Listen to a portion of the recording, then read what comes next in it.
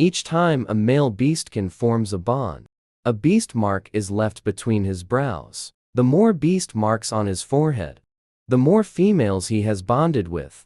Yet, these 5 stunningly beautiful beastkin before her have completely smooth, unmarked brows. It turns out their wife is an ugly woman with a face full of scars. Relying on her status as the royal heir, she forcibly married them. Last night, she even drugged them, wanting to possess her beast husbands. Unexpectedly, their resistance was too fierce, and the woman, caught off guard, crashed into the wall and died. After absorbing the original host's memories, Su Tang only felt a headache coming on. But as soon as she opened her eyes, Su Tang saw an exceptionally handsome man, kneeling on the ground. Ji Han is unwell and cannot serve his wife. I beg for my wife's punishment. Seeing the whip marks on the man's body, Su Tang couldn't help but frown. Flashes of memory surfaced in her mind. It turned out she had been exiled to the harsh, cold environment of the North Luo tribe. During the exile journey, her 5 beast husbands, to protect her, all suffered severe injuries. Yet, the original host would only beat or scold them. But Su Tang could sense the changes in her body. The reason the former body was irritable and quick to anger was because she had long been poisoned. Get up before I do. She came from the post-apocalyptic world, unaccustomed to people kneeling to her, and took no pleasure in abusing others. Hearing this, Zhao Jihan couldn't help but shiver. If you are dissatisfied with Ji Han, my wife, you can divorce Ji Han. Ji Han will have no complaints. As soon as the words fell, a man with a bewitching and enchanting appearance walked in. Since you want a divorce, my wife, why not divorce me as well? Hu Lingai took out paper and pen and placed them on the table. His eyes were cold and clear, carrying a trace of disgust. Su Tang, coming back to her senses, wished she could sever the TIs immediately, but she discovered that her wood-based powers had actually weakened. And this was the Northern Luo tribe, where the harsh environment meant encountering enemies from the Beast Emperor city at any time. Currently, she lacked sufficient strength, and still needed the protection of her beast husbands. After digesting these facts, Su Tang spoke calmly. There's no need to rush. If you can protect me from harm within 3 months, I will let you go. At that time, I will give you the divorce papers. Hearing Su Tang's words, both Hu Lingai and Zhao Jihan were stunned. They simply couldn't believe that the wife before them would be so kind-hearted, especially since she had just drugged Zhao Jihan. Right at that moment, shouts came from outside. Big sister, come quickly and take a look. Your beast husband was attacked by a magical beast, seriously injured, and is on the verge of death. Su Tang had no time to process the information in her mind, got straight out of bed, and hurried out of the stone house. She saw several people. A severely injured green snake is being carried into the courtyard. The female beast looked back at unconscious Wen Nangxi before leaving. He sighed and said, "Little sister, your beast husband is gravely wounded. He can't even maintain his human form anymore." Although in the exiled tribe, deaths and injuries among beastmen are all too common.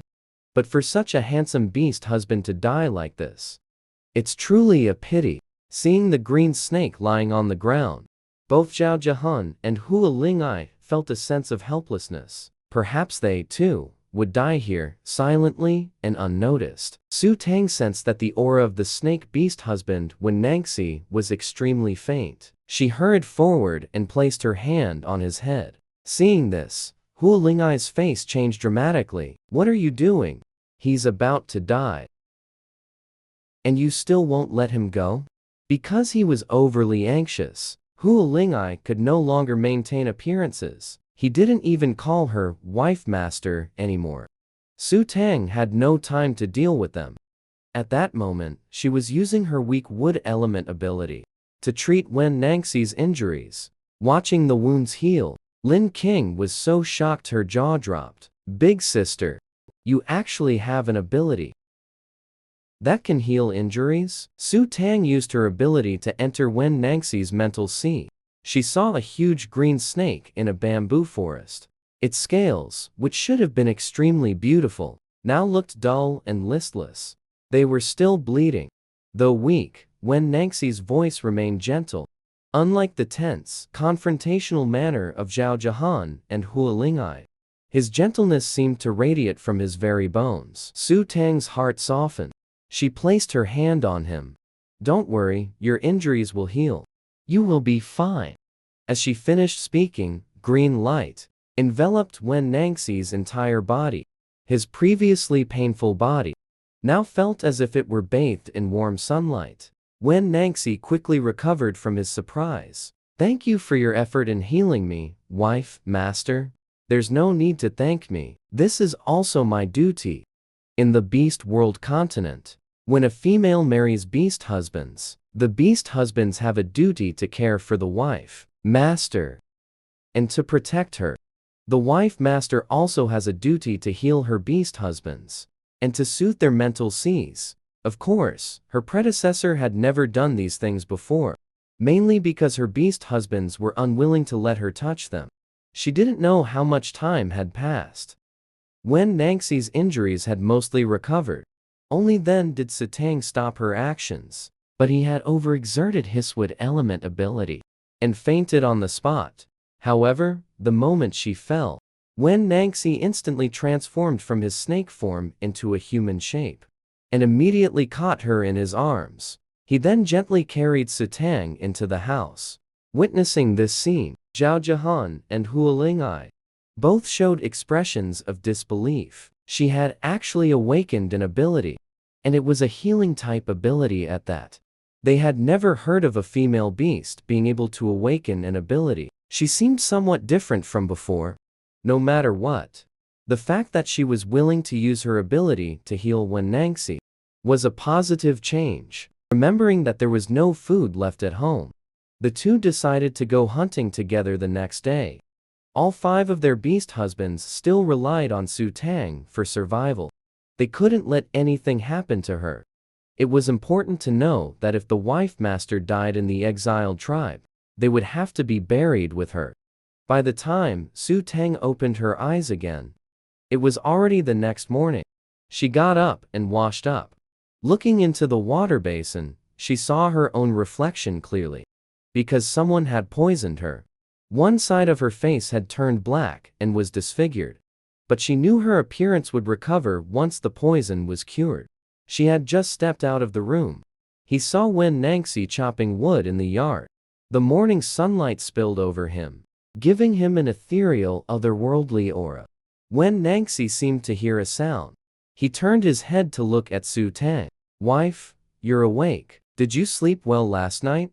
Su Tang wasn't very used to interacting with her beast husbands. She could only nod and give an hum. Wen Nangxi, worried that his wife was hungry, put down the wood in his hands. He fetched 2 red fruits and 2 bird eggs from the kitchen and handed them to Su Tang. "This is all the food we have at home right now. I'm sorry for making you endure this, wife." Early this morning, Zhao Jahan and Hua Lingai went out hunting. They should be able to catch some food. After saying this, his eyes dimmed. It was supposed to be his turn to hunt for food yesterday. But because he was injured, he failed to kill any beasts, so there's no food secured for today. They can only rely on Zhao Jahan and Hua Lingai now. Su Tang was well aware of the living conditions in the Beiluo tribe. The surrounding forests were also full of variostangers. Obtaining food wasn't easy. "It's fine, I'll handle the cooking and fire today." Then Su Tang entered the kitchen and started making tomato and bird egg soup. After it was done, she ladled 2 bowls and placed them on the table. Upon learning the tomatoes were found in the ancient tomb forest, Su Tang's expression shifted thoughtfully. With tomatoes, she could make many different dishes. We could even make some tomato sauce to sell in the city. After all, we can't rely solely on hunting to survive. Hunting is full of dangers. Moreover, she still needs to gather enough medicinal herbs to detoxify this body. After finishing the meal, Nangxi Please accompany me to the ancient tomb forest. I want to gather some food and medicinal herbs." Wen Nangxi's gentle, picturesque eyes shimmered with a luminous glow. This was the first time his wife had said she wanted to go into the forest. He must protect her well. Su Tang noticed Wen Nangxi showed no intention of drinking the soup. She suddenly remembered the incident yesterday where the garden owner had drugged the food. The corner of her mouth twitched stiffly. "Don't worry about that. I have no intentions towards any of you right now. The food hasn't been drugged." Hearing this, Wen Nangxi quickly agreed, and then picked up his spoon to taste it. Actually, Wen Nangxi had wanted to let Su Tang eat her fill first. He would only eat if there was any food left over. Wen Nangxi suddenly showed a look of surprise. "This is incredibly delicious." Seeing the man's expression, Su Tang finally felt relieved. "Then drink it all. Later, if we find more food in the mountains and forests, I'll make more for you." Currently, among the 5 beast husbands by her side, only 3 frequently appear before her. Moreover, she doesn't have any substantial relationship with these beast husbands, given that she still needs protection for the time being. Only Wen Nangxi is the most suitable. The environment and climate of Beast Market are simply fantastic. There are numerous primeval forests. It is highly beneficial for Su Tang's recovery of her supernatural abilities. After tidying up the tables, chairs, and dishes, Wen Nangxi transformed into his true form, a snake body. He crouched down in front of Su Tang, inviting his wife to climb on. Su Tang directly sat on him. While passing through the tribe, the beast folk who stayed behind showed surprised expressions. "No way, Su Tang actually went out. Doesn't she hate snake beasts the most? She never lets her beast husband take his true form. I heard yesterday that her snake beast husband was about to die. She used her supernatural abilities to save her beast husband." Su Tang paid no attention to these voices. After leaving the tribe, Wen Nangxi's snake body leaped up directly, as if flying through the air. Su Tang could only tightly hold onto Wen Nangxi. In that instant, Wen Nangxi's snake body stiffened. He almost fell from mid-air. Arriving at the place to gather red fruits, he quickly set Su Tang down, then transformed back into human form. He still appeared gentle and elegant as always. Only, the base of his ears was slightly flushed at this moment. Seeing so many tomatoes, Su Tang's eyes lit up. It's just a pity there are no good tools to carry them. After looking around the area, Su Tang sat down and began weaving a basket from vines. Wen Nangxi sat not far away, watching Su Tang's nimble movements. His picturesque eyes grew deep and shimmering. "If you get bored, you can take a walk around the area. But if I encounter any danger, I might need to call for you to protect me." Wen Nangxi nodded. "There isn't much food at home anyway. It's a good chance to look around here and hunt some wild beasts for food." After weaving the backpack basket, Su Tang began picking tomatoes. While she was busy working, a dangerous aura suddenly swept over. The instant Su Tang turned her head, a massive beast charged directly at her. Su Tang had no time to think or call for help. Simultaneously, she leaped into the air, swiftly climbing a nearby tree. Wen Nangxi, who rushed over upon hearing the commotion, revealed a look of surprise in his eyes.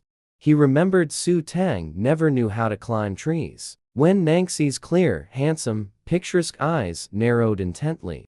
He then quickly engaged the massive beast in battle. Despite Wen Nangxi's usual gentle and refined appearance, when he truly fights, he carries a sharp, cold aura, like frost and icy snow. His oppressive presence is overwhelming. The bone knife in his hand spun rapidly, as if transforming into a blade of wind, shooting straight towards the beast. That beast's strength seemed considerable as well. The beast reacted with extreme speed, dodging this fatal strike. But the spinning bone knife, once again, it fell into the spinning Wen Nangxi's hands. Wen Nangxi leaped down from the air. The bone dagger pierced straight through the beast's neck. When he pulled out the bone dagger, blood splattered. Yet he elegantly and effortlessly avoided it, not a single drop of blood staining him. The next second, the beast crashed to the ground with a loud thud. The impact shook the ground. Su Tang watched this scene. Her eyes widened in shock. She could tell Wen Nangxi hadn't used even a bit of his real strength. He had dealt with the beast effortlessly. It was clear that his gentle and refined appearance was just a facade. In reality, his strength was formidable. Her previous self had no strength or supernatural abilities at all. How did she ever dare to provoke these beast husbands and abuse each one of them so cruelly? Wasn't she afraid they would snap and kill her? Thinking back to her memories, the 5 beast husbands her former self had already severed ties with. Each one looked at her with eyes full of hatred, as if they wished her dead. Su Tang felt utterly helpless and on the verge of tears. Wife, Wen Nangxi, noticed Su Tang had been unresponsive. So he leaped up onto the tree. Hearing the sound, Su Tang snapped back to reality. And then she saw before her Wen Nangxi's handsome, picture-like brows and eyes. Su Tang instinctively wanted to avoid him. She couldn't help but step back. But they were on a tree branch. As Su Tang stepped back, she fell straight down from the tree. Wen Nangxi leaped down after her. He caught Su Tang in mid-air. Is the mistress all right? Su Tang was currently being held by Wen Nangxi. She smelled the elegant, pleasant scent on him. Her eyes couldn't help but become dazed. But then, she thought of how Wen Nangxi had just killed the beast. And she remembered how the original owner had abused him. Su Tang's body stiffened uncontrollably. I'm fine. You can let me go now. As Su Tang said this, she didn't dare to touch Wen Nangxi. Everyone here detested her touch. It was best she didn't touch or provoke anyone. In this post-apocalyptic world, situations of people turning on each other were all too common. This was Su Tang's instinct for self-preservation. Nangxi looked down at Su Tang in his arms. This was the first time he had held her. The person in his arms showed no pleasant surprise. Her face was pale, her expression wary, and her body was stiff. It was different from her usual paranoid, crazed look. Now, her eyes were clear and pure. She really wasn't the same as before. Nangxi's expression darkened, and he whispered hoarsely by her ear. Wife, are you afraid of me? Su Tang bit her lip. She said softly, no, of course not. But as soon as she finished speaking, she froze. She looked up at Wen Nangxi and immediately met his gaze. In the depths of his eyes swirled a dark intensity. Like a dark vortex ready to swallow her whole. Su Tang suddenly felt that she might have underestimated this snake beast husband, Wen Nangxi.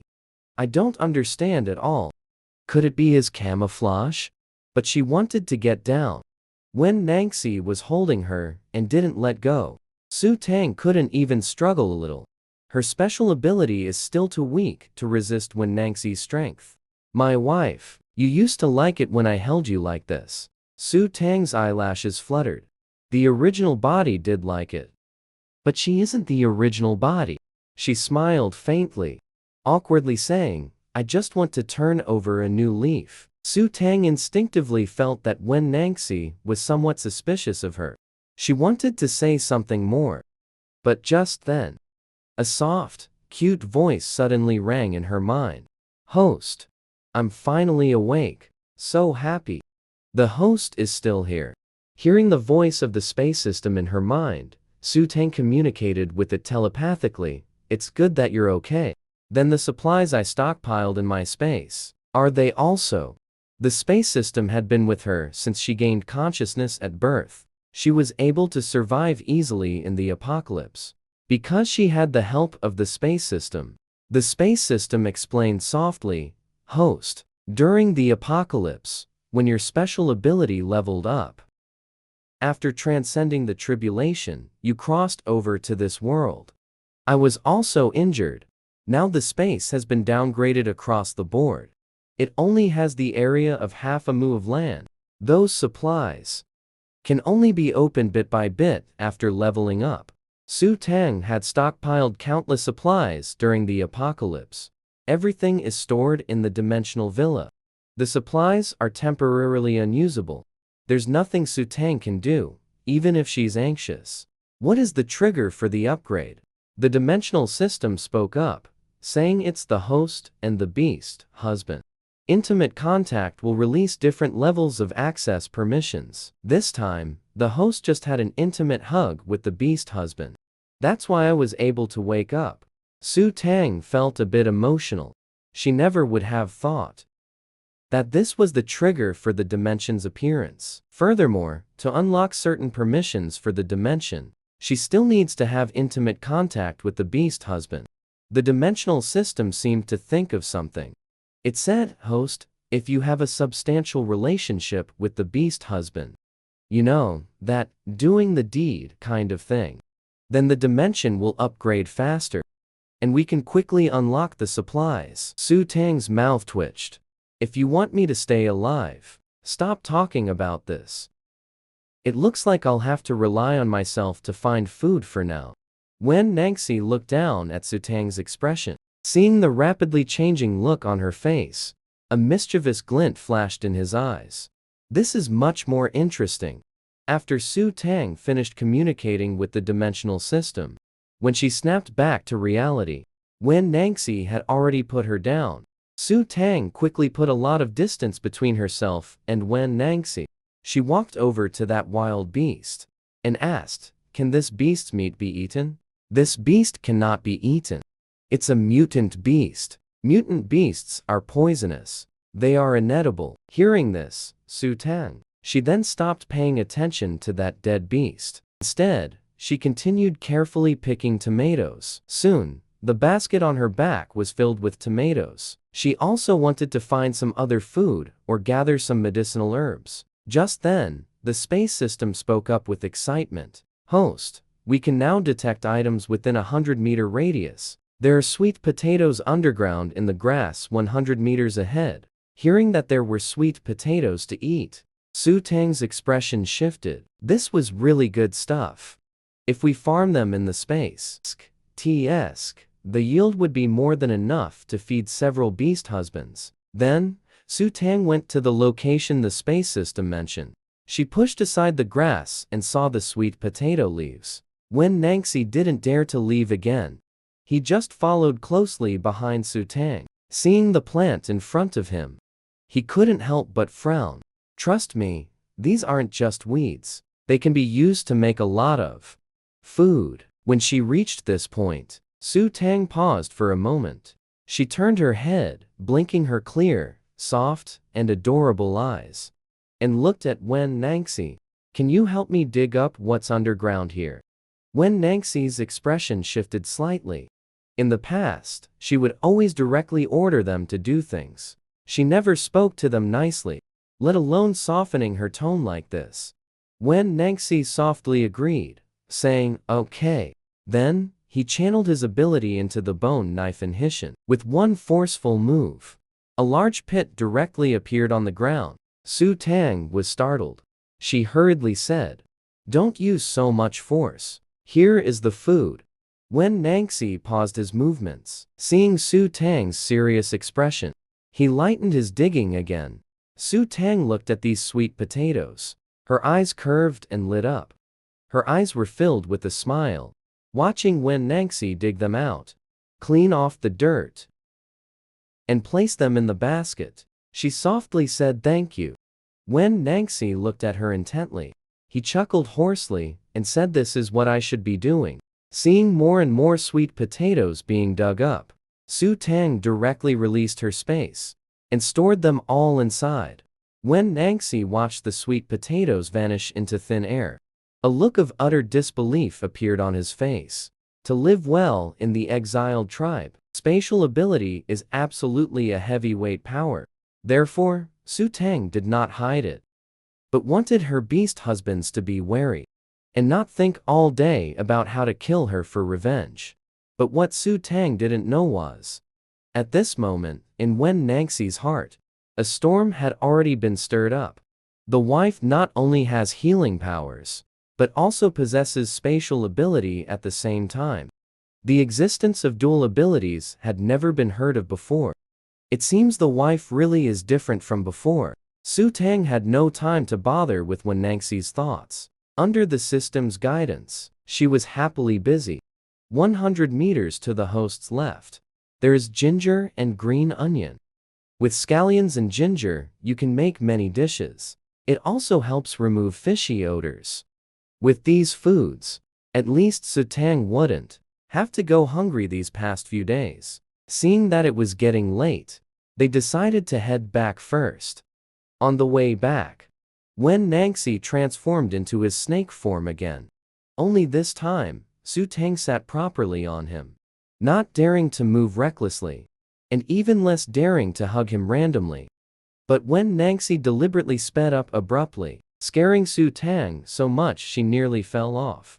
"Wife, you can hold me tight." As he spoke, he gently supported Su Tang with his tail. Just as she thought about refusing, she heard the system scream, "Host, quickly hug him, hold him tight.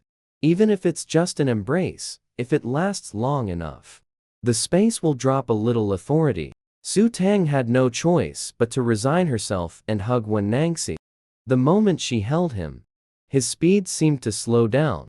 They flew over mountains and rivers. The water below was clear, even allowing them to see the plump fish swimming inside. "Wen Nangxi, let's go to the river and catch some fish." Hearing this, the man immediately transformed into human form, gently held Su Tang, and then softly set her down on the ground.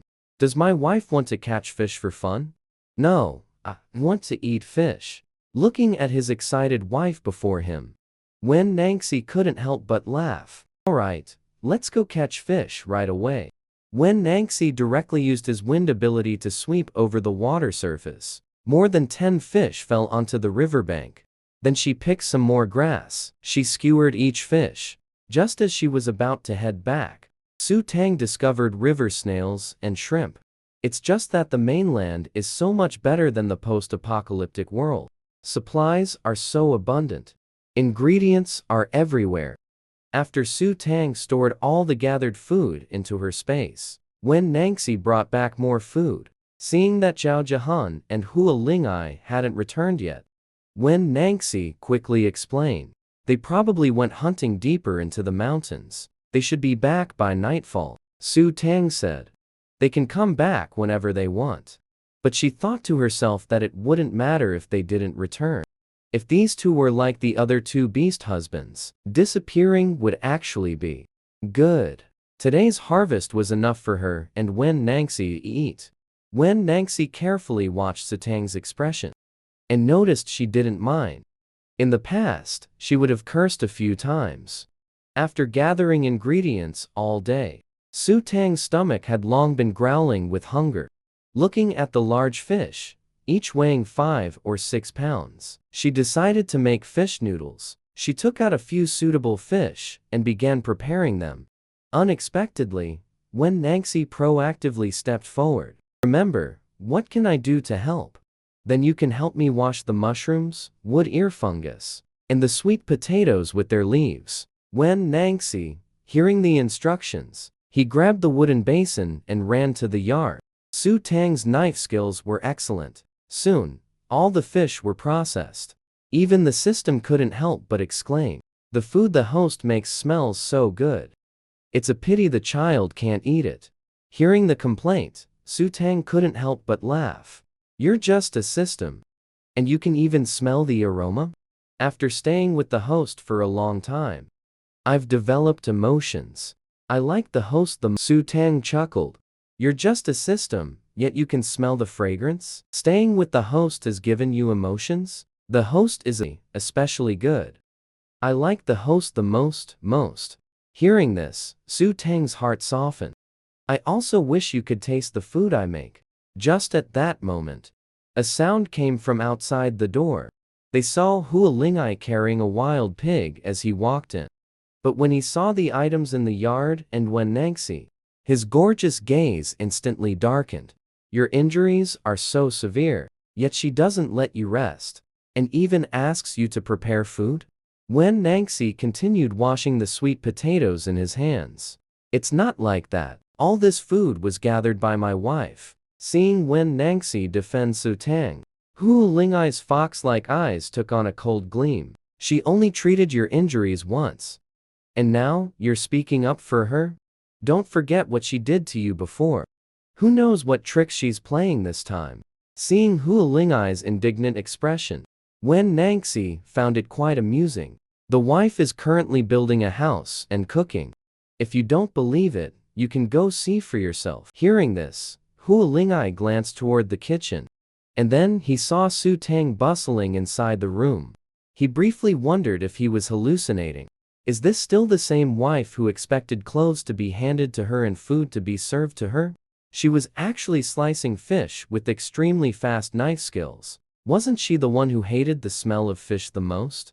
Before he could recover from his shock, Wen Nangxi quietly added another remark. This morning, when you weren't here, she also made breakfast. And she used those sour red berries to make it. It was especially delicious. Hu Lingai clearly didn't believe it, quietly picked up his ancient knife and went to process the wild boar nearby. Su Tang, who was busy working, heard the noise and movement, looked out into the courtyard, and saw Hu Lingai silently working. Suddenly remembered. The original owner once went crazy at Hu Lingai while he was severely injured and revealed his true form. She tried to skin him to make fur out of his fox pelt. Have to say, that fiery red fox fur was really beautiful. Thinking of these memories gave Su Tang a bit of a headache. But when she saw that wild boar, Su Tang's eyes instantly lit up. The skin can be used to make pork skin jelly.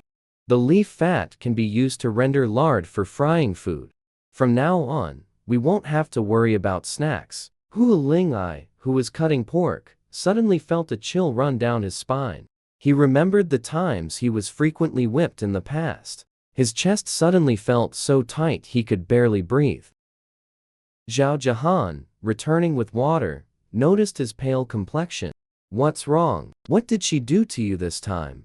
Hu Lingai now seemed like a bullied young wife. It's nothing. She's never set foot in the kitchen since she was little. She doesn't know how to cook at all. Do you think she might be planning to poison us this time? Hearing this, a shadow passed through Zhao Jahan's cold, clear eyes. Yesterday, she didn't expect him to resist so desperately. Then she hit her head. After that, her behavior has indeed been a bit strange.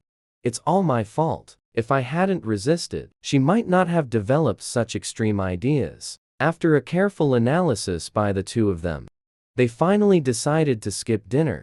If we were to be poisoned by our wife, it would be too humiliating a way to die. Su Tang had prepared dinner for 4 people. However, only Wen Nangxi came to eat. Although she felt like just leaving them to their own devices, the original host's actions were just too outrageous. If she didn't work to improve their opinion of her, her life could easily be in danger. But the system saw right through it all. Host, they're afraid you drugged the food. Su Tang's mouth twitched. She felt utterly speechless.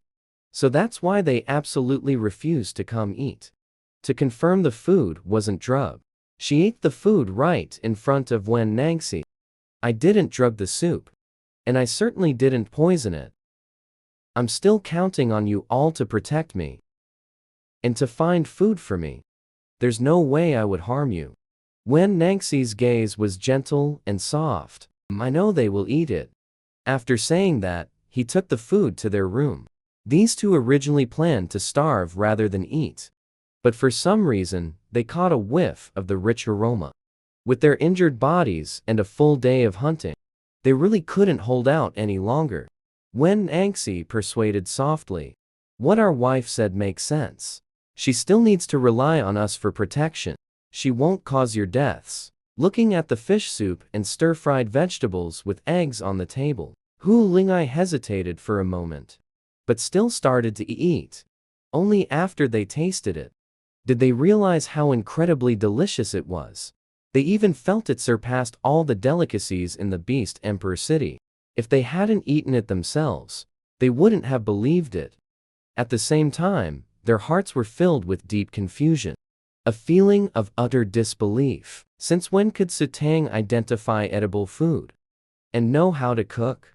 Wan Nangxi, who returned only after watching them finish eating, saw Su Tang still sitting at the table in the kitchen. His heart stirred. Were you waiting for me, wife? Of course, we cooked together. Naturally, I would wait to eat with you. In Su Tang's view, they are now a small team.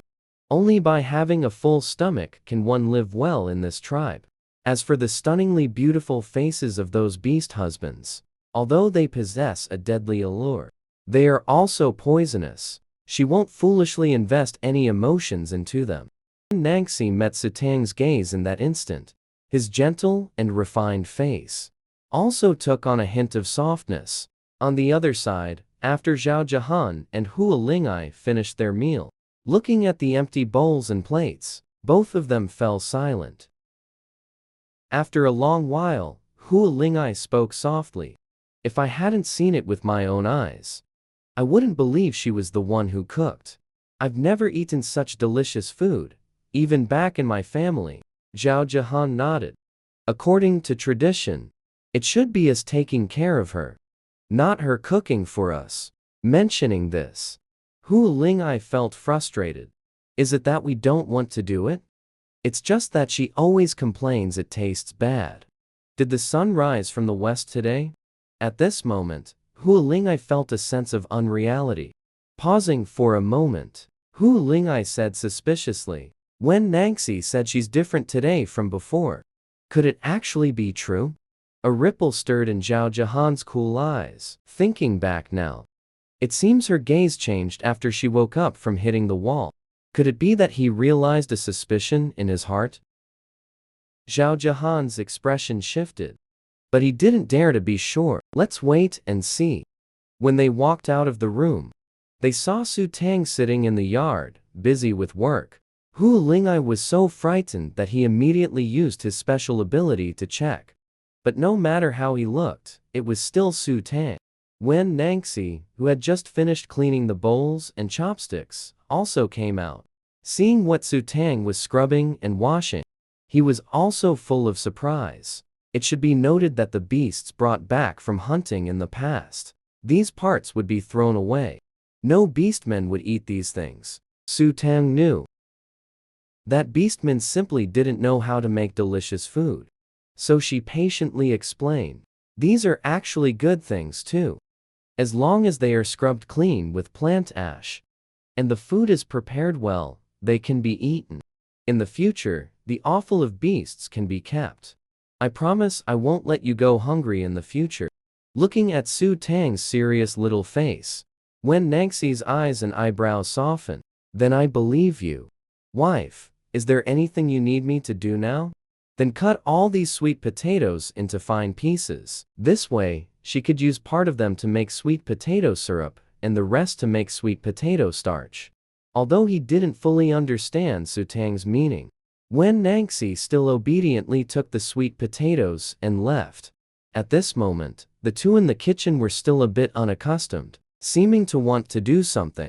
Suddenly remembering that the wife used to like taking a bath after meals. Let's boil water first. So the two started boiling water inside the house. Wen Nangxi, meanwhile, was in the yard peeling the sweet potatoes. After peeling, I prepared to go inside to get a knife and cut them into small pieces. I happened to see the two of them boiling water. According to the 3-person rotation schedule, it should be his turn to take care of the wife today. Hua Lingai felt a bit awkward. He said we ate the food she made, so we should do something. We can't just let the wife do all the work, while we idle around. Wen Nangxi nodded. We dug up a lot of sweet potatoes today. The wife needs to cut all of these into fine pieces. Then you two can help together. So the three of them started working together. Su Tang, who had just entered the room, was slightly surprised. Even though these two dislike her, they still do the work they're supposed to do. At this moment, Wen Nangxi was boiling the sweet potatoes. The other two were mashing the sweet potato slices into paste. It looked just like an assembly line. The freshly cooked sweet potatoes were a bit hot. We need to let them cool down for a while before we can squeeze them with this cloth. Upon hearing this, Zhao Jahan moved his fingers slightly. A cold air enveloped the wooden bucket and the cloth. The temperature dropped immediately. Seeing this, Su Tang was instantly stunned. This is a natural refrigerator. I must get Zhao Jahan to help me build an ice cellar. But she thought Zhao Jahan might refuse. She held back and didn't speak. Noticing Su Tang's hesitant expression, Zhao Jahan frowned slightly. Remember, do you need me for something? Su Tang was stunned. She didn't expect Zhao Jahan to take the initiative to ask her. Can you help me dig an ice cellar in the corner of the yard? That way, the stored food won't spoil easily. Otherwise, it would be a waste if we can't finish it. This was a habit formed during the apocalypse. She disliked wasting ingredients. Hearing these words, not only did Zhao Jahan's expression change, even Hua Lingai was surprised. Wasn't she the one who loved wasting food the most? Zhao Jahan composed his expression. He softly replied, "Okay," then turned and went to the yard to start on the ice cellar. Not to be outdone, Hua Lingai on the side directly used his fire ability to intensify the flames. The scene before her left Su Tang completely amazed. This ability is really useful. It's most effective in winter. You don't even need kindling to start a fire for firewood. Hua Lingai didn't know what Su Tang was thinking, but he noticed her gaze fixed entirely on his fire ability. "Wife, what should we do next?" Su Tang then led him through steps like washing, filtering, and squeezing out the starch water. After finishing all that, she finally used the heated water to bathe. After Su Tang finished bathing, she put on her clothes and was just about to come out when she heard fighting sounds outside the door. Arriving at the doorway, Su Tang's face changed. The beastmen of the tribe were actually all fighting mutated beasts. These mutated beasts were even more bizarre than those seen during the day. "Be careful, Zhao Jahan." His figure darted forward. A blade of ice formed from ice-based powers, pierced directly through the mutant beast that tried to attack Su Tang. To avoid scaring Su Tang, it thoughtfully froze the mutant beast's black blood. Then Hua Lingai unleashed his fire ability, directly burning away the mutant beast. Combined with Wen Nangxi's teleportation, kill. This battle ended very quickly. Wen Nangxi immediately came to Su Tang's side. "Are you alright, wife? Master?" The three of them looked at Su Tang's calm demeanor. They couldn't help but feel somewhat surprised. Su Tang shook her head. "I'm fine." She had just suddenly thought that before she regains her strength, she really needs their protection too much. But she promised a 3-month period, so she must improve her strength as soon as possible. "It's good that you're fine." "Wife, master, coming out with wet hair can easily make you catch a cold. Let's go back inside first." Before Su Tang could gather her thoughts, Wen Nangxi reached out and picked her up. Reflexively, Su Tang instinctively wrapped her arms around his neck. Wen Nangxi, holding Su Tang like this, could even smell the faint, fragrant scent on her. The scene completely stunned both Zhao Jahan and Hua Lingai. Wen Nangxi actually unprecedentedly held Su Tang. You should know, Wen Nangxi may seem gentle, but he isn't an easy person to talk to. At this moment, the system became excited. "Host, quickly, Lim hold you more. Best to have kisses, hugs, and be lifted up high. This way you can unlock more permissions." Hearing the system's voice, Su Tang's face flushed slightly. "If I did that, he'd probably throw me out." Host Wen Nangxi took the initiative to hug you, which means he doesn't dislike you. So, host, for the sake of supplies, be a little bolder. Go ahead boldly. Su Tang was indeed somewhat tempted, but she wouldn't actively throw herself at him. However, Wen Nangxi was the one who actively hugged her, so it should be okay if she held on a little longer without letting go, right? Wen Nangxi naturally didn't know Su Tang's little scheme. He walked into the room and placed her on the bed. Seeing that Su Tang hadn't let go, he lowered his head and gently asked if she was feeling unwell somewhere. Su Tang pursed her lips and bravely said, "I'm a little scared." After saying this, she wished she could find a hole to crawl into. Hearing these words, Wen Nangxi's heart softened, and he held her a little tighter. "Don't be afraid, I'm right here. I won't let the mutant beasts hurt you." When Zhao Jahan and Hua Lingai entered the room, they saw this scene. For some reason, a strange feeling inexplicably flashed through their hearts. At that moment, Su Tang's disfigured face was hidden by Wen Nangxi's embrace, revealing only half of her cheek. Under the room's lighting, her skin appeared as fair as snow, probably because she just finished bathing. She seemed to carry an otherworldly, ethereal aura about her. Zhao Jahan and Hua Lingai both had a flicker in their eyes. They had never carefully observed her appearance before. Just then, the space system exclaimed excitedly, "Some seasoning packets have been released inside the host. You can let go of Wen Nangxi now." Hearing this, Su Tang hurriedly released her hand. "I'm fine now." She didn't dare look at Wen Nangxi's expression, afraid he would realize she was just using him as a tool. Wen Nangxi gave a gentle smile. "Host, your hair isn't dry yet. You might catch a cold like this." As he spoke, he took out a clean cloth, intending to dry Su Tang's hair. But Hua Lingai stepped forward to the bedside first. "Let me do it." He then released his fire ability. Su Tang couldn't help but marvel. This is more efficient and eco-friendly than a hairdryer. But what she didn't know was, the Fox clan is extremely sensitive to scents. Hua Lingai sensed the unusual pheromones on Su Tang, warm like sunlight, making him uncontrollably yearn to get closer. Almost intoxicated, he nearly lost control of the flame in his hand. A small flame flickered from his finger. "Be careful." Zhao Jahan directly summoned a weapon and extinguished that small flame. Hua Lingai snapped back to reality and hurriedly apologized. "I'm sorry." Su Tang waved her hand, saying it's fine. But in her heart, she suspected this damn man wanted to burn her to death.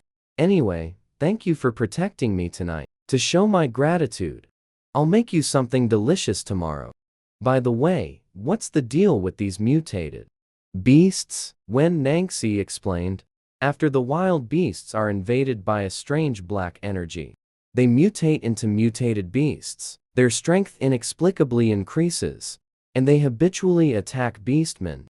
Especially on the night of a full moon, they recklessly break into the tribe to attack beastmen." Hearing this, Su Tang's expression turned grave. "Do you know what kind of dark energy this is?" "No one knows. The colder it is, further north, the more mutated beasts there are. The reason this is an exile tribe is because of the existence of these mutated beasts." After digesting this information, Su Tang sent them away. Then her figure vanished. As she entered the system space, looking at the seasonings placed on the ground, Su Tang's eyes lit up. "With these, I can make lots of delicious food. I was just worrying about how to handle those pig offal." Isn't this like someone handing you a pillow just when you want to sleep? Seeing Su Tang so happy, the system also became cheerful. "Host, these sweet potatoes are twice as big as those in the post-apocalyptic world, and they're completely free from synthetic additives and harsh processing." Su Tang immediately used her will to start planting. The crops in the space grew at an astonishing speed, with yields dozens of times higher than the outside world. At this moment, Hua Lingai and Zhao Jahan, standing in the courtyard, were unusually silent. Zhao Jahan knew the Fox tribe's sense of smell was exceptionally keen, so he asked if he had discovered something. Hua Lingai's expression was complicated. "I can smell the pheromones on our wife. They're completely different from before. But according to the records of my Fox tribe, even if a person's pheromones change slightly, they wouldn't completely turn into another type of sex hormone. Previously, the aura on her was very gloomy and cold. Disgusting.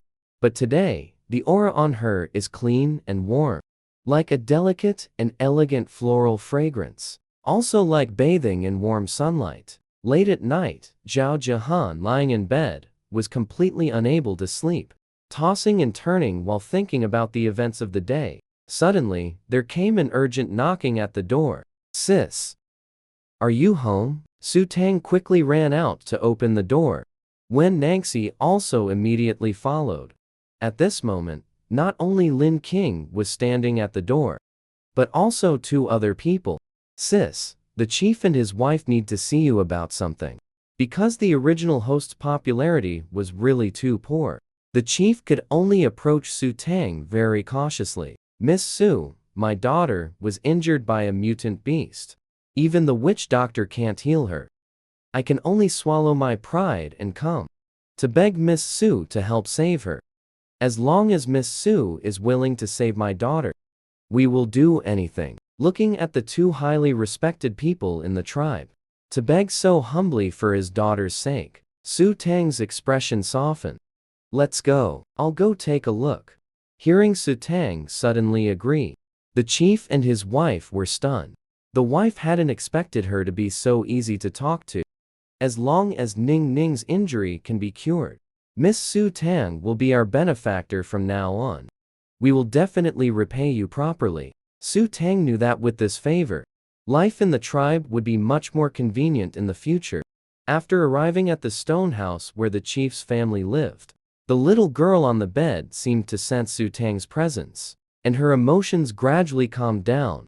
Su Tang performed a simple examination, then released her wood element healing ability at the wound site. Soon, Gu Ningning's festering wound stopped festering. The dark energy was expelled, and her wound healed rapidly. Everyone present was stunned by the sight. "She's fine now. Let her rest well for a few days. And she needs more nutrition." The reason her wound was so severely infected was also due to her inherently weak constitution. Mentioning this, the chief's wife's eyes reddened. "To be honest with you, Miss Su Tang, if it weren't for the medicine prescribed by the witch doctor, Ning probably wouldn't have held on until now." Su Tang had already identified the reason while checking her pulse earlier. The reason she can't keep food down is because meat is hard for her to digest. It's best to cook it thoroughly before. You should also get more sun while eating. Then he gave some more instructions on things to pay attention to. When it was time to leave, the chief's wife held on to Su Tang, reluctant to let her go. Not only did she give a bag of gold coins as a pillow gift, she also gave her some meat and cornmeal. Su Tang thought that thin people might not be good at cooking, so she planned to cook some food early the next morning and bring it over. After Su Tang and the others had left, the chief couldn't help but sigh. "It's rare to see you like someone so much. I don't know why, but I just really like this child. Perhaps we misunderstood Miss Tangtang in the past. You are the chief of the Bailuo tribe, so you should take better care of them from now on." Even Ningning, who is usually very shy around strangers, ran over. "I really like Sister Tangtang. She feels so warm and smells so nice." Hearing this, the chief's wife also smiled. "You too. It would be even better if you could become friends in the future." But Su Tang, exhausted from the long day, couldn't fall asleep for a long time. On such a hot day, there are still mosquitoes in the middle of the night. "It seems I'll have to weave a grass mat tomorrow." The next day, Su Tang made sure to wake up extra early. As soon as she opened her door, she saw Hua Lingai practicing in the courtyard. The moment he saw Su Tang, his fox-like eyes curved into a smile. Immediately after, he brought a basin of water and toiletries to Su Tang. Seeing Su Tang's surprised expression, he hurriedly explained as a beast husband. "This is what we ought to do. You are now only my beast husbands in name. In 3 months, you will be free. So there's no need for this." Hearing this, Hua Lingai, for some reason, felt somewhat uncomfortable. He still couldn't figure out why. "But there are still 3 months left. During this time, we should take care of you." Su Tang couldn't help but roll her eyes. "Don't worry, and take care of myself without you. I won't starve to death." After saying this, she went to wash up by herself, leaving the man alone and bewildered. After a simple wash, Su Tang started making breakfast. Hu Lingai watched her busy figure, so thin and small, as if she had been abandoned by them. It was pitiful to see. When she's not being arrogant and cursing, she's actually not that hard to get along with. Can I help with anything? Su Tang asked him to extract the starch. Otherwise, who knows what he'd be overthinking about. Making marinated dishes takes a long time and requires controlling the heat. When the aroma began to spread, Wen Nangxi and the others showed surprised expressions. Even Lin King next door, who was dreaming, started drooling. After Su Tang prepared the food, she went to call them to eat. The three men hadn't been idle either. They had cleaned the stove and the yard spotlessly.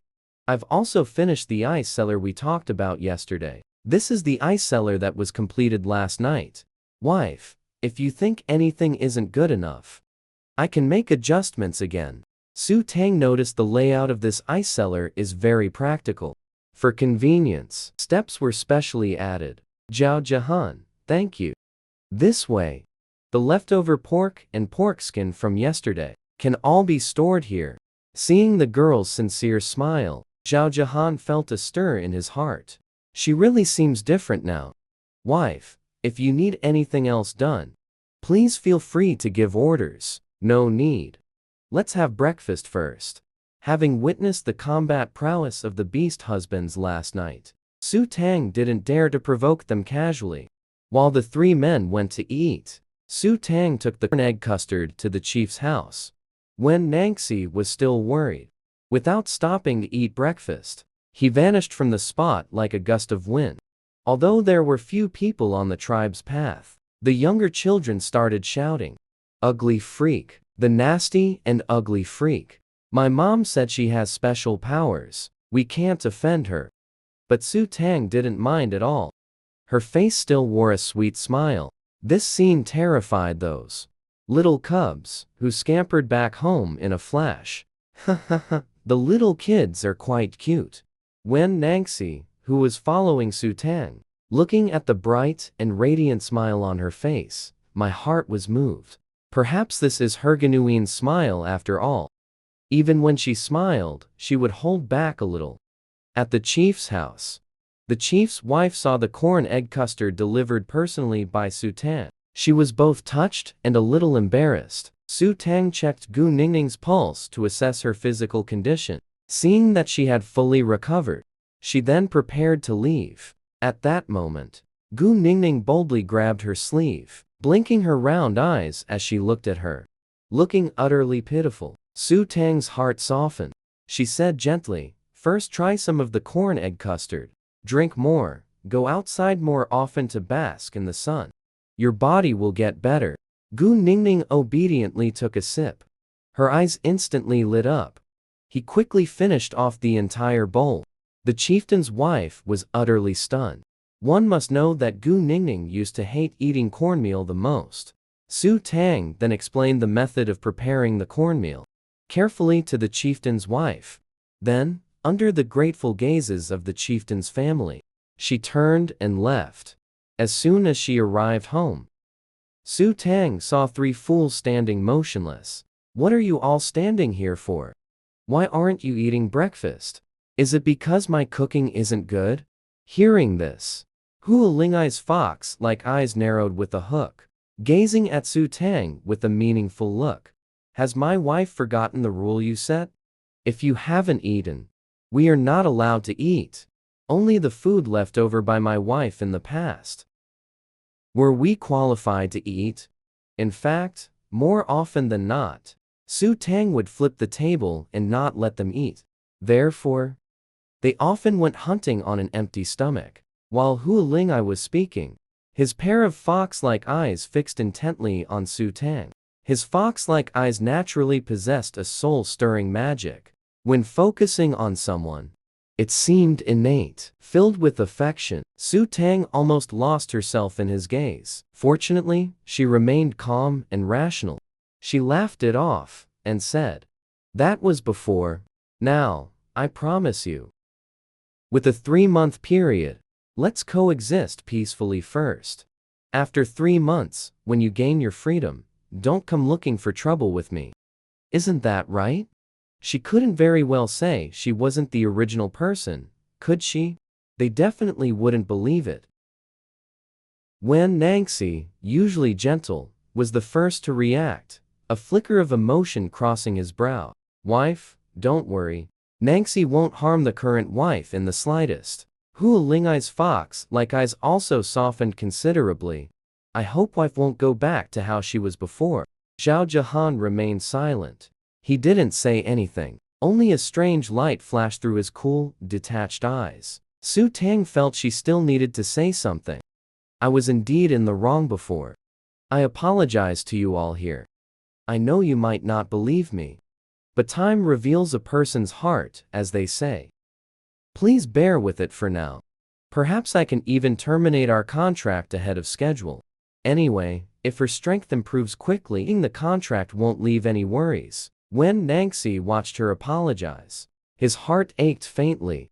It's not your fault. Don't go on an empty stomach. Let's eat first.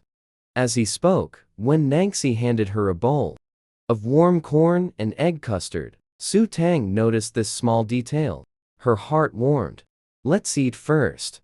After eating, go hunting with you all. But then, Hua Lingai's beautiful eyes lifted at the corners, charming and bewitching.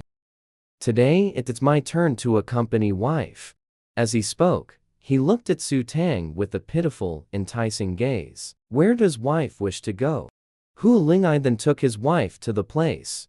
As Hua Lingai spoke, his tone carried a subtly rising, alluring charm, as if deliberately exuding his captivating aura. Su Tang didn't even dare meet his gaze. She knew foxes possess the power to enchant. In her heart, she actually wanted to go to the mountains and forests with Wen Nangxi. She didn't trust any of these 3 people. If she had to choose only one to protect her by her side, she would prefer to choose Wen Nangxi. But she could sense the underlying tension between Hua Lingai and Wen Nangxi, a standoff ready to erupt. Su Tang was worried that if she spoke up, the two might start fighting. So she could only lower her head and stir the corn porridge in her bowl with a spoon. Then, let's just follow the rules. While everyone was eating, they suddenly realized every dish was incredibly delicious. It was just too tasty. While eating, everyone couldn't help but glance at Su Tang. Their eyes filled with probing and disbelief, as if trying to see right through her. Feeling the pressure from the trio's stares, Su Tang had no choice but to keep her head down and eat quietly. This meal was truly an ordeal. When she finally looked up, seeing their bowls, and that entire large plate of braised delicacies, all finished, she was instantly stunned. Are you all still hungry? Or did I not make enough? Seeing her dazed and adorable expression, Wen Nangxi smiled gently. We're full. The food you made was delicious, wife. We used to throw all these things away. Thinking about it now, it really is quite wasteful. Su Tang nodded, thinking quietly to herself. I should just make more next time. After all, thin as she is, her constitution is special. She needs to eat a lot of food to maintain sufficient energy. After finishing the meal, Wen Nangxi and Zhao Jahan went hunting, while Hua Lingai, as usual, took Su Tang into the mountain forest. When she saw Hua Lingai's true form with her own eyes, Su Tang was utterly amazed. This fox's fur is truly beautiful. She now understood why the original host constantly thought about using its fur to make clothes. Clothes made from such noble red fur would definitely look stunning when worn. Hua Lingai's body was a bit tall. Su Tang simply couldn't get up. She hopped a few times to no avail. Seeing her like this, a faint smile appeared in Hua Lingai's tiger-like eyes, finding her very cute. He then used one tail to wrap around her and gently placed her on his back. Where does my West Master wish to go? Do you know where there are many medicinal herbs? She wanted to gather some medicinal herbs to remove the poison from her body. Furthermore, Her 3 beast husbands, Wen Nangxi and the others, also had injuries that seriously affected their cultivation.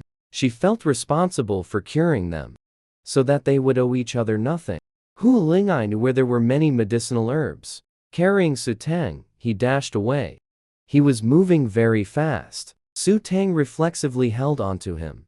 She realized that holding onto fox fur felt completely different from holding a snake's body. This fluffy fur was incredibly comfortable. It was both beautiful and soft. It even had a faint, pleasant scent. As if bewitched, Su Tang couldn't help but reach out and stroke it. Hu Lingai's body trembled. He stopped in the mountain forest. In a low, hoarse voice, he asked, "What is my wife touching?" Su Tang snapped back to reality. "No. It's nothing, don't misunderstand. I just accidentally grabbed your fur." Worried the cunning fox might turn on her, Su Tang didn't dare move recklessly again. Sensing something was off, Hu Lingai transformed into his human form. He held her tightly and gently set her down on the ground. "What's wrong, wife?" Su Tang hung her head, looking pitiful, as if Hu Lingai had done something to her. Hu Lingai had never seen her like this before. It made him reluctant to say a single harsh word to her. Su Tang kept her head down, staring at her toes, and explained quietly, "I didn't mean to grab your fur on purpose. It's just that you were running so fast. I would have fallen if I didn't hold on. When the blood moon arrives, and the world is freezing cold, sleeping while holding this fur must be very warm and comfortable." Realizing this thought, Su Tang became horrified again. "Oh, my God, how could I have such a thought?" Su Tang shook her head vigorously, trying to shake the thought out of her mind. Hu Lingai looked down at her. It was rare to see her like this. A bit delicate and soft, and even somewhat cute. Cute. Upon realizing this word, Hu Lingai was immediately startled. And at this moment, his heartstrings were stirred, actually feeling a bit softened. Clearly, he used to despise her. But the pheromones clearly told him she was different now. Hu Lingai couldn't help but want to touch her hair. But the past reluctance to get close was still there. He restrained himself and didn't reach out. But his gorgeous lips still moved slightly. He comforted her softly, saying, "It's okay. You can grab however you want." Su Tang was stunned and looked up at Hu Lingai. Then she immediately met his stunningly beautiful eyes. So he wasn't thinking about taking revenge on her here. Su Tang slowly breathed a sigh of relief. Afterwards, Hu Lingai transformed back into his beast form, ready to continue on their way. "Wait a moment, let me down first." Su Tang noticed what seemed to be a wheat tree not far away. Upon closer inspection, it was 3 to 4 times larger than the wheat crops she had seen in the post-apocalyptic world. Su Tang initially doubted her own eyes, but after checking repeatedly, she finally confirmed that those wheat grains were indeed wheat grains. Su Tang was very happy and excited. They could finally have flour-based food in the future. Although Hu Lingai didn't know what flour-based food was, he knew his wife was very happy now. It seemed to be something good. Su Tang directly stored the wheat into her space, watching the wheat disappear into thin air. Hu Lingai was instantly stunned. But inside, his heart was surging like tidal waves. Dual abilities, the rare spatial ability and healing ability. It was unbelievable. Was this still that useless and vicious female beast from the Beast Emperor City? While feeling shocked, he also feared she would revert to her old self. Su Tang looked at the complex expression on the bad fox's face and asked with some concern, "What's wrong?" "It's nothing, wife. Whatever you need, Lingai can help." As long as she remained this normal, no matter what was needed, he was willing to do it. Host. There are cabbages 60 meters to the right. Hearing the system's prompt, Su Tang's eyes lit up even more. She quickly headed in that direction. And sure enough, she saw a patch of white cabbage field. Su Tang took out a bone knife from her space and began excitedly digging up cabbages. With these cabbages, She could make dumplings and wontons, prepare stuffed pies and cabbage pork buns, and even pickle sour cabbage. Then, cured meat needed to be smoked in advance. That way, she could make stir-fried sour cabbage with cured meat. Su Tang's mind was now filled with all kinds of delicious food. Full of motivation, the robust Hua Lingai quickly joined in and also started digging up cabbages. Soon, this patch of cabbage was all dug up.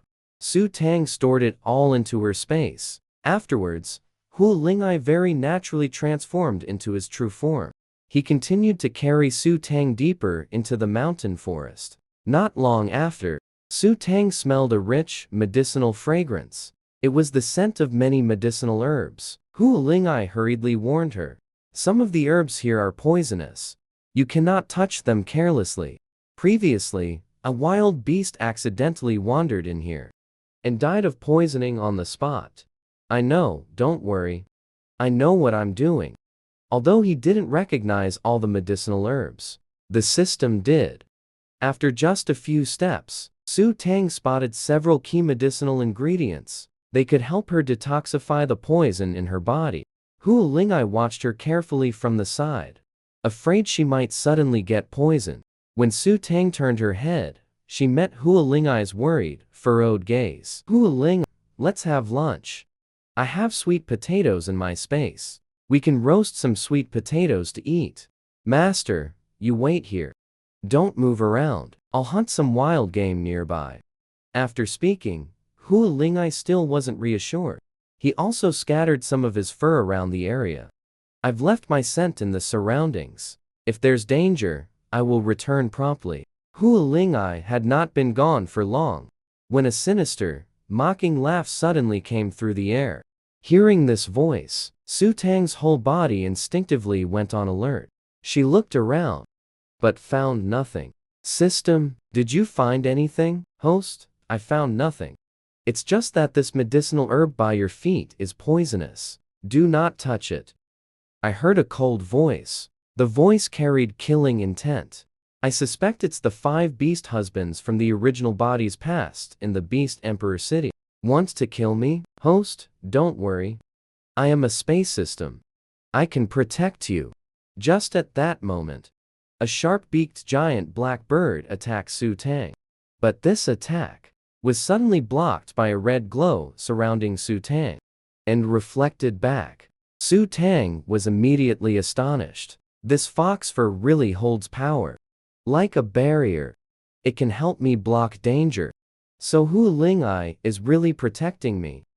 After the giant bird was repelled, it spiraled down for another dive attack. Su Tang quickly activated her special ability. Holding a bone knife in one hand to protect herself, she began rapidly absorbing the energy from nearby plants with her other hand.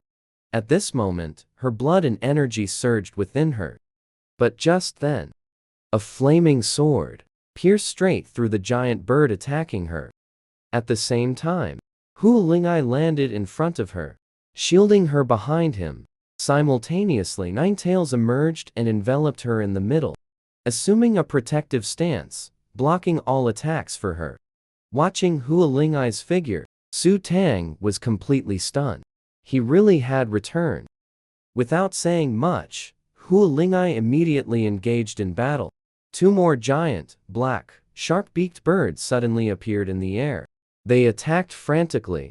While protecting Su Tang, Hua Lingai drew his bow and shot arrows. Hua Lingai, your body is afflicted with fire poison. Forcing the use of a magical weapon to fight us will cause your spiritual sea to go berserk and fall into chaos. You'll be dead or crippled at best. Just to protect such a vicious female beast. It's simply not worth it. Our master possesses a secret technique that can counter the beast husband contract. Even if she dies, you won't. So, if you cooperate with us, our master will naturally give you the technique. Hearing these words, Su Tang's face changed. She quickly absorbed natural energy, preparing to forcibly enhance her special ability. She could not leave her safety in someone else's hands. Yet, Hua Lingai let out a bewitching smile. She is my wife and master. I will never allow anyone to harm her. After speaking, he immediately drew the bow in his hands, forcibly mobilizing the flame energy within his body. Su Tang stared blankly at the intense fiery aura. Even if it was just his back view at this moment, he was dazzlingly beautiful. The giant birds were instantly engulfed by the flames, turning to ashes. Hu Lingai was now struggling intensely to control himself from going berserk. But the severe pain caused his entire body to tremble. Don't come near me. I might hurt you. Hurry and run. Looking at Hu Lingai like this, Su Tang was also somewhat moved. I won't run, I won't leave. You became like this to save me. I won't let anything happen to you. At this moment, Hu Lingai still retained a trace of reason. Hearing these words, his fox-like eyes trembled instantly. Did he hear correctly? In his blurry state, Hu Lingai met her serious expression. He saw Su Tang place her hand on his head, releasing her healing ability without reservation, channeling it into his body. Then, she entered his spiritual sea. And here, she saw a young red fox beast, curled up in a corner, being bullied by others. Beat him to death, with his lowly red fox fur. Disgraceful thing. Many people were kicking and hitting him. The scene suddenly changed again. She saw Hu Lingai kneeling in front of a door. Worthless, useless trash. The family head despises your father and you the most. Watching these scenes, Su Tang's heart ached. So, he went through such things. Su Tang wanted to protect him. But it seemed like a barrier kept her out. No matter how she tried to break through, it was useless. It wasn't until this moment that Su Tang finally broke through the barrier. She crouched down and carefully picked him up. It's alright, everything will be alright from now on. Then she channeled all the wood element supernatural power from her body, pouring all of it into him. At the moment of Hu Lingai's despair, when he thought he would die in the snowy storm, suddenly a light appeared in the courtyard. From within the light, a woman walked forward. She seemed to gather all the ethereal beauty of heaven and earth. She smiled at him, as warm as sunlight, making him unable to resist wanting to get closer and closer. As waves of warm light surged in and enveloped him, his spiritual sea of consciousness gradually began to heal. As if the storm had cleared, his spiritual body within the sea of consciousness was surrounded by the warmth of sunlight. The nine-tailed red fox instinctively wrapped itself around her, holding her tightly. The foxtail seemed to coil up from her legs. His fox-like eyes took on an enticing aura. Su Tang felt her entire body go weak and tingly. This physical sensation of trembling, weakness, left Su Tang completely unable to resist. Hu Lingai's fox-like eyes slightly curved, his gaze filled with extreme longing. It was an instinctive craving for her, wanting to get close to Hu Lingai. Wake up, don't you despise me? Look, who am I? Su Tang wanted to quickly evade, but it was useless. His head had already nestled against her neck. She only felt his warm breath fall upon her neck. When had Su Tang ever encountered such a situation? Her entire body instantly went soft. Neither Hu Lingai nor Su Tang expected to call his name at this moment. Her voice became soft and delicate, as if she was about to act coquettishly. But no, this wasn't her voice at all. She wouldn't admit it. Su Tang instantly shut her mouth. She felt that if this continued, inside Hu Lingai's spiritual sea, he might just devour her completely. Su Tang used her wood-type ability to soothe him again, until his gaze finally grew calm. After emerging from the spiritual sea, Su Tang's legs gave way, and she collapsed without steadying herself. Just then, Hu Lingai happened to wake up, and caught her right in his arms. Be careful, wife. Hu Lingai looked down at her, his eyes tinged with tender affection. The pheromones he had smelled earlier weren't wrong. Su Tang truly was different. Hu Lingai's eyes shelled restrained disgust, the aura of domination. Holding her, he couldn't bear to let go. Su Tang gently pushed against his chest, She felt a solid touch. The abdominal muscles under her hand felt powerful. Her palm felt as if it were burning. She quickly pulled it back. Please let me go first. Then the space system spoke up. Host, just let him hold you. I've upgraded the space a bit.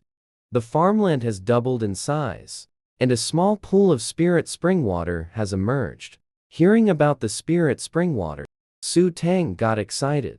The spirit spring water can not only restore special abilities, it can also help detoxify herself. The system could see what Su Tang was thinking. As long as the host has more intimate contact with her beast husband, the spirit spring water will continue to increase. Hua Lingai was originally holding Su Tang. Hearing her tell him to let go of Hua Lingai, he felt reluctant to release her no matter what. How are you feeling now? How is your recovery going? And what's the deal with the fire poison inside your body? It's the fire poison that the Zhu family from the Beast Emperor City inflicted on me, just to make it easier to control me. Su Tang seemed to remember something. I'm sorry back then. Because of me, you had no choice but to marry me as my beast husband. You've been through a lot. Hua Lingai gently tittied Su Tang's hair. It's not your fault. Leaving the Zhu family at that time was a good choice for me. Don't worry, once my special ability strengthens, I will be able to completely remove the fire poison for you. Now, and only help you eliminate it bit by bit. Looking at Hua Lingai, who usually acts as if nothing is wrong, it's hard to imagine how he endures the torment of the fire poison's pain. Su Tang's eyes are clear, pure, and sincere. Hua Lingai's heart was already deeply shaken. He couldn't help but reach out and hold Su Tang tightly again. This time, he held her so tightly, as if he wanted to press her into his very heart. Wife, thank you. Thank you. Although holding you will upgrade the space, after upgrading, continuing to hold like this won't have much effect anymore. Well, it's getting late. We can gather some herbs in the afternoon and head back home early. Hearing these words, Hua Lingai reluctantly let go of Su Tang. Wife, you must be hungry. I've hunted 2 pheasants. Let's eat together later. Su Tang's eyes lit up. Then there should be wild pheasant eggs nearby too. Sure enough, after looking around, the space system suddenly became excited, saying, Host, walk 100 meters ahead. There are wild pheasant eggs in the grass under that tree. Su Tang quickly headed in that direction. Sure enough, she found the wild pheasant eggs. Let's take these back first. As long as the temperature is sufficient, we can hatch chicks at home. Meanwhile, Hua Lingai was preparing to roast the pheasants over a fire. But Su Tang took out from her space the mushrooms she had gathered yesterday, along with scallions and ginger, and stuffed them all inside the pheasants. Then take out the seasoning from the space and apply it. Wrap it in lotus leaves. Cover it with another layer of mud. Dig a pit. Once a fire is lit and it's roasted, it's ready to eat. Hua Lingai found it very novel, but seeing how enthusiastic Su Tang was, he followed her instructions. After preparing it, Hua Lingai used his fire ability to roast the food. Soon, a rich aroma spread out. After roasting, Hua Lingai first removed the mud as Su Tang had said. The chicken was still very hot at this point. Su Tang smelled the aroma. Gazing eagerly at the beggar's chicken, Hua Lingai watched her expression. He thought his wife looked incredibly adorable at this moment, making his heart soften instantly. He ignored the heat, cut the meat into small pieces and placed them on a clean lotus leaf, used his ability to control the temperature, wrapped it and handed it to Su Tang. Nowadays, Hua Lingai carefully takes care of Su Tang while she eats. At this moment, he completely forgot that he had once thought about leaving Su Tang. Su Tang took it, held it with the lotus leaf, and took a bite of the chicken. Instantly, her mouth was filled with the rich fragrance. Su Tang's eyes curved into smiles. Her smile seemed to be filled with sunlight, clear and warm. When a Lingai looked down at Su Tang, he noticed a small piece of chicken stuck at the corner of her rosy lips. He couldn't help but reach out with his slender, well-defined fingers, gently wiping the corner of her mouth. The moment his fingertip brushed past, Su Tang felt a tingling sensation on her lips. Even her heartbeat skipped a beat.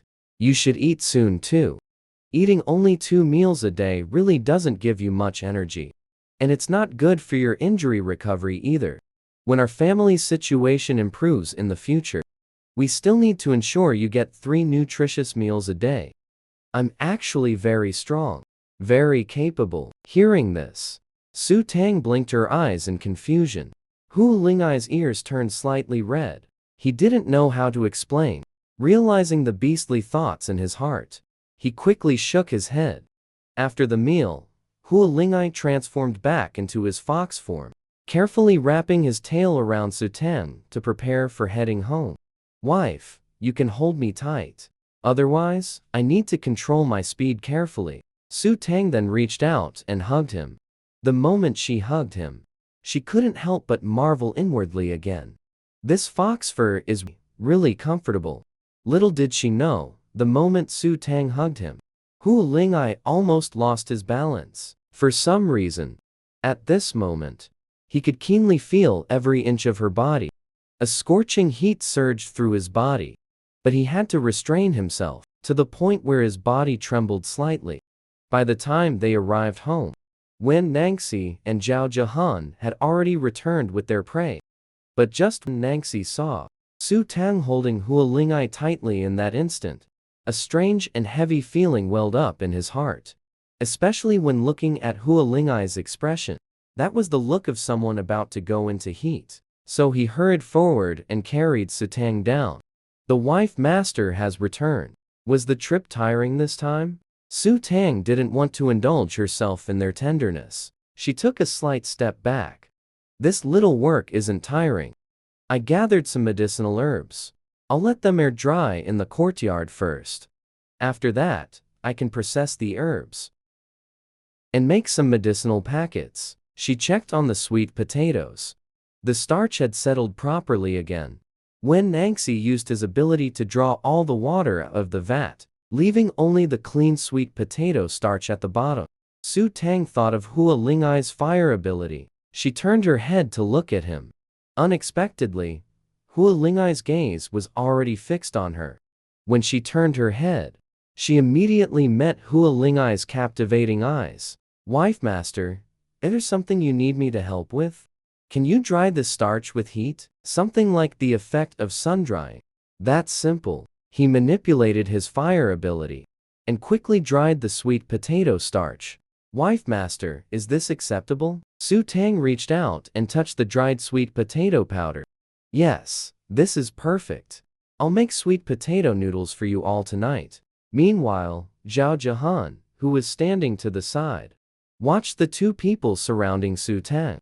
A peculiar feeling stirred in his heart. That very night, Su Tang made another large table full of dishes. But the 3 men all had different expressions. Wen Nangxi looked at Su Tang's fingers with a pained expression. Your hand got scalded, wife master. In the future, wife master, you only need to give the order. Let us handle the cooking instead. It's fine, this little burn doesn't hurt at all. She also wasn't in the habit of relying on others. Besides, everyone helped out together while cooking. Hearing this, the 3 men looked dazed. They all sensed a subtle change in Su Tang's aura. Originally, everyone found the food exceptionally delicious. But sensing that Su Tang was somewhat unhappy, they didn't say anything more. After everyone had eaten their fill, they all rushed to clear the table and wash the dishes. Wen Nangxi immediately went to Su Tang's side. I'm sorry, I shouldn't have said that during the meal. No, I'm really not angry. Wen Nangxi asked softly. Su Tang's reply sounded perfectly normal. But Wen Nangxi felt she had put up a barrier around herself, shutting everyone out, making him want to get closer, but finding no way. Zhao Jahan watched for a while, found it uninteresting, and returned to his room. Hu Lingai, meanwhile, was in the courtyard. Finding work to do, he took out a rag and wiped down the door frames. Su Tang busied herself for a while and made 4 insect repellent sachets. Here are 3 insect repellent sachets for you. Place them by your bedside at night. Then you won't get bitten by mosquitoes. Looking at the insect repellent medicine pouch she handed over, Wen Nangxi's heart and mind were somewhat complicated. Thank you, wife. You're welcome. You all usually take good care of me. This little thing I do is nothing. As beast husbands, we should take good care of our wife. Care is mutual. There's no such thing as should or shouldn't. I just hope that in the future, you will also remember this little thing I've done. A trace of desolation flashed through Wen Nangxi's eyes. He knew Su Tang was still worried they might harm her. Hu Lingai, hearing these words nearby, felt as if a heavy stone was pressing on his heart. When sleeping at night, Su Tang suddenly smelled a familiar scent. As soon as she opened her eyes, she saw the fiery red fox sitting by the bed. Hu Lingai, why aren't you sleeping so late at night? What are you doing sitting here? Weren't you all avoiding me like the plague? Su Tang never expected that one of them would appear in her room so late at night. Su Tang instinctively sat up and retreated further into the bed, moving all the way to the very back. Seeing Su Tang's actions, Hu Lingai actually felt a sense of hurt inside. His fox eyes showed a hint of a wronged expression. Does wife really see me as some kind of monster? I am wife's beast, husband. I worry about wife. I want to keep watch for wife through the night. But in reality, he himself didn't know why either. He lay down at night, but simply couldn't fall asleep. His mind was completely filled with her image. He even pictured her appearing within his spiritual sea. That sensation of being pressed close made his whole body grow hot and restless. Su Tang looked at Hu Lingai with a strange expression. According to the original host's memories, this had never happened before. So she somewhat suspected that something was off about Hu Lingai. Aren't you afraid that at night I might do something to you? Or even if your self-control is good, what if I slip you some kind of love potion? What would you do then? She thought these words would scare Hu Lingai. Never did she expect that Hu Lingai's fox-like eyes would instead take on a shade of anticipation. The wicked fox slowly moved closer to Su Tang. Actually, wife, you don't need to use any medicine. I can be yours regardless. Hearing such a reply, Su Tang stared wide-eyed in shock. She hurriedly grabbed the animal hide beside her and wrapped herself up. Right now, she didn't even care about being too hot. I'm not feeling well right now. I can't do that. She was completely mentally unprepared. Hu Lingai watched her reaction. Seeing her blushing face, though he felt a bit disappointed, he also found it somewhat amusing. Inside, his current wife was really quite innocent. But Hu Lingai was afraid of scaring his little wife. His throat moved slightly, suppressing the desire in his heart. He leaned close to her, lowered his head, and whispered in a seductive tone by her ear, "Wife, don't be afraid. Without your permission, Lingai won't do anything. It's just that I'm worried mutated beasts might appear. So I've decided to guard you in the room. This way, you can sleep peacefully." Su Tang looked up at Hu Lingai's serious expression, feeling that he had been deliberately teasing her earlier. Then I'll trouble you. With someone keeping watch, she could actually sleep peacefully. This time, Su Tang lay down at ease and fell asleep very quickly. Hu Lingai listened to her soft, even breathing, sighed helplessly. She's really trusting, falling asleep so quickly, as if guided by an unseen force. Hu Lingai's foxtail involuntarily moved closer to Su Tang, just at the moment it was about to touch her. A trace of cool, refreshing energy suddenly swept through. Hu Lingai instinctively erected a barrier. Wen Nangxi, what are you doing here? Wen Nangxi looked at Su Tang sleeping soundly on the bed and lowered his voice, saying, "That's my question for you. Not sleeping in the middle of the night. What are you doing here?" Usually, Wen Nangxi gave people a gentle, refined feeling, but now cold aura surrounded him. even carrying a sharp, exposed edge, as if ready to fight at any moment. Hu Ling'ai narrowed his fox-like eyes, raised an eyebrow, and smiled. Then she brushed her smooth, long hair, speaking lazily and casually, as a beast husband. Naturally, I'm here to accompany my wife, master. According to the rules, today, the wife master belongs to me as well. Isn't that right? Wen Nangxi's gentle gaze instantly darkened, emanating a dangerous aura. What are you trying to do? Hu Ling'ai lifted his lips in a smile. His entire demeanor exuded laziness. I'm not doing anything, just thought I'd offer myself to the wife master. Ah, what a pity. The wife master just now seemed very unwilling and resistant. Wen Nangxi narrowed his eyes and looked at Hu Ling'ai. This morning, he wasn't like this. What happened in the mountains today? Did you force her to do something? Just thinking about something happening between them that he didn't know about. Wen Nangxi's heart felt as if it had been pricked by a sharp pain. Hu Ling'ai's fox-like eyes flickered slightly. Wen Nangxi, she is my wife, master, too. What I do with her doesn't require reporting to you. As soon as the words fell around Wen Nangxi, a sharp, icy aura instantly surged forth.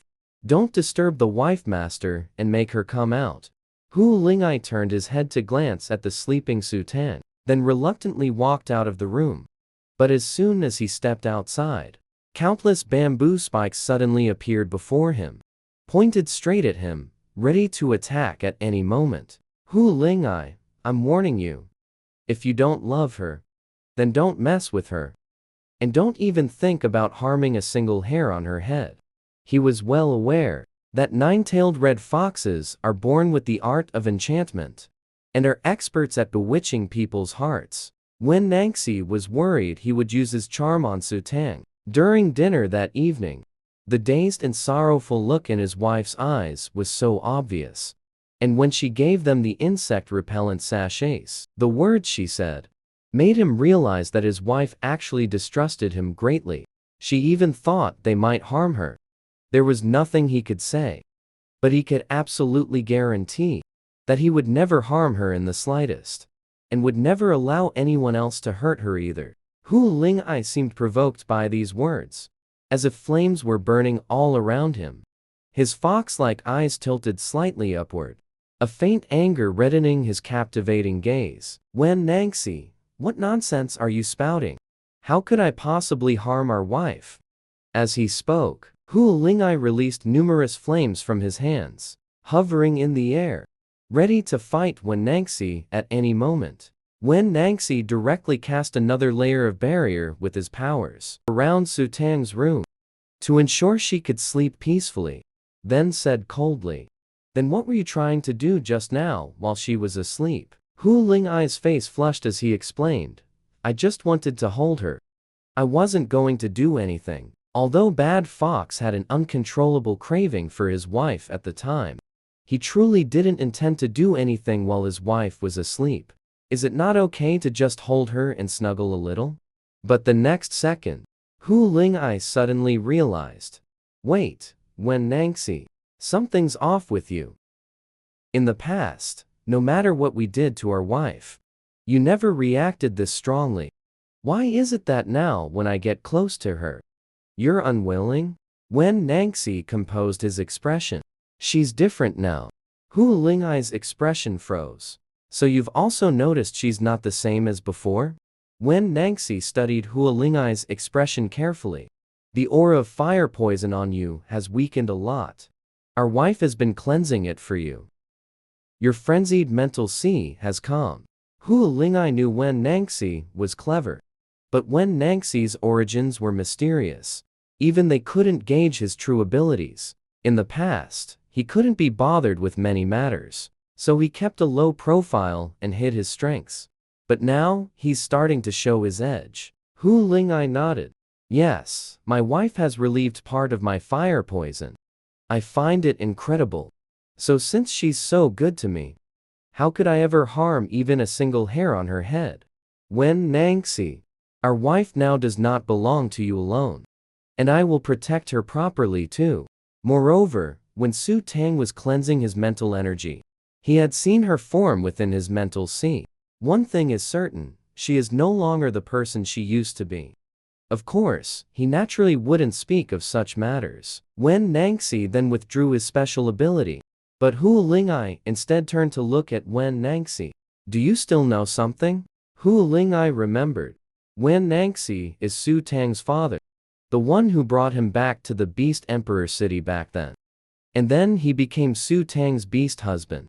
What did the family head instruct him to do back then?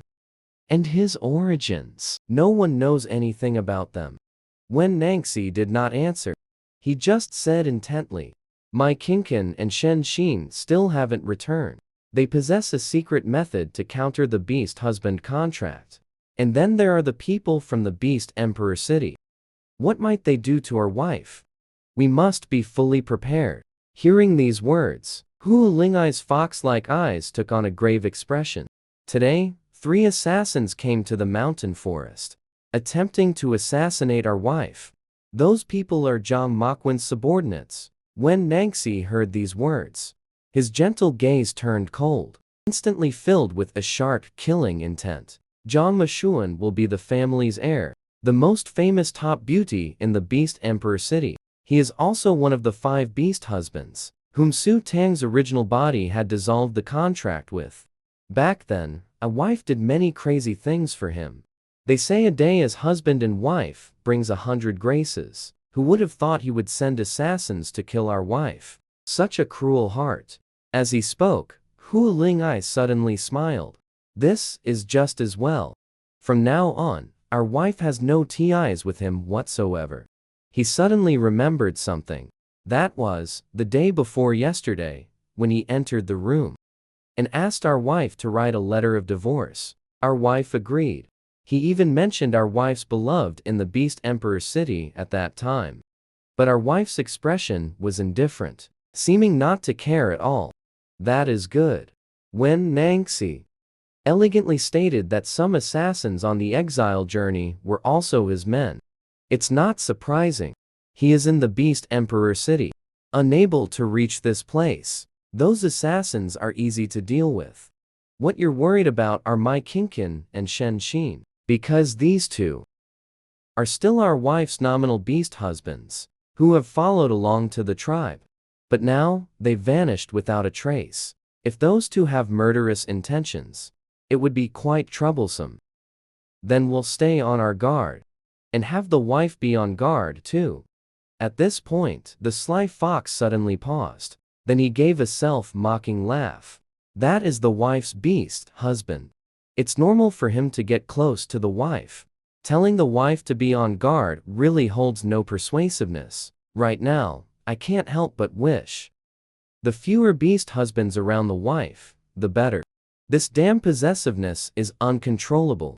At the same time, Zhao Jahan was inside meditating to cultivate and enhance his special abilities. He could have shut off his 5 senses, but he couldn't help listening to the commotion outside. After hearing it, he sighed. My focus really is all over the place. An image of Su Tang also surfaced in his mind. He remembered something she said tonight. She said, "You are good to me. And as your wife, I want to be good to you too." Care is a mutual thing. There's no should or shouldn't about it. He had never heard such words before. Their deeply ingrained belief had always been that the beast husbands should take care of the wife. As for the wife, the female beast, she only needs to enjoy life. There's even a saying, the female beast stays far from the kitchen, because no female beast is willing to enter the kitchen for her beast husbands. Even if a female were willing, she'd fear being laughed at. Yet she was willing to enter the kitchen and cook. Zhao Jahan closed his eyes. He felt that since eating the delicious food, his mind was somewhat unsettled and he couldn't focus on his cultivation. At this time, Su Tang naturally didn't know about the changes in the 3 of them. She slept very well this time. It felt like bathing in a hot spring. The next morning, when she got up, as soon as she opened the door, she saw Zhao Jahan waiting at the door to help her with washing up. Su Tang felt a bit helpless. She could only call Wen Nangxi and Hua Lingai over as well. From now on, I can fetch water and wash up by myself. You don't need to take care of me like this.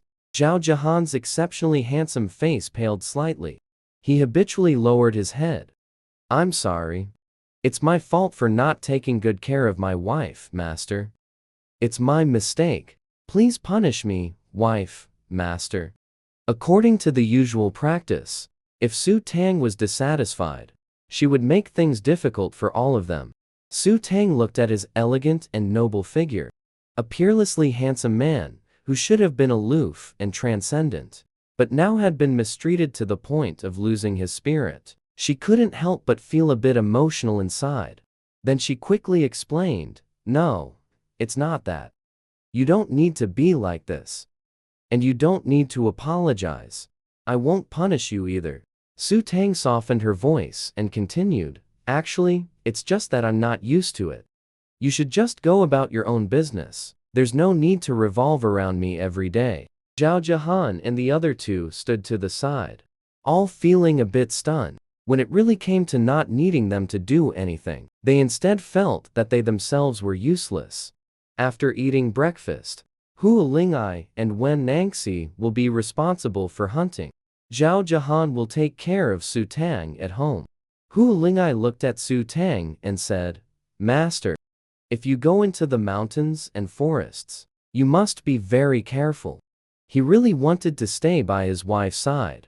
But he wasn't her only beast husband. He could only follow the rules set from the beginning.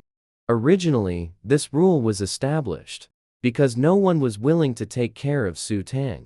But they couldn't just leave her to fend for herself. So everyone had to take turns. Now, however, it feels a bit uncomfortable. Su Tang shook her head and said, "I'm not going to the mountains today. There's still a lot to do at home. I'll stay in the tribe." Hearing this, Wen Nangxi and Hua Lingai felt somewhat relieved.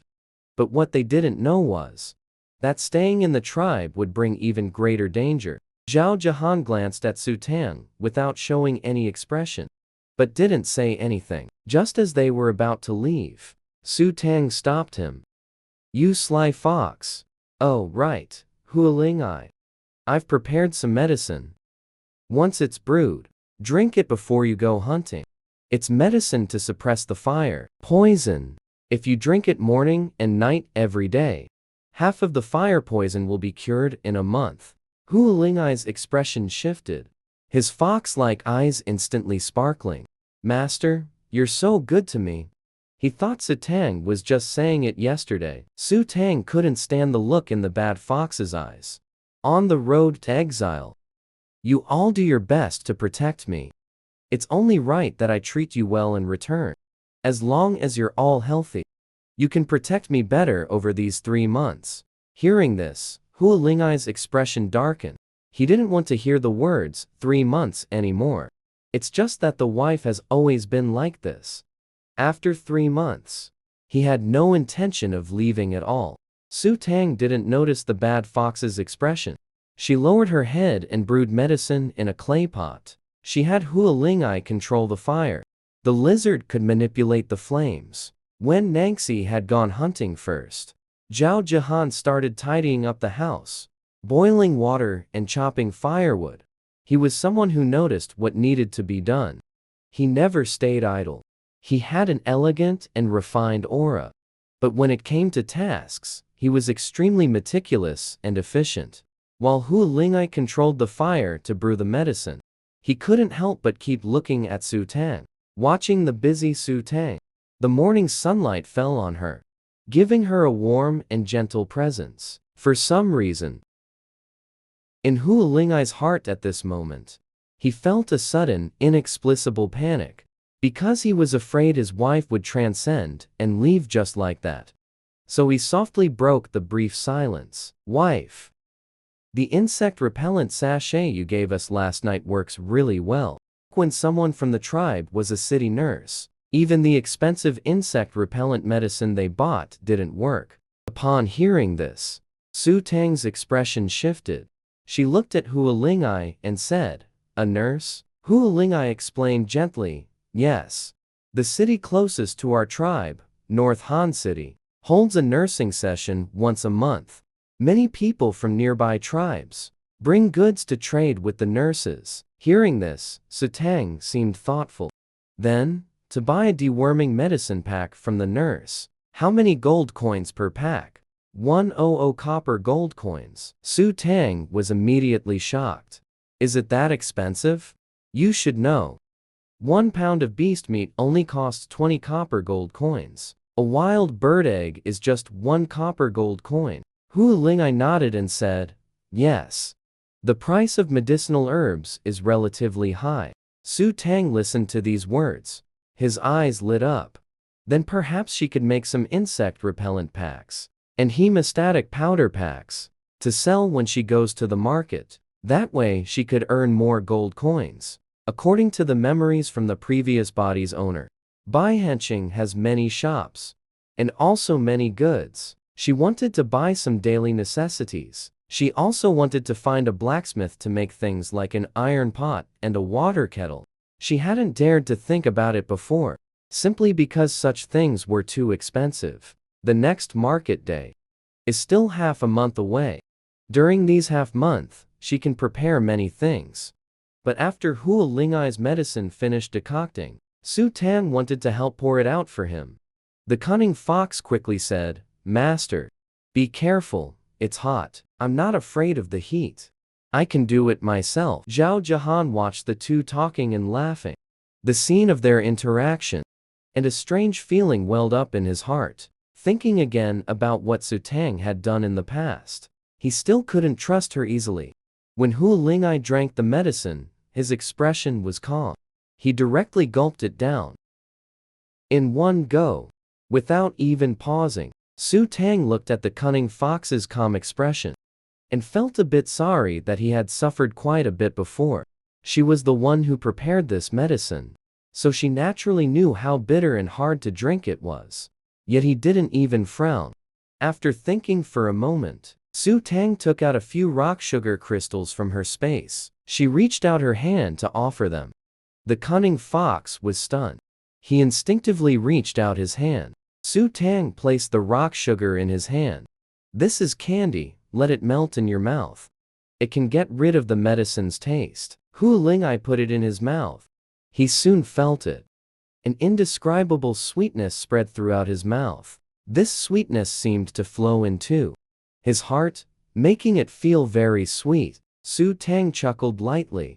"Now, the medicine won't taste bitter." Hearing these words, Hua Lingai's fox-like eyes immediately welled up with a misty glaze. In all his grown years, he had been tormented and controlled by the fire poison. No one had ever cared if the medicine was bitter for him. And no one had ever given him candy before. "My wife is truly wonderful." Su Tang met Hua Lingai's gaze. She thought to herself, could he actually be moved by this? Then in 3 months, when he regains his freedom, he probably won't take action against her, right? With that, Su Tang felt relieved. The bad fox appears unruly and defiant. But deep down in his bones, he is someone who has never experienced much warmth since childhood. So she felt that turning conflict into peace with Hua Lingai and offering him warmth frequently should be effective. Hua Lingai naturally had no idea what his wife was thinking.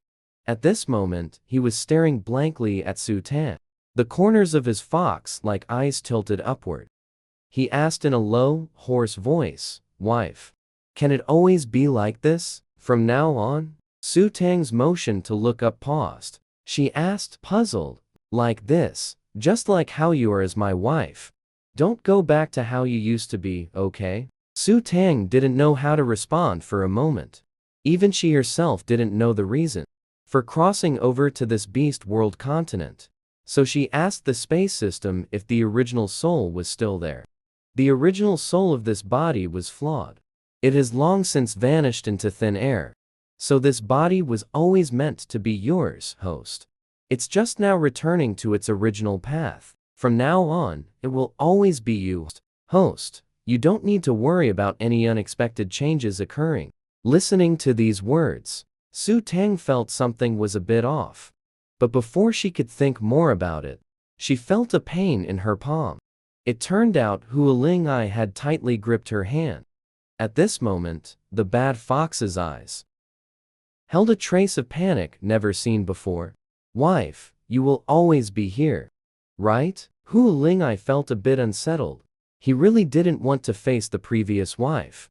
"Don't worry, I won't go back to how I was. I will always stay like this." Seeing the smile on his wife's face, Hua Lingai felt a wave of sweetness in his heart. He didn't know if it was from the candy or something else. After drinking the medicine, Hua Lingai reluctantly left to go hunting. After he left, Su Tang continued with her work. She started wrapping the wheat she obtained yesterday. However, the wheat in the beast world had grains 2 or 3 times larger than in the post-apocalyptic world. It could be directly wrapped up. Su Tang hesitated for a moment. She glanced at Zhao Jihan. She wanted to ask Zhao Jihan for help with the work. But at the moment, when Nangxi and Hua Lingai weren't home, she was truly afraid of angering Zhao Jihan and getting pierced by one of his ice blades. Zhao Jihan finished stacking the firewood.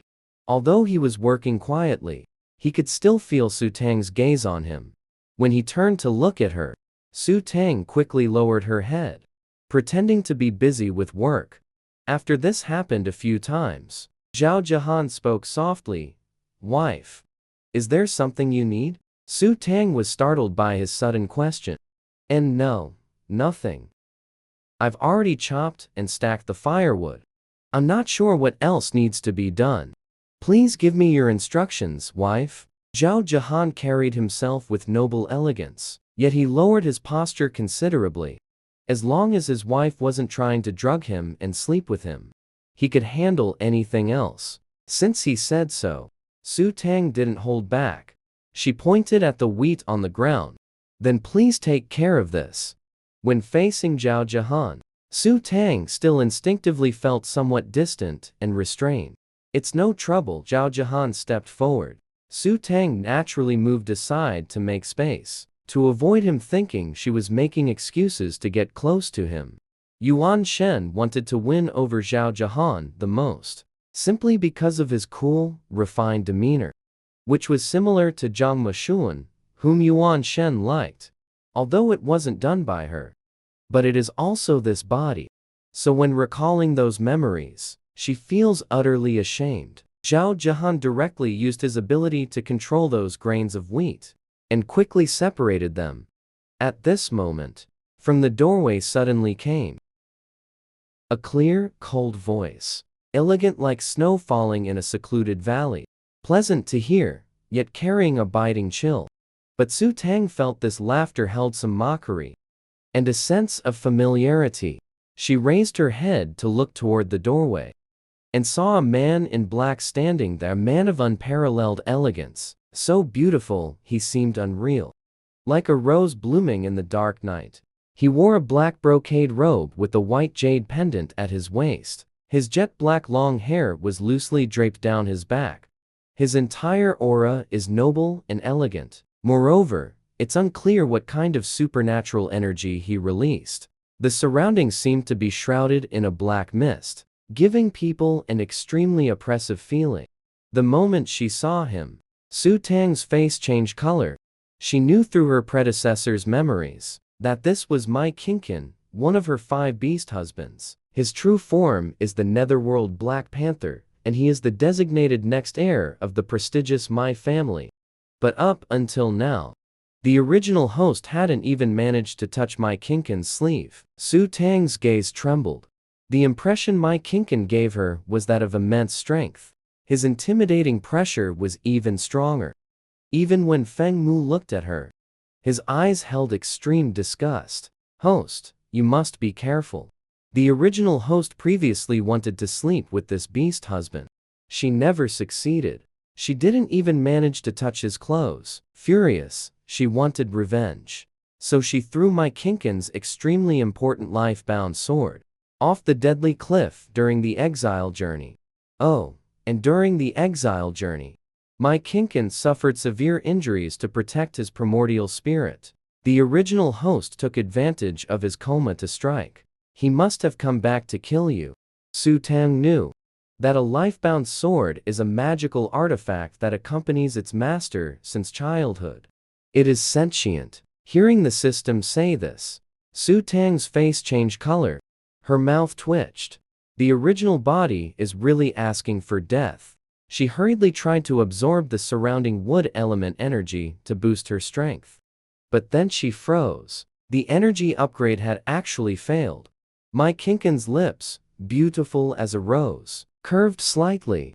He said, with a mocking tone, "So my wife still remembers me." As he spoke, my Kinkin moved his fingers and pulled out a sword. But this sword was shrouded in a dark aura. Its blade seemingly decayed and rotten. Surely, my wife is no stranger to this sword. Su Tang looked at the sword, her pupils contracting. Through her memories, she knew how magnificent this sword once was. Now, in this state, it seemed as badly injured as if it had suffered heavy wounds, and was even corrupted by the dark energy. Logically speaking, this sword was now useless. Su Tang felt deeply regretful. Even the space system let out exclamations of shock. "Oh, my host. What a fine sword. To be corrupted like this. A life-bound sword and its master share a mutual connection. My Kinkin must be furious right now. Host, you should hide." Seeing Su Tang's expression, my Kinkin's phoenix eyes grew even darker, with a bloodthirsty glint. "It seems my wife remembers everything. Then let's settle our old scores together." My Kinkin looked ready to strike. Su Tang wanted to hide in her space. But the next moment, she found she couldn't enter it. The little black leopard is about to kill his wife. Just now, my Kinkin was tainted by a bloodthirsty darkness. He looked ready to make a move. Su Tang decisively prepared to hide in her space. But the next second, she found she actually couldn't enter the space. The clever child also looked helpless. The host my Kinkin is very powerful. He sealed off this place, so the host cannot hide. But host, don't worry. There is a contract binding the beast husbands and the wife master. He cannot kill the wife master. But he is my— Didn't the sharp bird beast that killed me before say? They have a way to counter the contract. Just as Su Tang was at her wit's end, Zhao Jahan suddenly blocked her way. My Kinkin, calm down. She is our wife, master. Looking at Zhao Jahan, blocking her way, Su Tang's expression shifted slightly. She had almost forgotten about Zhao Jahan just now. Or rather, subconsciously. She didn't think Zhao Jahan would protect her. She didn't expect him to still block the way. Su Tang comforted herself. He must be afraid her death would implicate him. My Kinkin's movement paused. He looked at Zhao Jahan with a strange expression. "It's a name only. I don't acknowledge her as my wife, master." "Zhao Jahan, do you really intend to stop me?" Zhao Jahan, however, did not yield an inch. Ice abilities surged around his body, forming an ice blade in front of him aimed at my Kinkin. "My Kinkin, if you want to harm her, you'll have to kill me first." My Kinkin and Zhao Jahan had no conflict whatsoever. Moreover, during the exile journey, they once fought side by side. The dark vortex in my Kinkin's eyes grew increasingly intense. "Zhao Jahan, don't forget what she did to all of us before. On the exile road, we protected her with all our strength. But what did she do while we were injured? Have you forgotten? Keeping her alive is nothing but trouble." Su Tang watched Zhao Jahan and my Kinkin in their standoff, wanting to say something. "My Kinkin, calm down. As long as you don't take action. If you don't kill me, I can sever the relationship with you. Then you won't be my beast husband anymore." Kinkin listened to these words, his gaze sharp as a sword. "You've said things like this before, too. Do you think I would believe you again?" Su Tang heard these words, seeing his eyes solidified with murderous intent. She was stunned for a moment. A memory suddenly surged into her mind. Then, to deceive her 5 beast husbands into protecting her during the exile journey. The original host indeed promised to sever the relationship upon reaching the tribe, stringing them along. She behaved very well at first, tricking them, making them trust her. But when they let their guard down, she committed many unforgivable acts. Oh dear. She was so embarrassed she could dig out a 3-bedroom apartment with her toes. She truly went back on her word after reaching the exiled tribe, saying she would never set them free, and even intensified the abuse of the 5 beast husbands, trying every means to sleep with them. No wonder when she said this, Kinkin didn't trust her. Su Tang looked at his cold, sharp eyes. He truly intended to kill her. And that look in his eyes, as if glancing at her, was extremely irritating to his eyes. Jahan stood firmly in front, blocking the way. Kinkin, no matter what, I won't let you harm the wife. Master, if you want to fight, then let's fight. As he spoke, the icy, cold aura around him surged and swirled. Su Tang quickly spoke up. Kinkin, what I'm saying this time is different from before. Killing me won't do any of you any good. Before Su Tang could finish speaking, the sword aura surged with a fierce momentum and shot straight toward Su Tang. Jahan instantly used his weapon to block this lethal move for her. The collision between the weapon and the sword, with their immense power, shook the surrounding air as if it were tearing through the void. The ice-based ability on Jahan's body instantly spread out. As the long sword and weapon clashed, a chilling cold spread towards the sword, as if trying to freeze it solid. Kinkin channeled the power within him into the blade, twisting the sword's body, his sword techniques flowing endlessly, so fast that it was impossible to see clearly. Jahan's ice-based ability materialized into countless ice blades, glinting with a cold light, blocking Kinkin's lethal moves from all directions. Su Tang couldn't see clearly how the two were exchanging blows. A sharp whooshing sound cut through the air as the lethal sword aura swept past, damaging the walls. Su Tang's face changed slightly, and she had to admit, they were really strong. She also hadn't expected Jahan to protect her so fiercely. The space system clicked its tongue in admiration and said, Host, these two are really powerful. Both of them have exceptional talent, physique, and abilities. And their looks are so beautiful. So, host, you can solidify your relationship with them. As long as you sleep with them, your strength will improve rapidly. Su Tang's mouth twitched violently. Don't say things like that. Do you really think in this situation I could possibly do anything to them? I haven't even done anything yet. And they could already kill me. Host, you can win them over. With the host's beauty and abilities, you will definitely be able to move them. A vein on Su Tang's forehead was about to pop out. That's just you thinking I'm good looking. Probably my own filter talking.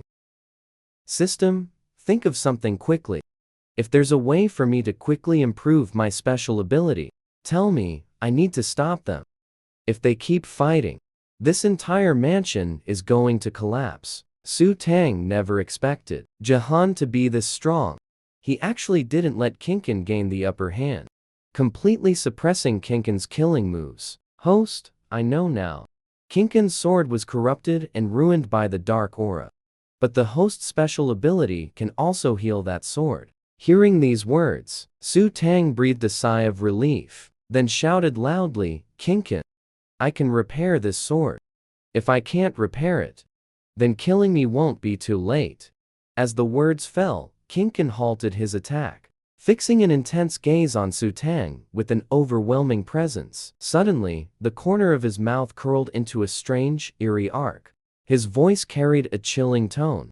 You just said you can repair this sword? Seeing that Kinkin had taken her words seriously, Su Tang's anxious heart finally relaxed with a sigh of relief. Yes, I can repair it. You can let me try first. If I can't do it, then you can kill me and it won't be too late. Kinkin didn't believe Su Tang at all. No matter how she acted, He didn't trust her. But this sword was his life-bound sword. It was something he retrieved from the Valley of Death, after surviving countless dangers. He had tried countless methods, but still couldn't repair it. He didn't believe that the infamous good-for-nothing of Beast Emperor City could fix it. Jahan's eyes narrowed slightly. Kinkin, you could let your wife give it a try. Hey Emph, Jahan, hasn't been that long since we last met. And you're already taking her side when she speaks. Su Tang, you're quite the schemer. Kinkin lowered his head and looked at the sword in his hand. He looked at its tattered appearance, emanating a dark aura. His phoenix eyes seemed tinged with a heavy sorrow. Fine, I'll let you give it a try. I want to see what tricks you'll pull. Even if there's the slightest possibility, he had to give it a shot. Kinkin stopped in front of Su Tang, keeping a safe distance, yet still able to place the sword before her. Go ahead and try. Su Tang actually wished she could stay as far away from Kinkin as possible, although he truly had a peerlessly elegant beauty. And his presence was strikingly intense. She knew this handsome man was toxic. She needed to keep her distance, especially now as he stood before her, his exquisite phoenix eyes gazing at her, with a sharpness like an unsheathed blade. Su Tang's body trembled with a slight discomfort. Seeing this, Jahan reached out, directly blocking Kinkin's imposing aura. Only then did Su Tang feel a bit more comfortable. Her eyelashes fluttered. She spoke softly, but boldly, laying out her terms. If I can fix you, you can't attack me anymore. And you definitely can't kill me. Of course, I also promise. In 3 months, I'll give you your freedom. I'll let you leave. Kinkin stared carefully at the subtle expressions on Su Tang's face. Then he showed a trace of doubt. His eyes were dark and deep. He said coldly, fine. If you can't fix it, I will kill you. Jahan looked down at her. He said softly, don't be afraid. Everything will be all right. For some reason, hearing Jahan's words at this moment, Su Tang suddenly felt a bit of security. She looked up at Jahan and felt that her previous prejudice against him was really wrong. He's actually quite reliable in critical moments. His gaze right now was clear and gentle. The morning sun shone on him, making him appear even more elegantly transcendent. Su Tang spoke softly, Jahan, thank you. If I'm still alive, I'll definitely make you something delicious tonight. Kinkin chuckled lazily. The sun really has risen from the west. To save her own skin. She really knows how to pretend. Su Tang has always been like this. Her tricks are endless. Just watch and see. In reality, they are all holding back for even bigger, more sinister moves. But thinking of Su Tang's father's abilities, and some secret rumors about the Su family, his gaze darkened. Alright, I promise you. I hope you can keep your word this time. Kinkin didn't hold out much hope. It's just that if Su Tang couldn't do it, he would have a reason to take action himself. Su Tang steadied her mind. She focused all her attention on this sword. She reached out her hand, using her wood element ability to repair the sword's body. A green light directly enveloped the black energy on the sword. That dark aura seemed to be afraid of something, gradually beginning to dissipate. Seeing this scene, Kinkin's originally lazy expression instantly turned grave. How is this possible? This sword had been severely contaminated and corrupted by the dark energy. Everyone he had consulted said this sword was already ruined. Kinkin straightened his posture, frowning as he looked at Su Tang, then looked at his life-bound sword. He even began to doubt if he was hallucinating. Jahan watched from the side, his clear, picturesque eyes also revealing a look of astonishment. Su Tang, with full concentration, channeled all her wood element ability into the sword. Gradually, her spirit seemed to enter the mental sea of the sword spirit, a place shrouded in black mist. As Su Tang's wood element ability surged in, the black mist also gradually began to part. Then she saw the figure of a tall, slender man, though it was only a blurry figure from behind. The posture of his back was extremely elegant. Just as the man was about to turn around, Su Tang's wood element energy was depleted. She spat out a mouthful of blood. Then her body swayed and she was about to collapse. Jahan quickly reached out to catch her. The wife master saw Su Tang's pale face, with fine beads of sweat still on her forehead. Jahan took out his personal golden handkerchief and carefully wiped the sweat from her face. "I'll take you to see the witch doctor." Leaving Su Tang at home, Jahan was uneasy, worried that Kinkin might make a move. He could only carry her to find the witch doctor. Su Tang said weakly and hoarsely, "Actually, I'm fine." She had just used up all her wood element energy and was very weak at the moment. Some rest would be enough to recover. But Jahan was still uneasy and wanted the witch doctor to examine her. Kinkin took a deep look at Su Tang. "Don't move her around. I'll go bring the witch doctor." After saying this, Kinkin vanished like the wind with his sword. When he returned, he had brought the witch doctor with him. After examining Su Tang, the witch doctor said, "Overexertion of energy, frenzy from acute internal heat, insufficient qi and blood, and there is poison in your body. This poison can make one easily angered and irritable." Hearing that there was poison in her body, Jahan and Kinkin's expressions changed. So this half of the wife master's face. It turns out it's because the body has been poisoned. "You, oh girl, are surprisingly calm. Clearly, you already know about this. I can only prescribe some medicine to help replenish your qi and blood. This poison cannot be cured." "Thank you, ancient witch doctor. I do indeed know." "Ancient witch doctor, there's no need to prescribe medicine. I'll be fine after some rest." The ancient witch doctor looked at Su Tang and sighed. After the witch doctor left, Jahan and Kinkin remained silent for a long time. It was Jahan who spoke first. "I'm sorry, I didn't know my wife had been poisoned. They all thought her face was disfigured. Turns out, it wasn't disfigurement, but poisoning." Su Tang touched one side of her face. "It's all right, don't blame yourself. I can cure this poison. A poison that is incurable to others is no problem for her. Not to mention she herself possesses wood element abilities.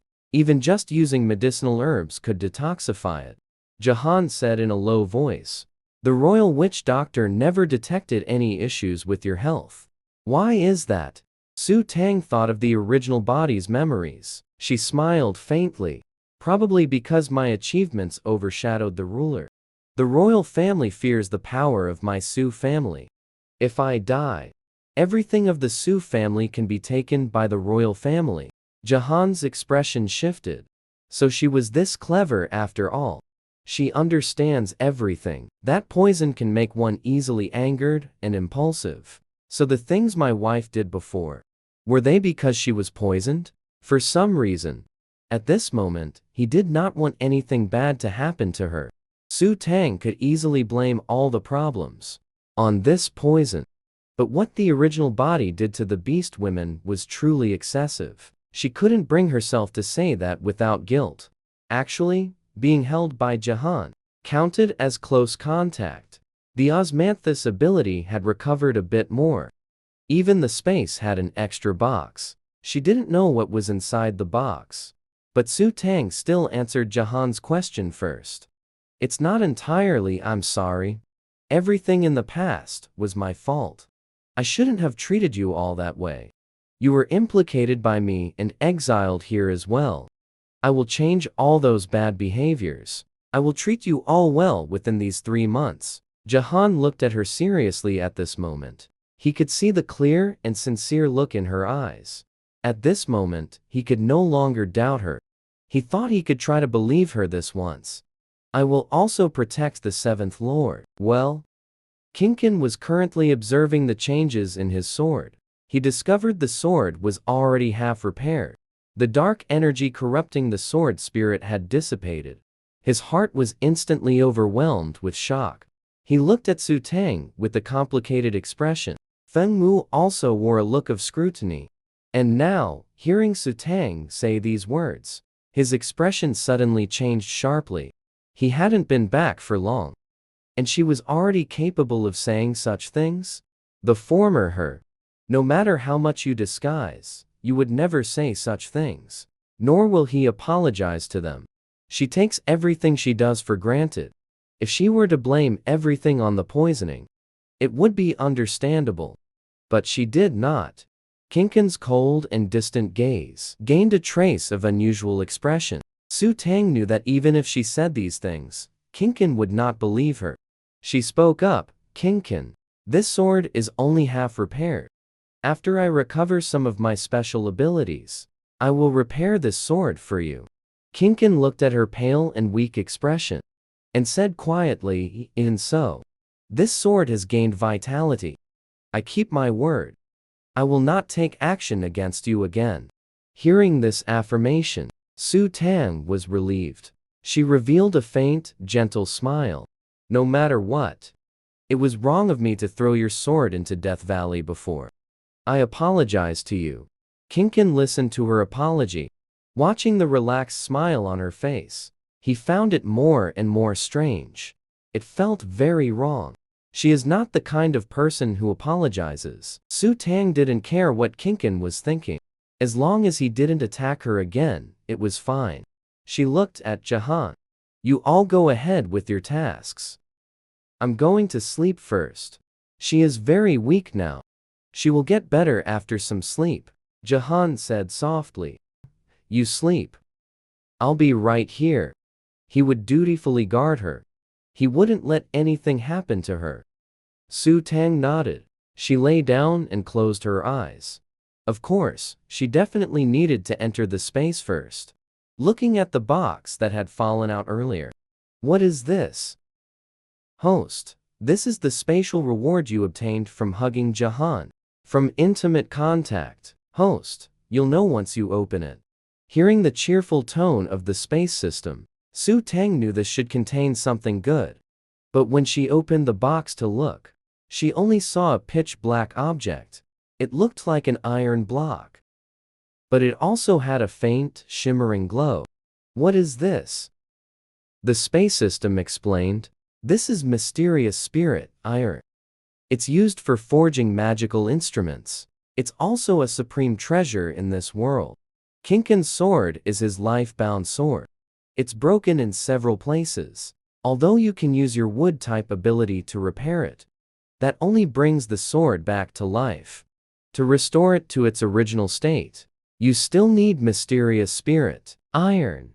This mysterious spirit, iron, can not only restore the sword spirit to its original form, it can also make the sword better and more powerful than before.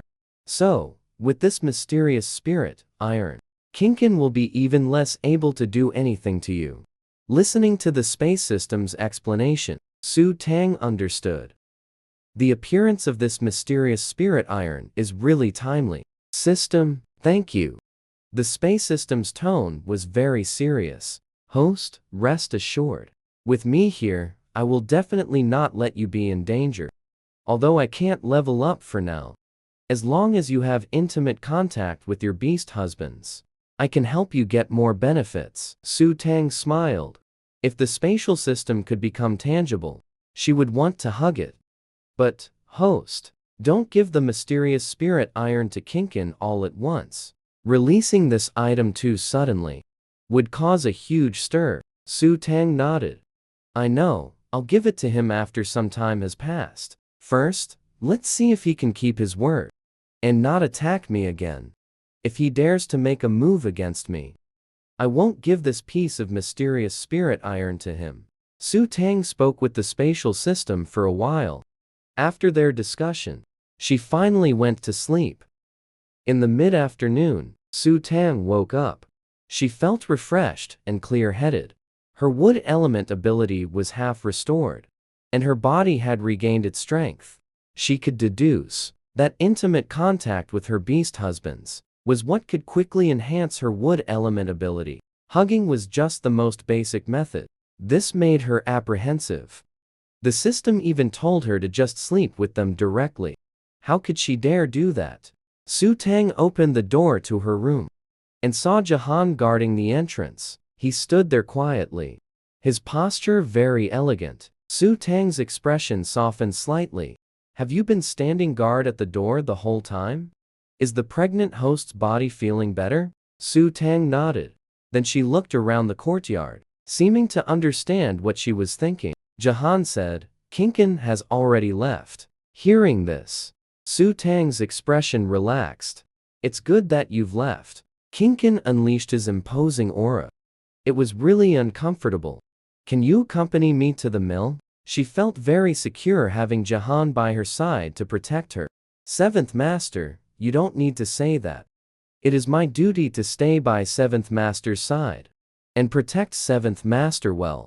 Even so, I still want to thank you. I'll make you all something delicious tonight. I guarantee you've never had it before. Jahan thought of the delicious food she would make. His heart stirred. A rare trace of gentleness appeared in his eyes. Seventh Master, you've gone to trouble. Su Tang waved her hand. It's no trouble at all. I really enjoy making delicious food. Jahan looked down at Su Tang beside him. At this moment, she exudes a sense of tranquility and gentleness, no longer the once filled with hostility and ready to anger at any time. But the poison within her. How exactly does she suppress that irritability and impulsiveness? And who gave her this kind of drug? It's too vicious. Su Tang could sense Jahan's gaze. What's wrong? Nothing. It's just that I feel the wife must suppress the poison in her body. It must be very tough. It's all right, she explained with a smile. I said I would change. Even if the poison inside me makes me irritable and impulsive.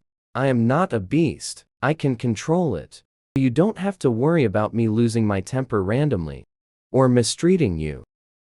At this moment, Jahan saw a bright smile on her face, saw her optimistic and cheerful demeanor. He was momentarily dazzled by the radiant and brilliant smile on her face, his gaze hazy. Then Su Tang added, blushing, of course. I won't do that kind of thing to you again in the future, nor will I drug you. Although it wasn't her doing. It's still embarrassing to mention. Jahan saw the redness at the base of her ears, like a blooming flower, delicate and captivating. Soon, Su Tang walked up to a stone mill. After grinding the wheat grains repeatedly, she stored the leather pouch into her space. As they were heading back, they saw Hua Lingai anxiously asking, what about Sister Lin? Excuse me, may I ask? Have you seen my wife? Su Tang was stunned not far away. He quickened his pace and called out, Hua Lingai. I'm here. Hearing Su Tang's voice, Hua Lingai could no longer restrain himself. He rushed forward, immediately pulling Su Tang into his embrace. Wu, seventh mistress, you scared me to death. Heaven knows how anxious he was when he returned and saw traces of a struggle in the courtyard, coupled with not seeing the seventh mistress anywhere. The girl had just gone out to grind some flour, yet it made the proud and aloof bad fox reveal his true feelings. At that moment, Hua Lingai realized just how much he didn't want anything to happen to Su Tang. He held Su Tang tightly on the street without a care, which shocked the entire tribe. Oh, my God. Isn't Su Tang's beast husband extremely disgusted with her? You won't even let her touch it? I heard that his wife did all that to get them. Even drugging didn't work. Looking at the way things are now, who needs to drug anyone? Su Tang heard everyone's words. She felt a bit embarrassed. She gently nudged Hua Lingai. There are people watching. But Hua Lingai simply wouldn't let go. His fox-like eyes shifted slightly. He looked around and said in a low voice, if my wife feels this place is inconvenient, then let's go home first. Earlier, Hua Lingai had just returned from hunting and saw the signs of a struggle at home. His fox-like eyes turned coldly towards Jahan. What happened here earlier? Jahan explained indifferently. Chen was here. He came back. Just that one sentence caused Hua Lingai's expression to change dramatically. His fox-like eyes instantly turned icy cold. Did he do something to my wife? Hua Lingai thought about what Wen Nangxi had said last night. What they were most worried about was precisely Kinkin and Shen Qian. If those two had a way to counter the contract, and once they developed the intent to kill their wife, this matter would become very troublesome. So Hu Ling'ai came before Su Tang again, lowered her head and looked at her carefully, scrutinizing her from head to toe, front and back, making sure she wasn't injured. Only then did her expression soften slightly. "Wife, are you hurt?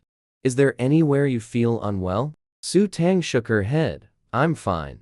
Wife, don't be afraid. I saw the sword marks on the courtyard wall. Did Kinkin do something to you?"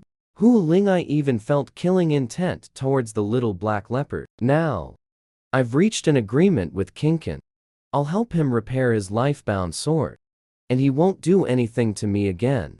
After Su Tang finished speaking, she soothed Hu Ling'ai's emotions. "Really, I'm fine. It's just that some parts of the courtyard wall were damaged and need to be repaired." Soon, the group arrived home. Su Tang began preparing to make dumplings. Meanwhile, Jahan and Hu Ling'ai had also repaired the courtyard wall, so they both entered the kitchen to help.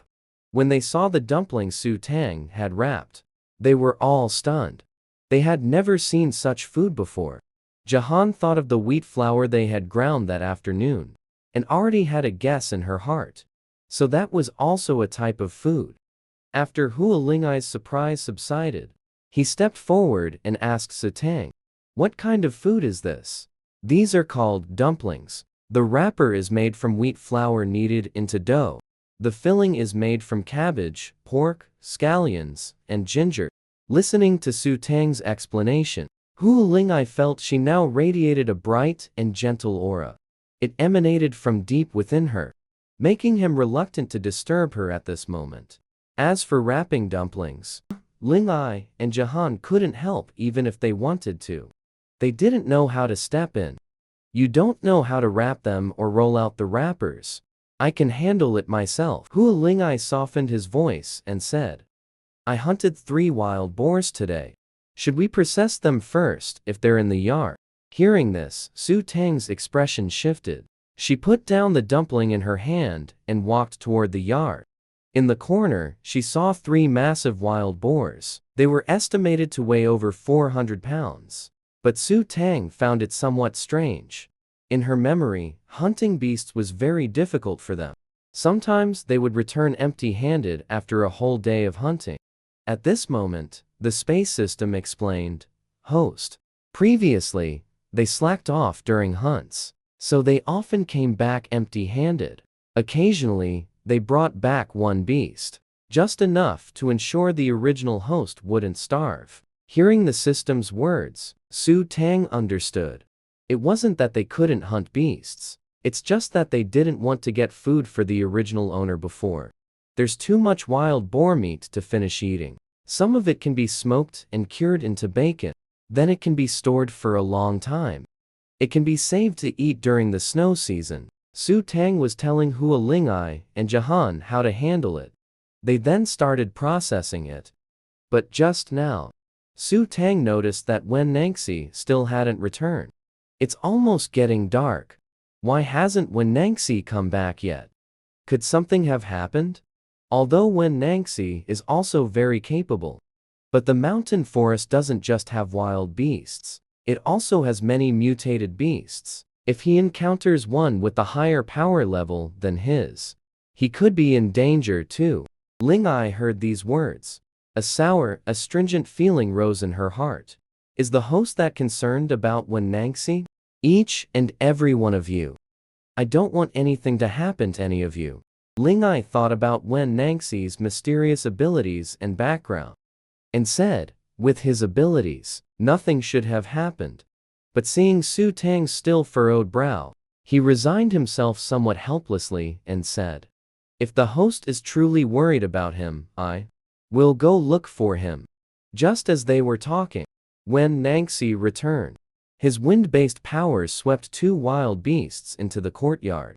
The man still had that gentle and refined appearance, but Su Tang smelled the strong scent of blood on him. She has wood-based powers. That's why my sense of smell is particularly sharp. Wen Nangxi, are you hurt? Su Tang walked forward. She asked Wen Nangxi softly. Her eyes filled with a worried expression. To Su Tang, Wen Nangxi held a different significance, probably because he was the first person since she crossed over who treated her gently and protected her. Wen Nangxi originally appeared aloof and detached, as if nothing could stir his emotions, but the moment he saw Su Tang, the aura around him softened. Even his gaze became tender and gentle. It's nothing, I just encountered a mutant beast. I'm back a little late. Wen Nangxi couldn't bear to explain what he had been through. Afraid of frightening Su Tang? Then you should go rest for a while. I made dumplings for dinner. Wen Nangxi looked at her sweet and adorable appearance, reaching out to gently stroke her brow. Although he had thoroughly washed up before returning, cleaning off the bloodstains on his body, his wife had special abilities and keen perception. She might notice something. It's all right, I'll help with the cooking. Although I don't know what dumplings are. Wen Nangxi couldn't bear to let Su Tang handle the cooking alone. He watched Su Tang wrapping dumplings, and after just a few glances, he started helping. His movements were as elegant and gentle as ever. Even wrapping dumplings looked graceful and picturesque. The key point is, the ones he made were also very beautiful. Su Tang felt that he was even better at it than she was. Is this what talent is? She couldn't help but praise him. So impressive. You actually learned it just by watching. So, master, from now on, don't work hard cooking alone. If there's anything, just assign it to me. Ling Ai watched the two in the kitchen. He only felt an indescribable warmth surrounded them, as if no one else could intrude. His fox-like eyes showed a trace of loneliness. He couldn't help but glance at Jahan, who was busy nearby. Seeing his still cold and aloof expression, he couldn't resist asking, Jahan, do you still hate our wife? Hearing this, Jahan's hands paused, as if seriously considering the question. After a long moment, his thin lips moved, and he uttered a few words, I don't know. Hua Ling'ai knew Jahan disdained lying. I hope you stay that way. Once you start caring, you stop being yourself. Jahan, seeing his deeply troubled look, suddenly understood something. He was slightly startled. You've fallen for our wife? After all, they had both deeply disliked their wife before. Even if she had been different these past few days, that shouldn't be enough to change hatred to liking so quickly. Seeing Hua Ling'ai remain silent, Jahan reminded him quietly, didn't you say before that your father died in your mother's backyard, precisely because he fell for her? You absolutely won't develop feelings for anyone? The death of Hua Ling'ai's father has always been his emotional burden. He once told himself that he would absolutely never develop feelings for anyone. The bad fox smiled self-deprecatingly. Jahan, that was because I didn't understand these things before. That's why I said such words. Actually, the human heart is the hardest thing to control, especially once our spiritual sea becomes turbulent towards the first person who enters our spiritual sea and soothes us. We instinctively develop fondness. Even if there is no fondness, we won't feel disgust or rejection anymore. Moreover, at that time, his turbulence was severe. He almost had an accident. At that moment, Su Tang appeared in the spiritual sea, saving him from the nightmares of his childhood. The significance was completely different. Otherwise, why do you think Wen Nangxi is protecting the seventh master now? It's also because the seventh master soothed his spiritual sea.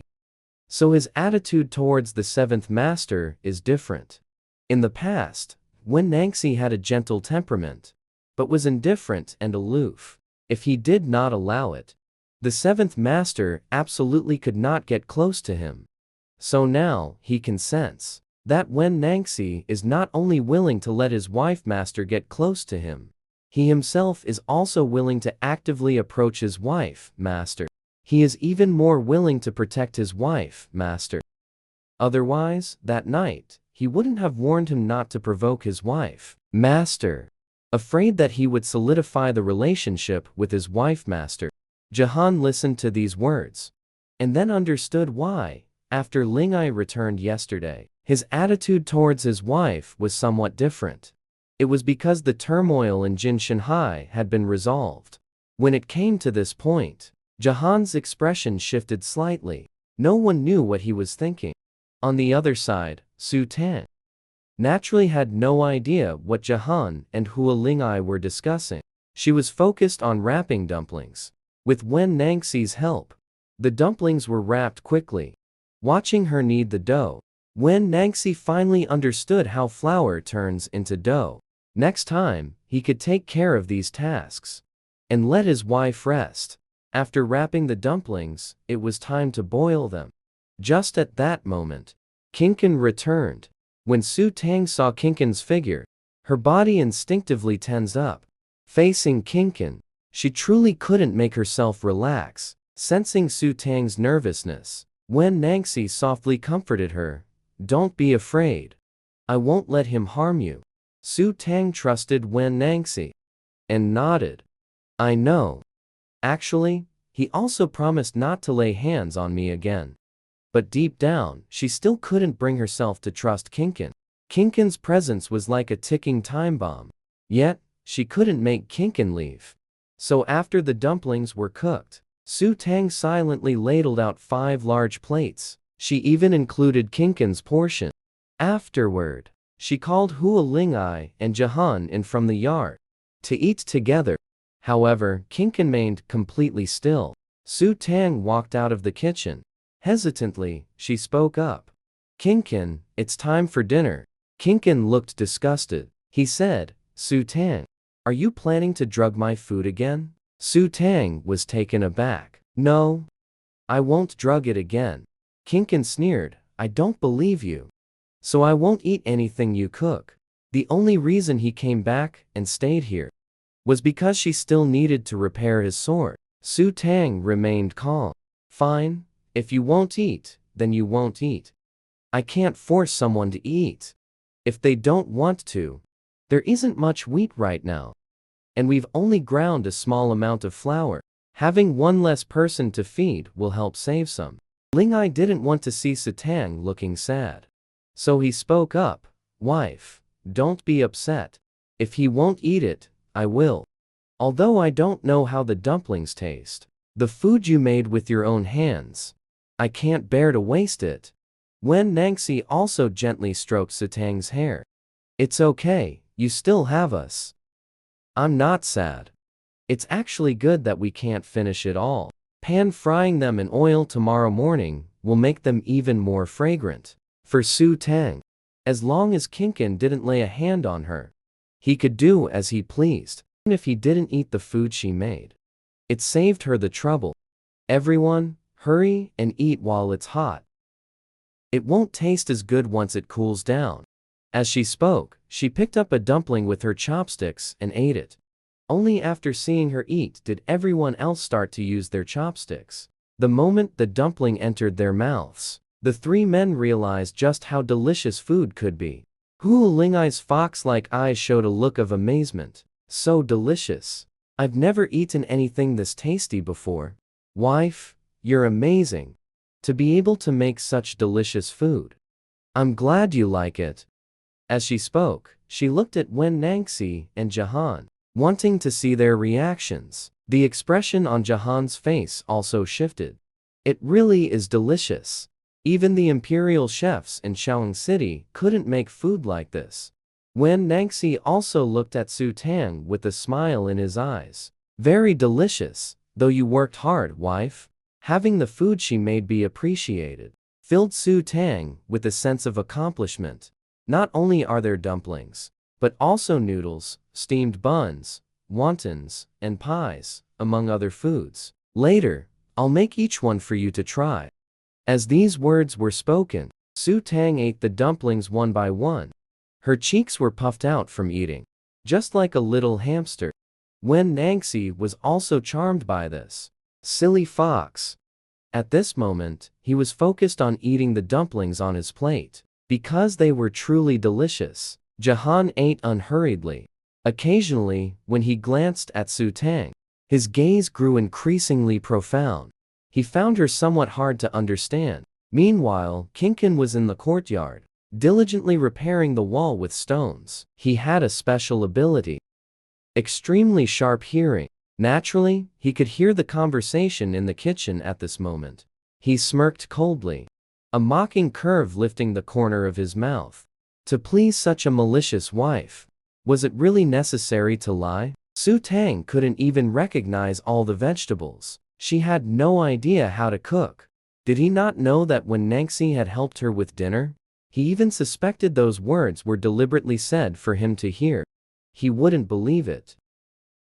And he certainly wouldn't eat it. Ling Ai finished his meal and looked at Su Tang. His fox-like eyes seemed intoxicated, yet not, carrying a mesmerizing, soul-stirring expression. Su Tang couldn't ignore his intense gaze. Have you not had enough to eat? If you're still hungry, there's another plate here. Hu Ling'ai shook his head. I'm very full. I just think Kizhu is very good. Su Tang's lips twitched. You mean to say my dumplings are delicious, right? Hu Ling'ai's gaze was soft as water. Kizhu is also very good. As he spoke, he let out a soft sigh. If I get used to eating the meals you cook, what if I don't want to leave in the future? Su Tang thought it over seriously. Then why not follow Kinkin's example and stop eating my cooking for now? That way, after 3 months, you won't have to struggle with this dilemma. Ling Ai's eyes widened immediately. He was just joking to test the waters, never expecting Su Tang to take it seriously. You're so cruel, Kizhu. The food you make, I could never bring myself to give it up. When Nangxi overheard Ling Ai's words, his picturesque eyes sweeping over coolly. After the meal in the courtyard, Jahan seemed to recall something.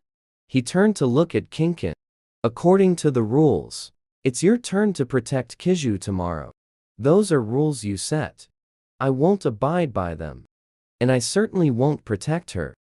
Ever since she threw my life-bound sword into the valley of death, I vowed I would no longer risk my life for her. So do as you please, but don't drag me into it. He paused, a hint of alluring charm coloring his smile. Aren't you afraid that instead of protecting her, I might make it easier to get rid of her? Hearing this, Jahan's expression remained calm. You are a man who keeps his promises. You said you would never lay a hand on your wife. And so you never will. Kinkin turned his head away, seeming unwilling to admit this. The words he said. He truly would keep them all. But I never said I would protect her too. The bad fox smiled lazily. That works out perfectly. I'll protect the 7th master. Even if I have to guard her every day, it's fine. Hearing this, Kinkin looked at Ling Ai with a face full of doubt. This isn't like you. Before, when the 7th master insulted your father, have you forgotten so quickly? Everyone knows. Hu Ling'ai lost his father at a young age. It has always been a sore point for him. Hearing this, Hu Ling'ai's expression changed instantly. His gaze immediately turned cold and heavy. Just at that moment, Su Tang came over carrying the brewed medicine. Hu Ling'ai, it's time for your medicine. Hu Ling'ai was silently working, originally lost in memories of his own father, when suddenly he heard a soft, sweet, delicate voice. He instinctively turned to look and saw Su Tang under the moonlight. Hu Ling'ai's heart trembled. A strange emotion welled up in his heart. He put down the stone in his hand and quickly walked over. Wife, master, were you just brewing medicine for me? Yes, the medicine for the fire. Poison. Drink it twice a day. You need to take medicine morning and night. This way you'll recover faster. The temperature is just right. You should drink it now. Hu Ling'ai looked into her clear eyes. His fingers twitched unconsciously. He took the bowl of medicine and gulped it down in one go. After drinking, he looked at her with a pitiful expression. Su Tang was taken aback when she met his gaze. What's wrong? Hu Ling'ai's fox-like eyes lifted. his face full of sorrow and grievance. Seventh Master hasn't given me any candy. Since I was young, only Seventh Master would give me candy. Seeing Hua Lingai's pitiful appearance, and recalling the vision of his childhood she saw in the mindscape, Su Tang's heart softened unusually. So she took out some candy from her space and handed it to him. Only then did a smile appear on Hua Lingai's face. I knew Seventh Master still cares about me. Su Tang's mouth twitched. She wanted to say that wasn't the case at all. Well, you've taken the medicine, now go rest. Hua Lingai watched Su Tang's expression. A playful smile curled at the corner of his mouth. My wife looks quite interesting and cute like this. But wife's medicine is really effective. After taking it this morning, I felt very comfortable. If it works, that's good. As she spoke, Su Tang began preparing medicine again. She needed to brew medicine for herself, because the poison in her body was also serious. What does wife need to do? Let me help, wife. At this moment, Hua Lingai was clinging to Su Tang. If this were before, she would have long since attached herself to hug him. But at this moment, when Hua Lingai approached, Su Tang subtly distanced herself from him without showing any expression. Afraid of making any physical contact with him, Su Tang thought for a moment after hearing his words. Can you help me make some medicine grinding tools? I'm thinking of preparing some medicinal pouches, like insect repellent and hemostatic medicine, to sell at the nurse station. That way, we can also earn some gold coins. Hua Lingai showed a puzzled expression. Wife, what do you need gold coins for? Don't we have food and daily necessities as usual? What else is needed? With gold coins, we can buy some everyday items. There was nothing unspeakable about this matter. After all, in a few days, when going to sell goods at the city market, they would still need Lingai and the others to accompany and protect them. The journey from the tribe to the nearest city is not very safe, with dangers possible at any time. Moreover, she couldn't always rely on them. Besides wanting to improve her supernatural ability and strength, she also needed to earn enough gold coins. Hua Lingai fell silent for a moment, then suddenly remembered. Each of them actually had a dowry, but everyone's dowry had been kept separately, with no intention of giving it to Su Tang, simply because she had treated them so poorly before. While Kinkin was stacking stones, he overheard this conversation. For a moment, his brows furrowed slightly. Then he showed an expression of disbelief. Hua Lingai's fire poison was incurable. Yet Su Tang actually had a way to deal with it. Kinkin looked at Su Tang under the moonlight. His gaze grew dim. But then, it seemed he thought of something. His gorgeous, phoenix-like eyes darkened another 3 degrees. He lowered his head, hiding the coldness in his eyes. No matter what, he would guard against her closely. The corner of his mouth lifted into a sneer. He said to Jahan, Su Tang has thought up a new trick again. Wanting to ask everyone for a dowry. Asking for gold coins. Jahan's lips moved, wanting to say something, but felt that no words would be convincing. The wife had said she would change, that she would give us letters of divorce in 3 months, and set us free. Kinkin snorted with disdain. She's used this kind of trick more than once. You all actually still believe her? No wonder your attitude towards her has changed. So it's all for the sake of 3 months from now. I'd like to see if 3 months later she will do as she said, and set us free. Meanwhile, after Su Tang finished drinking her medicine, she didn't know why, but her body felt very unwell. But she didn't tell anyone. She knew that even if she did, no one would believe her. Instead, they would think she was up to her tricks again.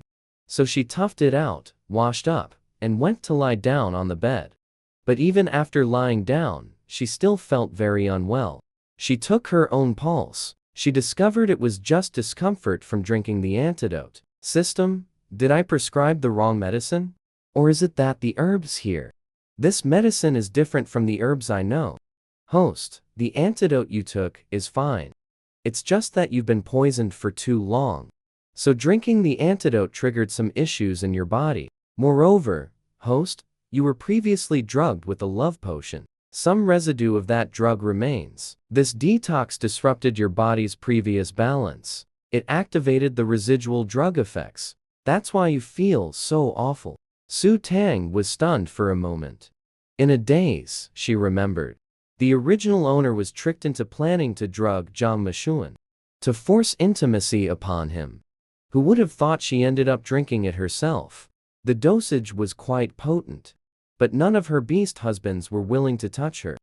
So she had to soak in ice water all night. Although it seemed resolved, some drug effects actually remained in her body. Yes, that's exactly it. I suppose Host has recalled some memories. As long as Host sleeps with her beast husbands regularly over time, the residual drug effects will naturally dissipate. Su Tang was speechless. System, you really spare no effort. Trying to get me to sleep with the beast husbands. But isn't saving my life more important? When this wave of fever surged over her, Su Tang struggled to suppress it. But the antidote, combined with the resurging residual drugs, made Su Tang utterly miserable. In her hazy state, Su Tang heard the door open. Foggily, she remembered, she had forgotten to lock the door. Wife, what's wrong with you? When Wen Nangxi came in with the stuff, then he saw that Su Tang on the bed was very unusual. At this moment, Su Tang was lying on the bed. Her long hair was spread out across the pillow. Her skin was as fair as snow. Her cheeks were rosy and radiant. Her eyes even glistened with a hint of mist. She had a delicate, pitiful charm. She was biting her lip tightly with her teeth, as if she was enduring something, making her lips even more crimson. Like a dazzling flower, stunningly beautiful, if one ignored the half of her face that was darkened and disfigured. At this moment, she was truly captivatingly beautiful, but the redness on her face was not normal, and carried a sense of weakness. Hearing Wen Nangxi's voice, Su Tang looked at him dazedly, trying hard to make her voice sound more normal. I'm fine. It's just that as soon as she spoke, her voice still carried a faint, whimpering pant. Do you have a fever? Wen Nangxi frowned, reaching out to touch her forehead, checking her temperature. Unexpectedly, Su Tang, who had been able to resist somewhat before, now, with Wen Nangxi's touch, her body involuntarily leaned towards him, and she began to tremble lightly. Wen Nangxi checked her over. She probably didn't have a fever. But by the moonlight, seeing Su Tang like this, he seemed to realize something. His gentle, picturesque eyes also seemed to gain an additional layer of turbulent, surging undercurrents. Wife, are you feeling unwell somewhere? Su Tang's body trembled lightly. She gritted her teeth, enduring it. I'm fine. I'm just a bit hot. Did you need something? Coming to find her in the middle of the night surely meant he had a reason. Wen Nangxi looked at her damp, glistening eyes. That pitiful yet restrained appearance was very endearing. His heart softened. He helped her up and held her in his embrace. Then his legs transformed into a serpent's tail, gently coiling it around Su Tang. The snake's tail had a natural, cool touch, making Su Tang feel a bit more comfortable. Su Tang currently couldn't quite control the shivering sensation in her body. She couldn't help but reach out, wanting to hold Wen Nangxi, but she worried he might directly push her away. And she has already promised that she will change, so she absolutely must not behave like the original body. Therefore, even though her hand was trembling slightly at this moment, she did not take the initiative to touch Wen Nangxi. It was just that Wen Nangxi coiled his snake tail round Su Tang's body.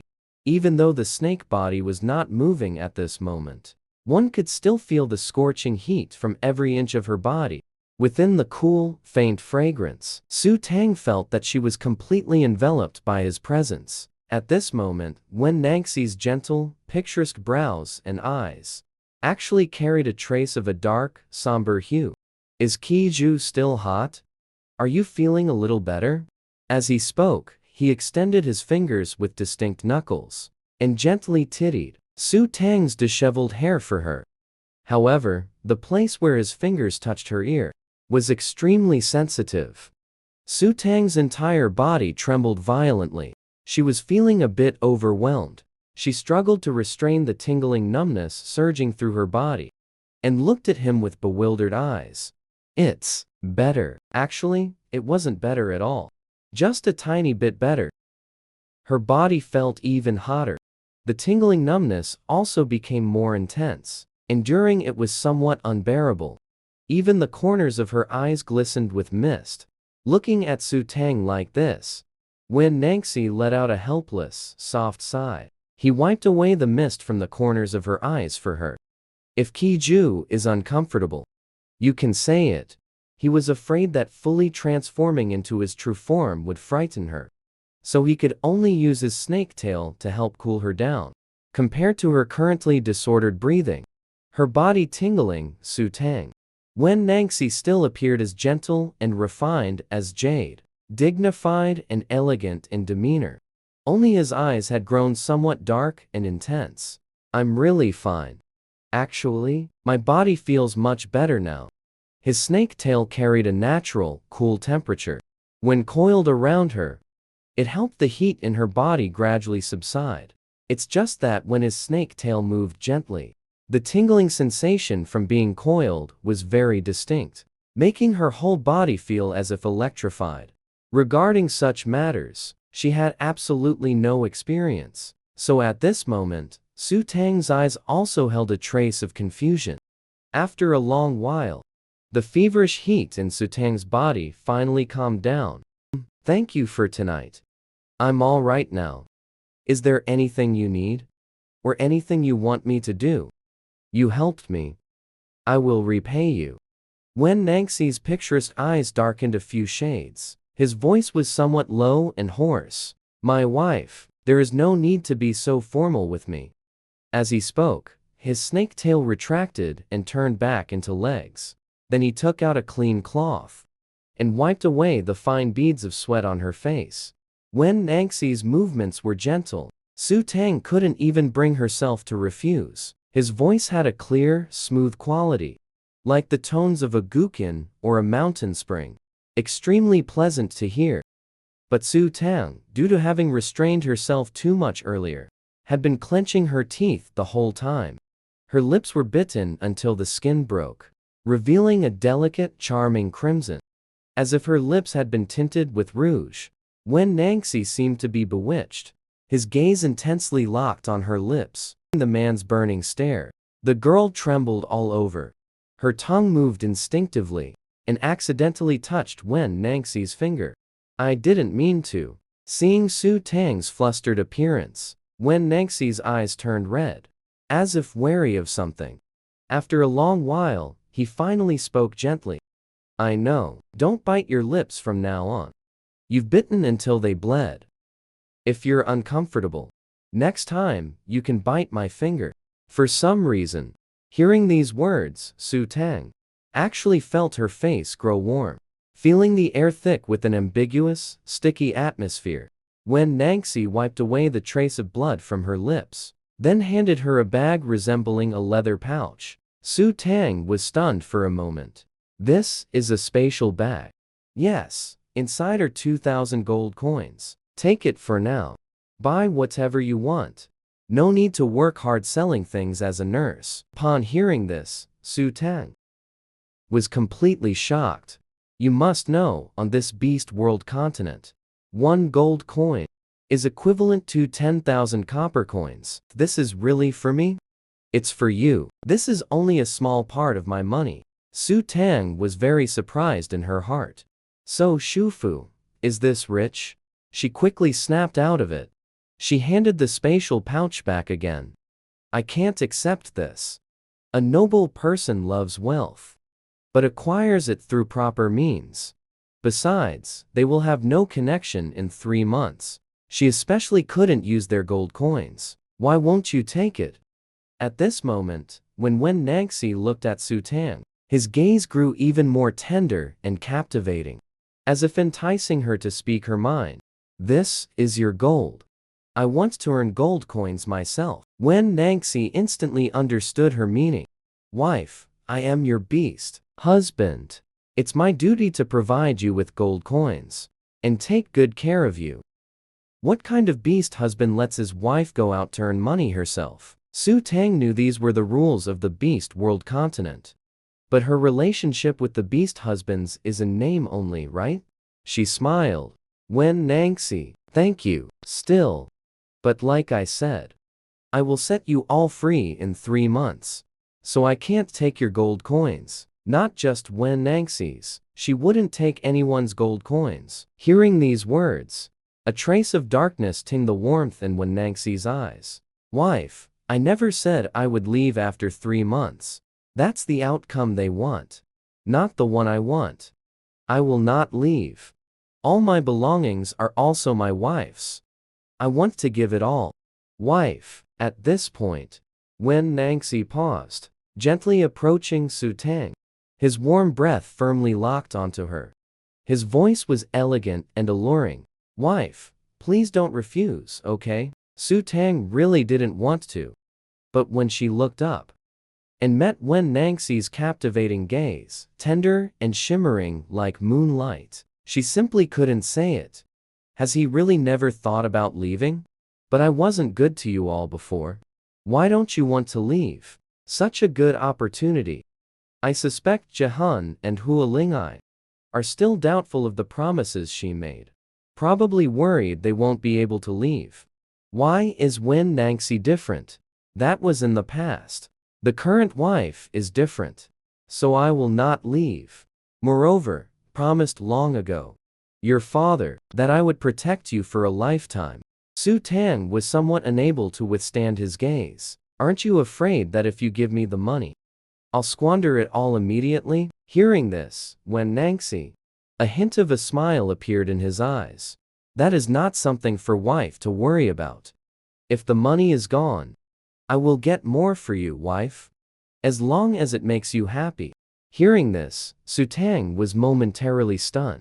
Looking at Wen Nangxi's expression, she knew he was serious about what he said. You really won't leave? Seeing her disbelief, Wen Nangxi let out a soft, drawn-out sigh. I won't leave. Su Tang's face broke into a smile. The corners of her eyes also curved into crescent moon shapes. When she smiled, her eyes suddenly seemed filled with sunlight, carrying warmth. Then I'll help you keep it for now. If the 3-month period ends, you can leave if you want to. Wen Nangxi knew she might not believe anything he said now. So he only said, you'll know when the time comes. No matter what. Because of this conversation, Su Tang already felt more trust towards Wen Nangxi. In her heart, he became different from everyone else. She knew someone like Wen Nangxi wouldn't stoop to lying. After talking for a while, Su Tang grew sleepy. Seeing the weariness and drowsiness between her brows, Wen Nangxi gently stroked her head. Good girl, sleep now. Su Tang obediently nodded. Lay down. She looked at Wen Nangxi, still sitting by the bed, with a puzzled expression. Aren't you going back to sleep? You sleep first. I'll go back after you've fallen asleep. Wen Nangxi worried she might feel unwell again. So he decided to stay with her a while longer. Hearing this, Su Tang closed her eyes. For some reason, with Wen Nangxi nearby, her heart felt deeply at ease. Soon she fell asleep. At this moment, Wen Nangxi stood like an orchid and jade tree in the quiet room, looking down at her peaceful, sleeping face. His expression grew increasingly tender. No one knew how much time had passed before Wen Nangxi quietly left. The next day, after Kinkin got up, he continued repairing the wall in the courtyard. He had ocked and had to make it as smooth as before. Little did he expect that while working, he caught the aroma of breakfast. It was incredibly fragrant, making Kinkin feel a bit hungry. He couldn't figure out what food could smell so good. Hua Lingai's fox-like eyes sparkled with a captivating glow, and he smiled with curled lips. Kinkin, are you okay? You said you wouldn't eat the food made by the 7th Lord. The dumplings made by the 7th Lord last night were too delicious. Even the imperial chefs in Shaoling City couldn't make them. Originally, the seventh lord made just the right amount. We each had a big plate. But since you're not eating, it worked out perfectly. We saved a plate. The wife said she'll pan-fry them in oil for breakfast. Kinkin, who was already tempted by the aroma, felt his appetite stirred up. Hearing Hu Lingai's words now was like a knife stabbed into him. She's always ready to drug you. A little food is enough to tempt you and make you let your guard down.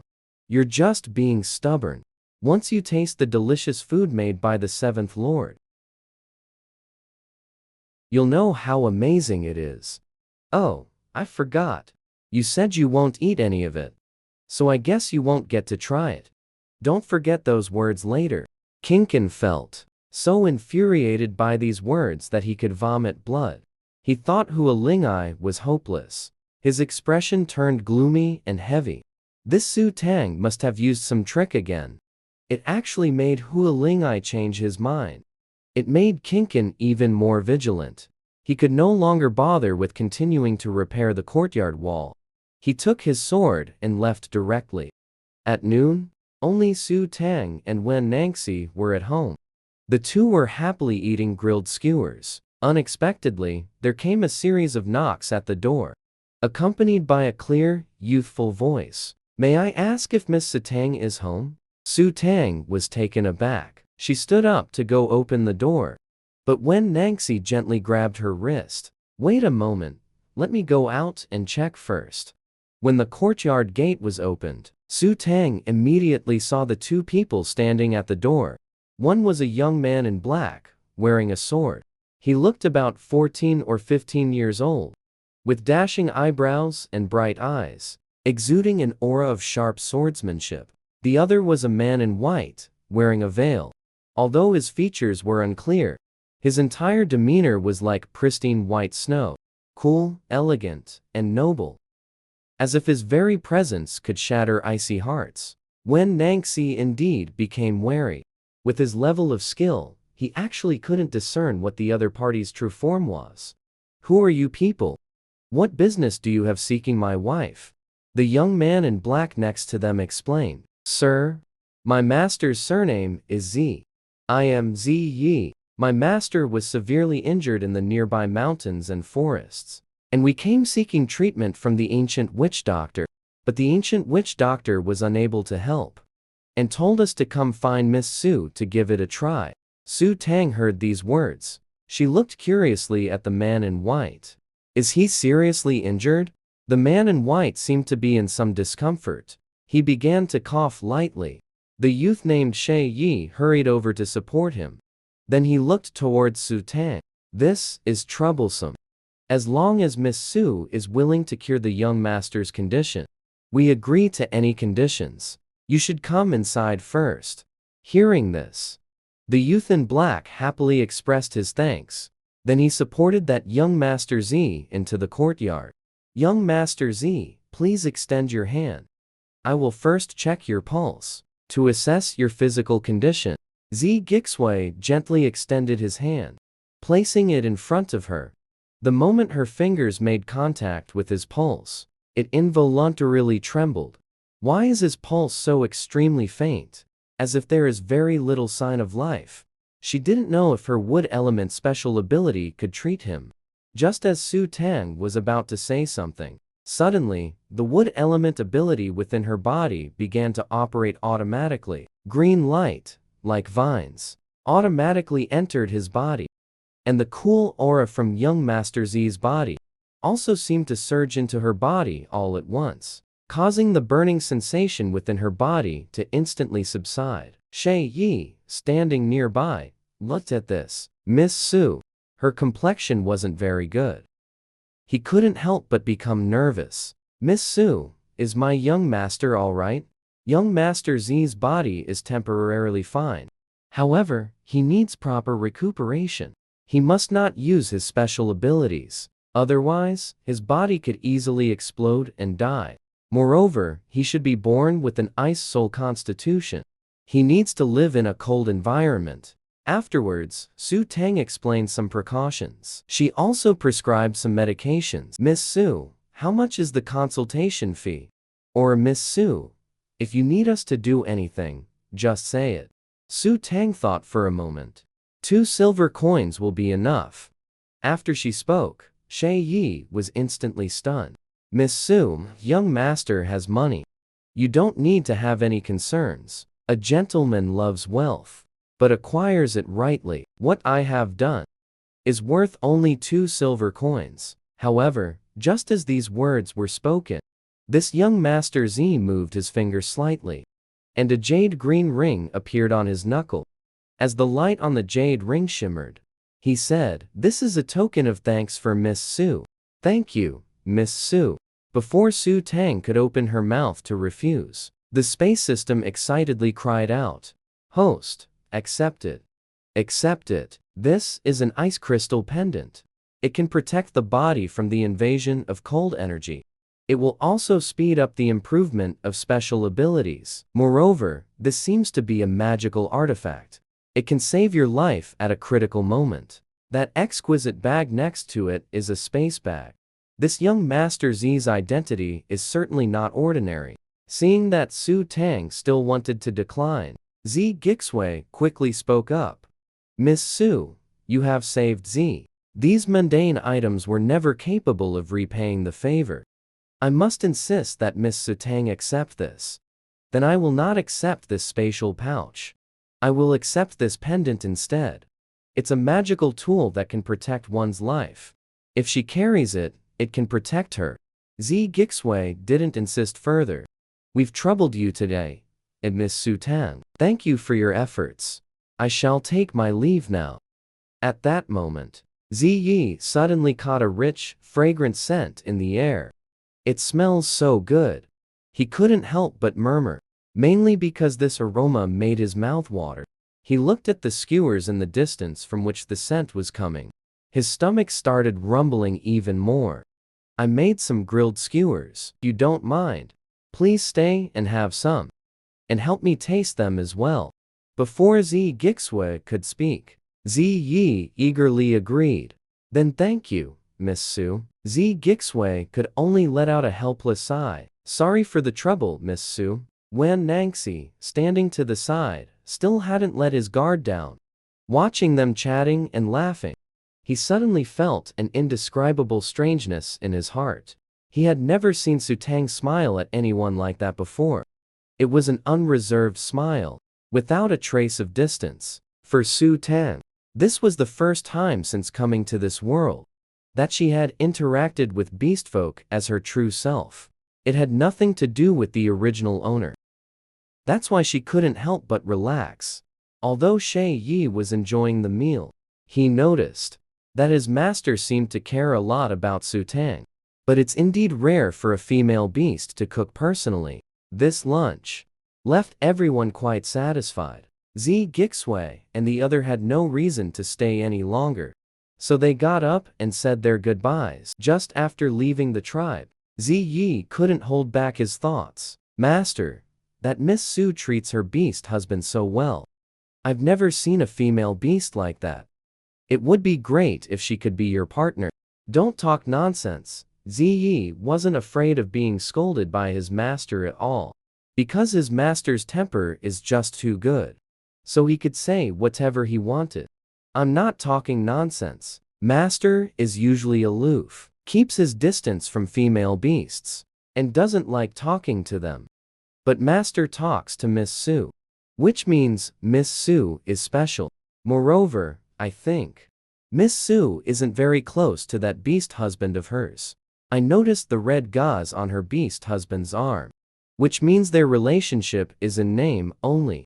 Hearing this, young Master Z's footsteps halted, and his aura seemed to shift slightly. Shay Yi didn't notice, and kept chattering about how she could cure Master's condition.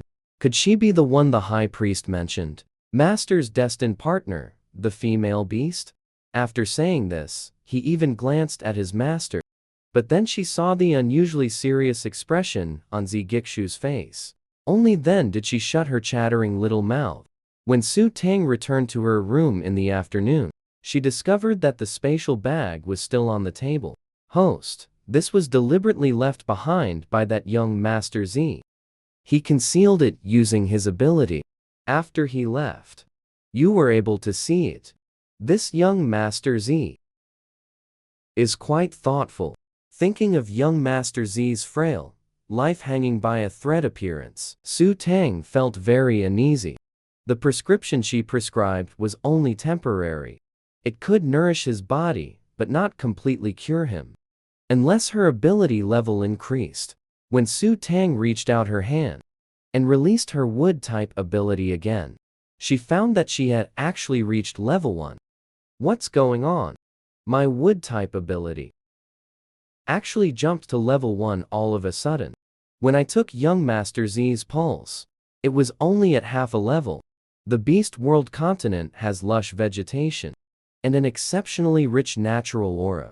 But Su Tang's wood-type ability hadn't grown at all. Yet, just from taking young Master Z's pulse once, it actually made her wood-type ability advance a notch. Host, it's probably because you and that young Master Z had your auras merge. It shows that his aura is highly compatible with yours, host. Just the internal energy, the merging of auras, was enough to increase the ability's power. Hearing the system's words, Su Tang was momentarily stunned. Then he showed an incredulous expression. It was just for such a short while. She and young Master Z didn't even hug. Nor did they have any intimate contact. She had hugged Wen Nangxi and Hua Ling-ai. But it didn't enhance her special ability either. The clever child seized the chance to play matchmaker. Therefore, that young Master Z is the one suitable to be your beast husband. If he becomes your beast husband, once you have intimate contact, or even after you have a substantial relationship, your special ability will definitely improve rapidly. Hearing these words, Su Tang's expression grew even more complicated. Her eyes even became confused. How can this be? Young Master Z is only here to receive treatment for his body. How can I pester him for his body? Young Master Z might even already have a wife. Host, young Master Z does not have a wife. There is no scent of any contract on him. Even the red gauze on his arm is still there. Hearing this, the corner of Su Tang's mouth twitched. Even so. But one must have self-awareness. With my looks, and my current status as an exile, plus my ruined reputation, it's impossible for young Master Z to become my beast husband. Although Su Tang wants to quickly improve her special ability, she still remains clear-headed and rational. She won't be that narcissistic, nor will she seek her own doom. Host, don't think like that. Young Master Z holds no ill will towards you. You helped soothe his body. He is grateful to you. And someone like young Master Z clearly has an excellent temperament. If he became your beast husband, he would definitely protect you. He'd be more reliable than your current beast husbands. Protect her? Su Tang would rather protect herself. She didn't want to rely on anyone. The system continued its earnest persuasion. Host, don't undervalue yourself. As long as they spend more time with you, those young masters will surely recognize your worth. And your disfigurement is only temporary. Once the poison is cured, your face will recover. It will definitely amaze everyone. Think about it. Young Master Z even said he trusts you. As the words fell, Su Tang shuddered. Yes, the feeling of being trusted was truly wonderful. Ever since crossing over, being doubted by her beast husbands, she felt very uncomfortable inside. Even to the point of repeating certain things over and over. She had grown weary. But the moment young Master Z said he trusted her, she felt a trace of unique warmth. That young Master Z clearly seems like someone unwilling to talk much. So he would definitely disdain lying. If I can see him again, I will return these gold coins to him. She couldn't use these gold coins with a clear conscience. Host, actually, if young Master Z becomes your beast husband, it would be normal for him to provide for you. Then using them wouldn't be a psychological burden. Enough of this talk. Let's not ruin young Master Z's reputation. It's just me talking to you, host. Others cannot hear. The host just doesn't want to listen to my advice. Hey, if you two were together, the system would definitely give a lot of rewards. Even so, if she had status, looks, and a good reputation, she might give it a try. But given her current situation, how is she worthy? The next day, after breakfast, Su Tang asked Jahan to take her for a walk in the mountain forest. Hearing this, Jahan was stunned for a moment. Wife, you want to go to the mountain forest? Going for a walk in the mountain forest. We might discover something. However, Jahan's expression seemed somewhat strange. What's wrong? You don't want to take me to the mountain forest? Jahan quickly explained. It's not that. I just thought you might not feel at ease with me taking you to the mountain forest. Su Tang smiled. Last time when Kinkin tried to kill me, you stopped him. I think I should trust you. You will protect me, right? After saying this, she blinked her clear eyes and looked at Jahan. She hadn't paid close attention to Jahan before, probably because on the day she first crossed over, Jahan's cold demeanor made her feel uncomfortable. But these past few days, she realized Jahan isn't actually the way she thought. Jahan's heart stirred slightly. His frosty, sharp eyebrows and eyes softened a little. I will protect you, and not let anyone harm you. Su Tang's smile deepened. That's enough for me. Then let's set off. As soon as he finished speaking, Jahan directly transformed into his true form, a majestic white wolf beast. The fierce aura around him emerged. His limbs seemed to carry a sense of power and explosiveness. At this moment, Su Tang looked at his beautiful eyes. She couldn't help but admire him inwardly. Even in his true form, he carried a serene and cold temperament. So handsome. Jahan looked at the petite Su Tang in front of him, slowly crouched down. His limbs bent to the ground, making it convenient for her to climb on. Seeing this, Su Tang's expression shifted. She hadn't expected him to be so considerate. Then she easily climbed onto his back, immediately feeling the excellent texture of his fur. And it carried a faint, refreshing scent of pinewood, invigorating and pleasant. When Jahan stood up, his speed was very slow, as if afraid of startling her. When walking through the mountain forest, he would also slow down, seeming to take extra care of her feelings. Su Tang thought it was quite nice to walk through the mountain forest like this, strolling and wandering, and being able to enjoy the scenery more. Suddenly, she heard a clear, pleasant, but weak voice. Following the sound, she looked and saw not far away, completely snow-white, beautiful little beast lying on the ground. Its leg was injured and bleeding. Seeing it injured, her heart softened with pity. Su Tang immediately walked over and crouched down in front of that little beast. Don't be afraid, I won't hurt you. Let me check your injury, okay? The beautiful little beast nodded. Seeing this, Su Tang's face lit up with joy. You can understand me. That's great. So intelligent. Then, she released her wood element healing ability from her hand. Soon, the wound on its leg healed. There, your leg injury is all better. It's fine now, she said. Su Tang tentatively reached out to touch its fur, wondering if it might scare it. Unexpectedly, the beautiful little beast didn't dodge at all. Instead, it let her hand stroke it. Su Tang thought to herself, fluffy things really are the cutest in the world.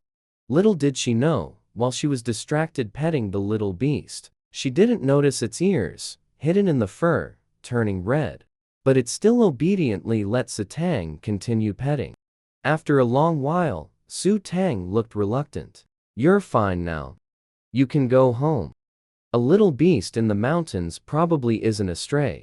So beautiful. You must have a family. However, the little beast didn't move. Instead, it shifted closer to Su Tang, blinking its lively eyes as it looked at her. Su Tang guessed. Are you saying you don't have a family? No home to return to? It nodded at Su Tang. Seeing this scene, Su Tang's face showed a tender, heartbroken expression. My home is in the Bailuo tribe. Then are you willing to come home with me? She had crossed over into this world. Now, she only had those few beast husbands by her side. She didn't even have anyone she could speak her true feelings to. This little beast is so beautiful and cute. Having him accompany her would probably bring her some comfort. The little beast nodded gently. Just that slight movement seemed to carry an air of elegance and nobility. Seeing his reaction, Su Tang, her eyes curved into smiles. You're agreeing, right? The little beast nodded again. Only then did Su Tang happily reach out and pick him up. Suddenly, she caught a familiar scent. It was coming from the little beast, faint, but very pleasant. But she couldn't remember where she had smelled it before, at least not right away. Holding him, Su Tang gently nuzzled his white fur with her face. This is really wonderful. From now on, you'll stay by my side. I will be good to you. And the little beast in her arms, his ears turned red all the way to the roots. His beautiful eyes seemed tinged with the crimson hue. Jahan looked at Su Tang. The smile on her face at this moment seemed to make him dazed. Even his usually cool and distant eyes seemed to gain a touch of warmth. Is my wife taking him home? From now on, he will follow me. Jahan actually wanted to advise against it, because this little beast was clearly no ordinary creature. But seeing how happy Su Tang looked, he couldn't bring himself to say anything to spoil her mood. Su Tang pondered for a moment. It was pure white all over. Let's call it Zhao Zhu. The little beast in her arms heard this name. Its eyes seemed to gleam with the hint of blue light. Suddenly, something leaped fiercely from the tree, heading straight for Zhao Zhu in Su Tang's arms. In the critical moment, Su Tang turned around while holding Zhao Zhu. At the same time, she used her special ability. But it was still a bit too late. The opponent was extremely fast, attacking like a blur, catching people completely off guard. At that moment, Jahan moved. His movement was as swift as lightning. An ice blade had already formed in his hand. When the green shadow moved, he had already swung the blade in his hand, drawing a sharp line of light. The green shadow was hit, letting out a sharp, strange cry. Su Tang held Zhao Zhu tightly. She turned her head to look and saw green, foul-smelling liquid splashing toward her. Seeing this, Jahan quickly held her, dodging the green liquid in a flash. Su Tang was now leaning in Jahan's arms, her heart still pounding with fear. What exactly was that thing? If she had reacted just a moment slower, both Zhao Zhu and she would have been in trouble. This is a blood-drinking vine. It is good at camouflage, but it specifically feeds on the blood of beast people and wild animals. It was hiding among the leaves of this tree just now. But what? When I first arrived here, I scouted the surroundings. There was no danger. And I definitely didn't find this blood-drinking vine. This blood-drinking vine probably came for him. The him Jahan mentioned naturally referred to the little snow held by Su Tang. Are you saying this blood-drinking vine just came specifically for little snow? Jahan, with the grave expression, looked at this mysterious little beast. His blood is quite special. Didn't you smell a strange fragrance earlier? After saying this, a vague suspicion formed in his mind. He just wasn't sure yet. If that's the case, Su Tang cannot keep this little beast by her side. There was a faint fragrance. It smelled pleasant, but is there something special about it? Su Tang gently held Little Snow, not wanting anything to happen to him. At this moment, she didn't notice that the little Snow in her arms had gone stiff. His beautiful eyes seemed to have traces of scattered starlight passing through them. His blood is different from that of ordinary beastmen. It can drive some wild beasts and other creatures into a frenzy. If my guess is correct, he might be the long-lost ice and snow spirit beast. They grow in icy, snowy environments, nurtured by the essence of heaven and earth. They possess unique blood that can be as effective as a miraculous cure. Hearing this, Su Tang's face also changed. No wonder. She felt the restlessness of little Snow in her arms, reached out and gently stroked the fur on his body. "Don't be afraid, I won't hurt you. It's just that with my current abilities, I can't protect you either." Realizing this, Su Tang felt somewhat dejected in her heart. If she took him back with her, it would instead bring danger upon him.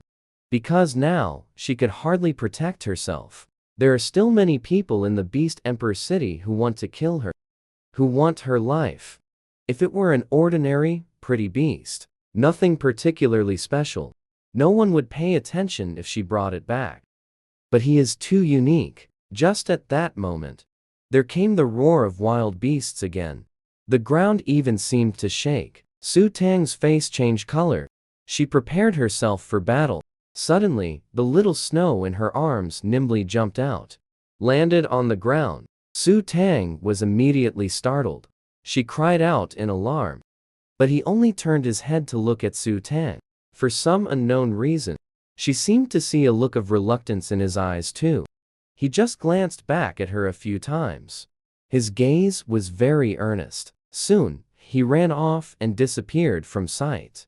Su Tang's face was filled with deep worry. She even somewhat blamed herself for being too weak. Jahan saw her mood suddenly drop. He felt a bit at a loss about what to do. Meanwhile, that mysterious snow-white little beast arrived at a place. After luring all those wild beasts over, white mist instantly rose all around. In no time, these frenzied beasts charging over all collapsed to the ground. If Su Tang were here, she would definitely realize that this person was actually that young Master Z. The girl could never have imagined that this cute, furry little creature before her eyes was actually the legendary ice snow spirit beast, extinct for 10,000 years. Just a single drop of its blood could drive countless beast kings into a frenzied competition. And right now, the furry one was nestled in Su Tang's arms, asking for cuddles. As it turned out, just moments ago, to protect Su Tang, the ice snow spirit beast had lured away the enraged beasts. It transformed into human form, moved its finger slightly, and annihilated all these frenzied beasts charging over. Shay Yi, who arrived shortly after, seemed a bit nervous. "Young master, you're really something. Going to see Miss Su Tang doesn't require such methods. Your blood is so precious. How could you let it spill?" "But, young master, didn't you say you wanted to stay by Miss Su Tang's side? Why are you back?" "Staying there would put her in danger, so I cannot remain by her side in my beast form." Hearing this, Shay Yi was taken aback, then sighed. Originally, if young master stayed by Miss Su's side, nourished by the aura she carries, your health would gradually improve. But, young master, I also looked into Miss Su Tang's information. I heard she's both vicious and incompetent, utterly worthless. Oh, right. She used to have 10 beast husbands. Each of them had a noble status. Their family background, looks, and abilities were all top tier.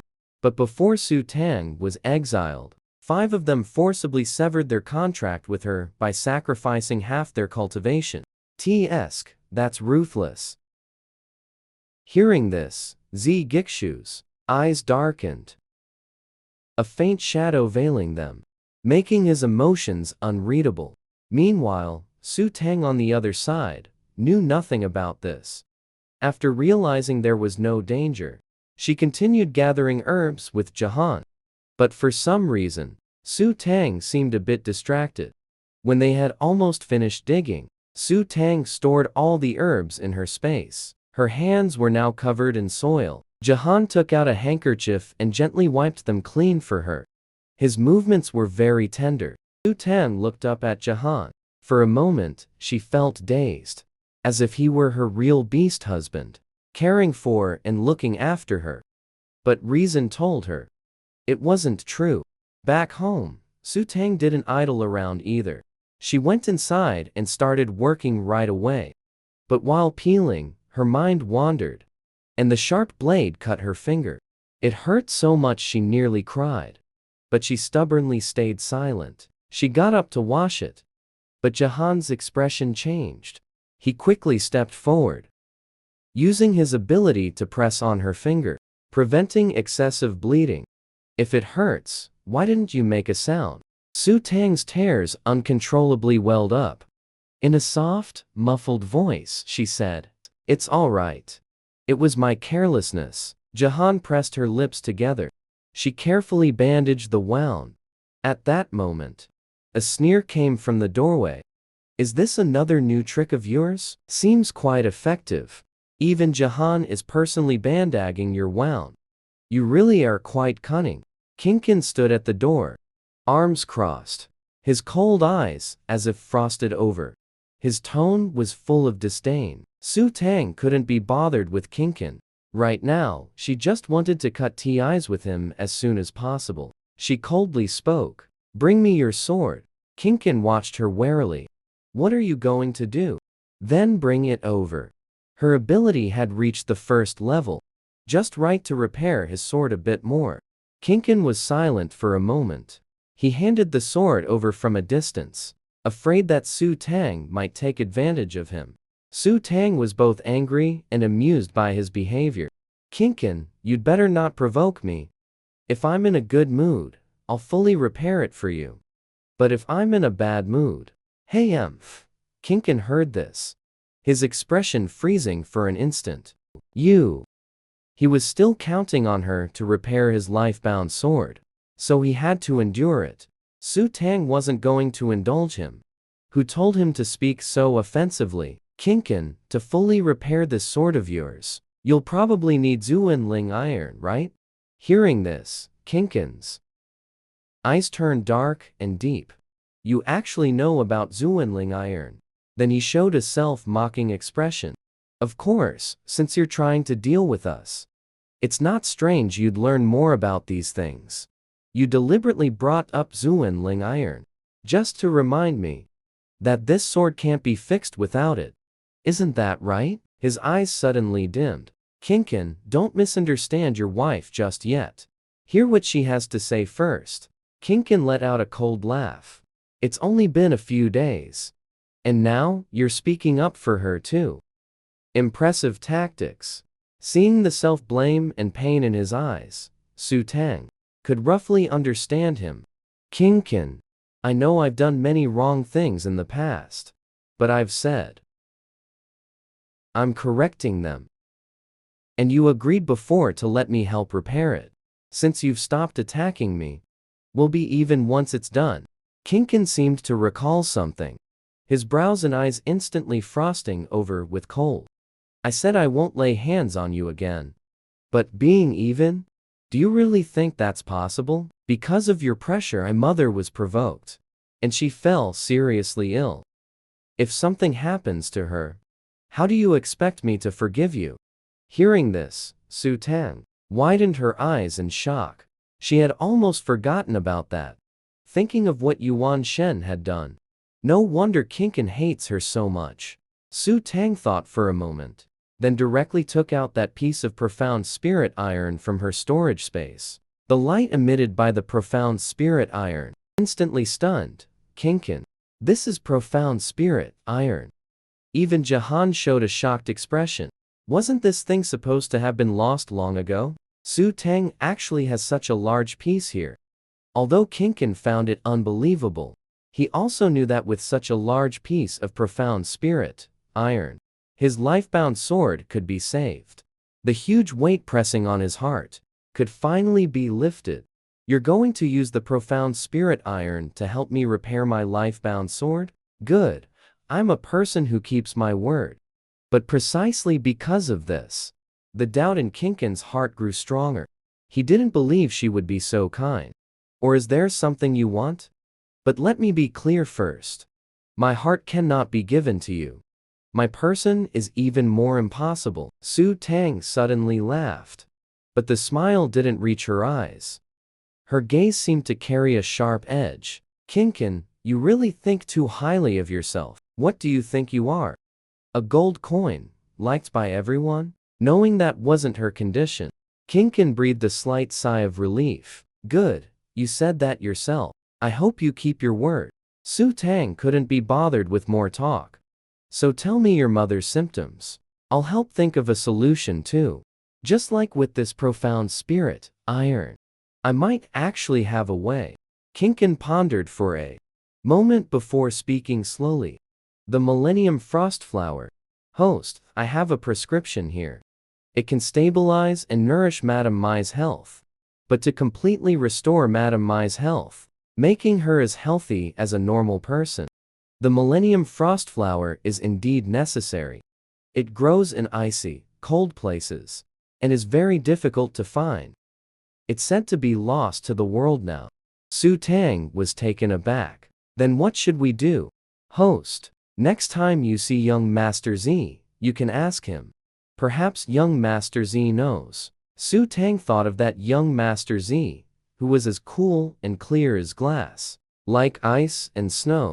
Ask him? I don't even know if I'll see him again. Host, you and young Master Z are fated. You will definitely meet again. Besides, that magical artifact young Master Z gave you can protect you.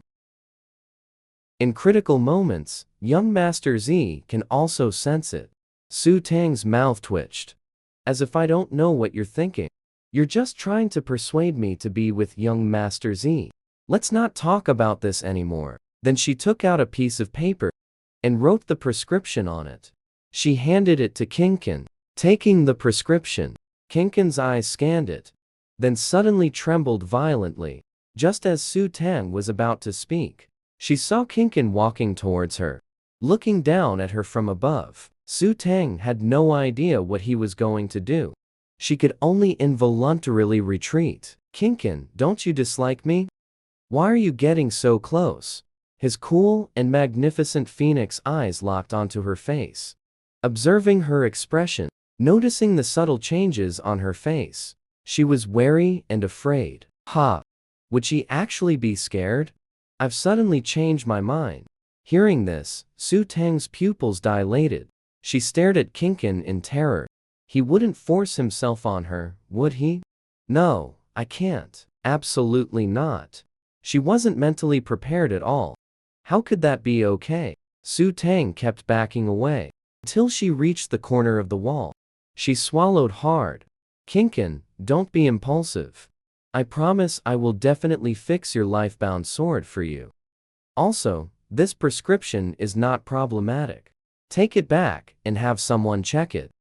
If you use it on your mother, you'll see the effects. I truly mean no harm. Watching Su Tang's fearful reaction, Kinkin's lips curled into a playful smile. So this is what you really think? He lowered his head and whispered in her ear. So just who are you? Kinkin's phoenix eyes scrutinized her with an especially captivating intensity. But his tone was gentle, carrying a seductive charm.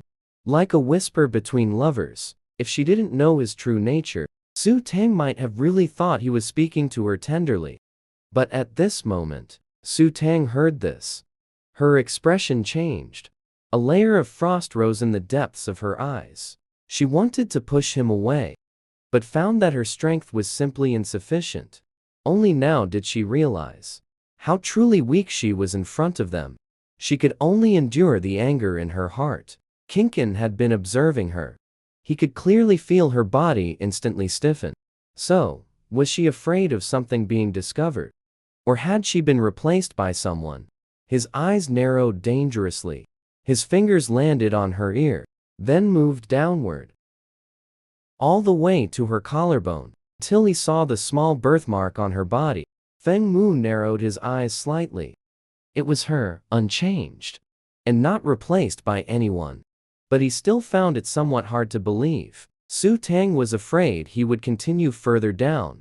A thought flashed through her mind in an instant. She stood on her tiptoes and actively hugged Kinkin. She deliberately put on a delicate, soft smile. Isn't this what you want? If you had said so earlier, I would have been very willing. Although I lack experience, I've still seen a thing or two. I can still pretend. Kinkin snapped back to reality.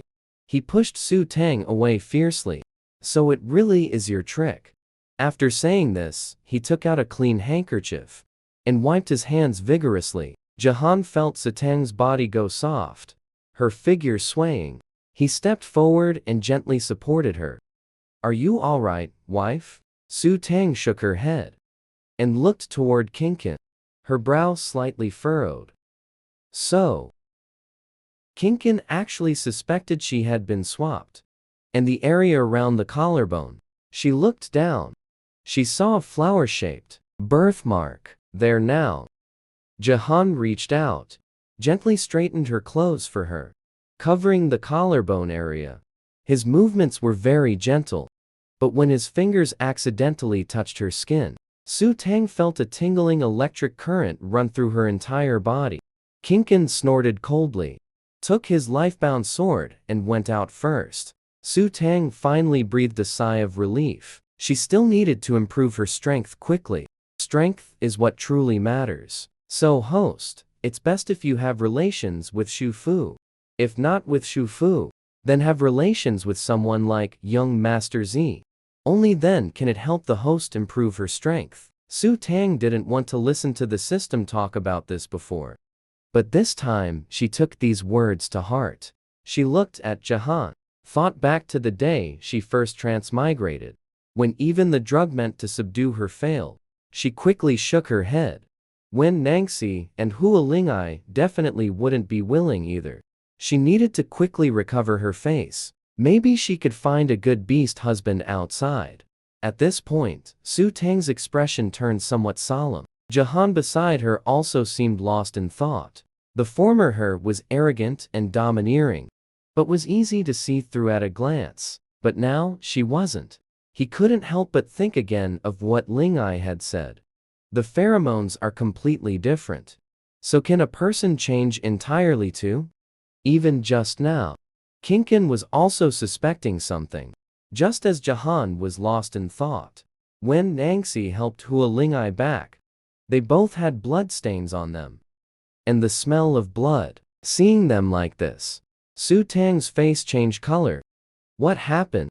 Hua Lingai was now pale and weak, looking utterly broken, as if he could die at any moment. "Wife, if I die, I want to be buried near here. Even in death, I still want to be able to see my wife." His fox-like eyes glistened as he looked at Su Tang.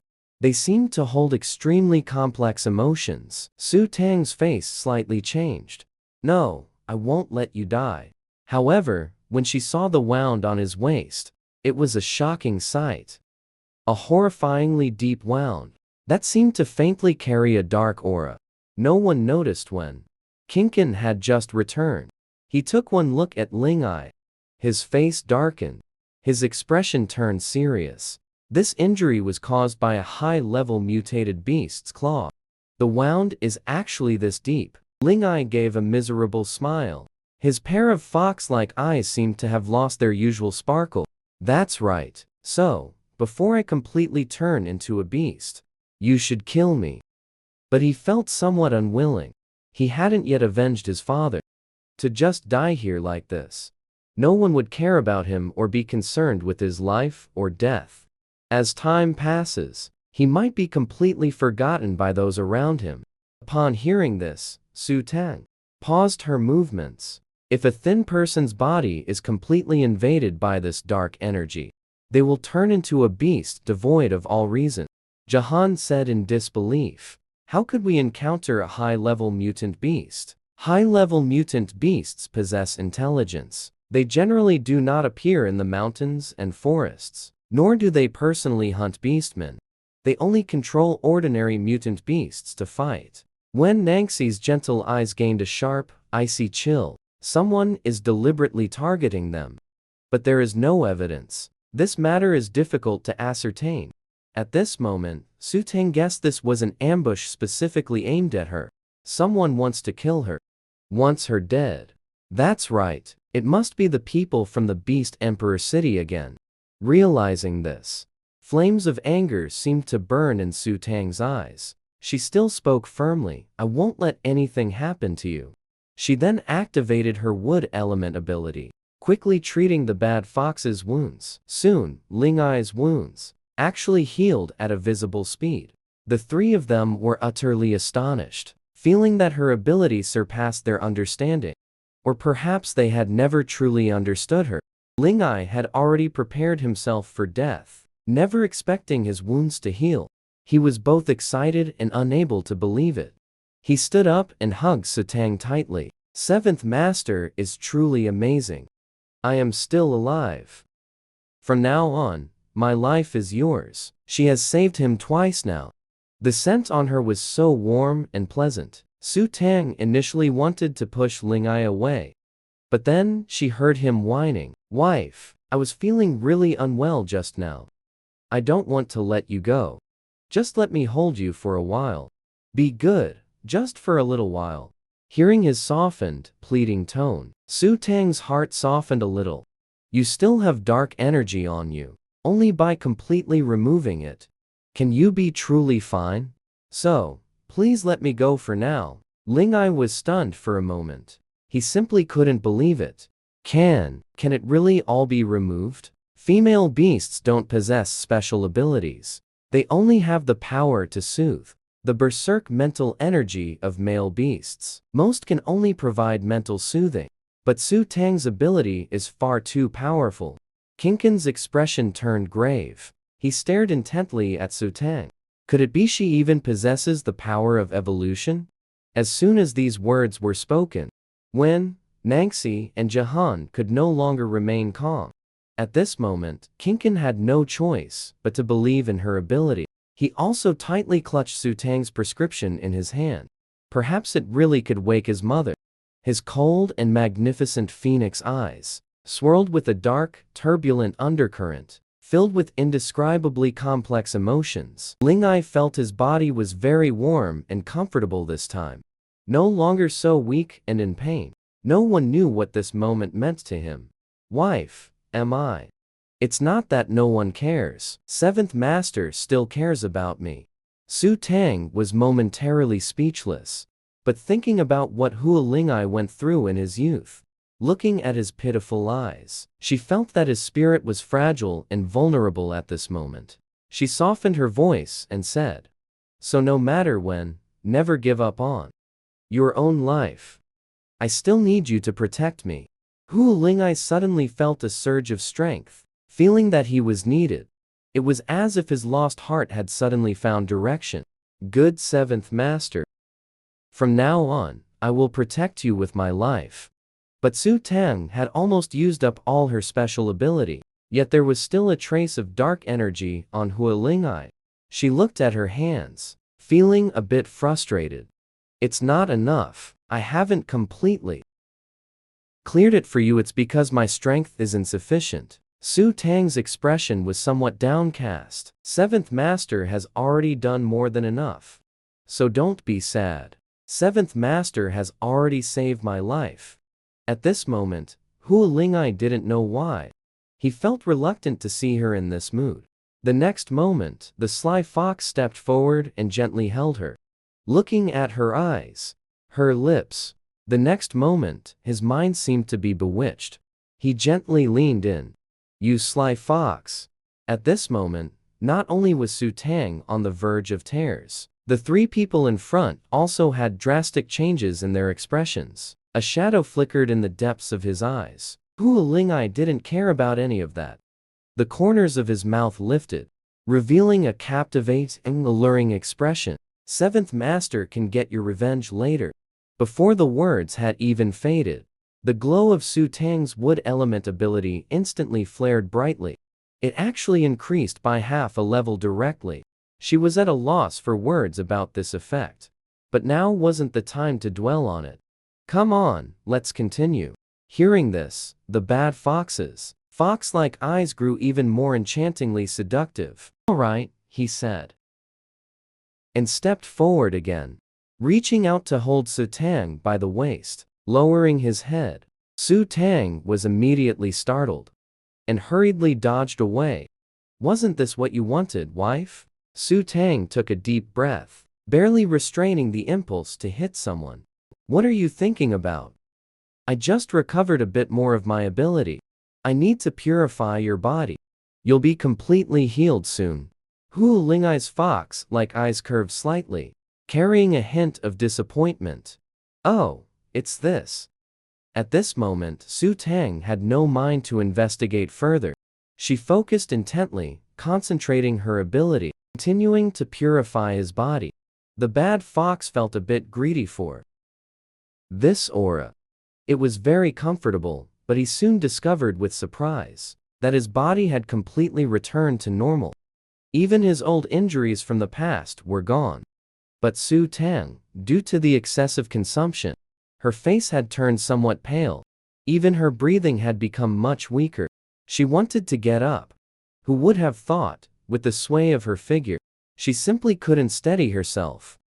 Hu Lingai quickly reached out to hold Su Tang. "Seventh Master, are you alright?" Seeing her like this, his heart was in turmoil. Su Tang wanted to break free from the bad fox's embrace. But at this moment, her whole body felt weak. "I'm fine, just a bit tired. I'll be better after some sleep." Witnessing this scene, Wen Nangxi hurried forward. "Let me carry Seventh Master back to the room." Although Hu Lingai's mind was somewhat unsettled, he did not let go. "I will carry Seventh Master. The sacrificial master became weak because she saved me. It's only right that I take care of her." He lifted Su Tang into a horizontal carry. His movements were very gentle, as if afraid of hurting her. A dark glint flashed through Kinkin's magnificent eyes. This method of enhancing supernatural abilities is quite unique. Just a kiss from Lingai actually caused her supernatural abilities to improve. Could it be that her ability improves through this method? Hearing these words, Wen Nangxi and Jahan also fell silent. Clearly, they had seen the change in Su Tang just now. This was the first time they had encountered such a situation. Lingai was carrying Su Tang toward the room. Hearing this, his steps also faltered. When he had kissed her earlier, he indeed felt a surge of supernatural energy suddenly envelop her. The bad fox carefully laid Su Tang on the bed, looked down at her, and whispered in a hoarse, enticing voice, "Seventh Lord, your body is weak right now. You've expended too much of your special ability. Is this how you can recover some of your special ability?" As he spoke, the bad fox's aura enveloped Su Tang. His whole body leaned down. At this moment, Su Tang was completely exhausted and weak. She just wanted to lie down and rest properly. She never expected Lingai to be so direct. Watching the bad fox kiss her again, she instinctively pushed him away. "Lingai, don't. Calm down." Seeing her look of extreme resistance made Lingai's heart feel as if it had lost control for a moment. Does Seventh Lord not like it? Su Tang was completely stunned. It was totally caught off guard. She really had no mental preparation at all. The bad fox looked so disappointed and dejected. She didn't know how to explain. "You don't have to do this. I saved you. You just need to protect me properly. There's no need for such a sacrifice." In Su Tang's view, the reason Hu Lingai was acting this way was to express gratitude for her saving his life.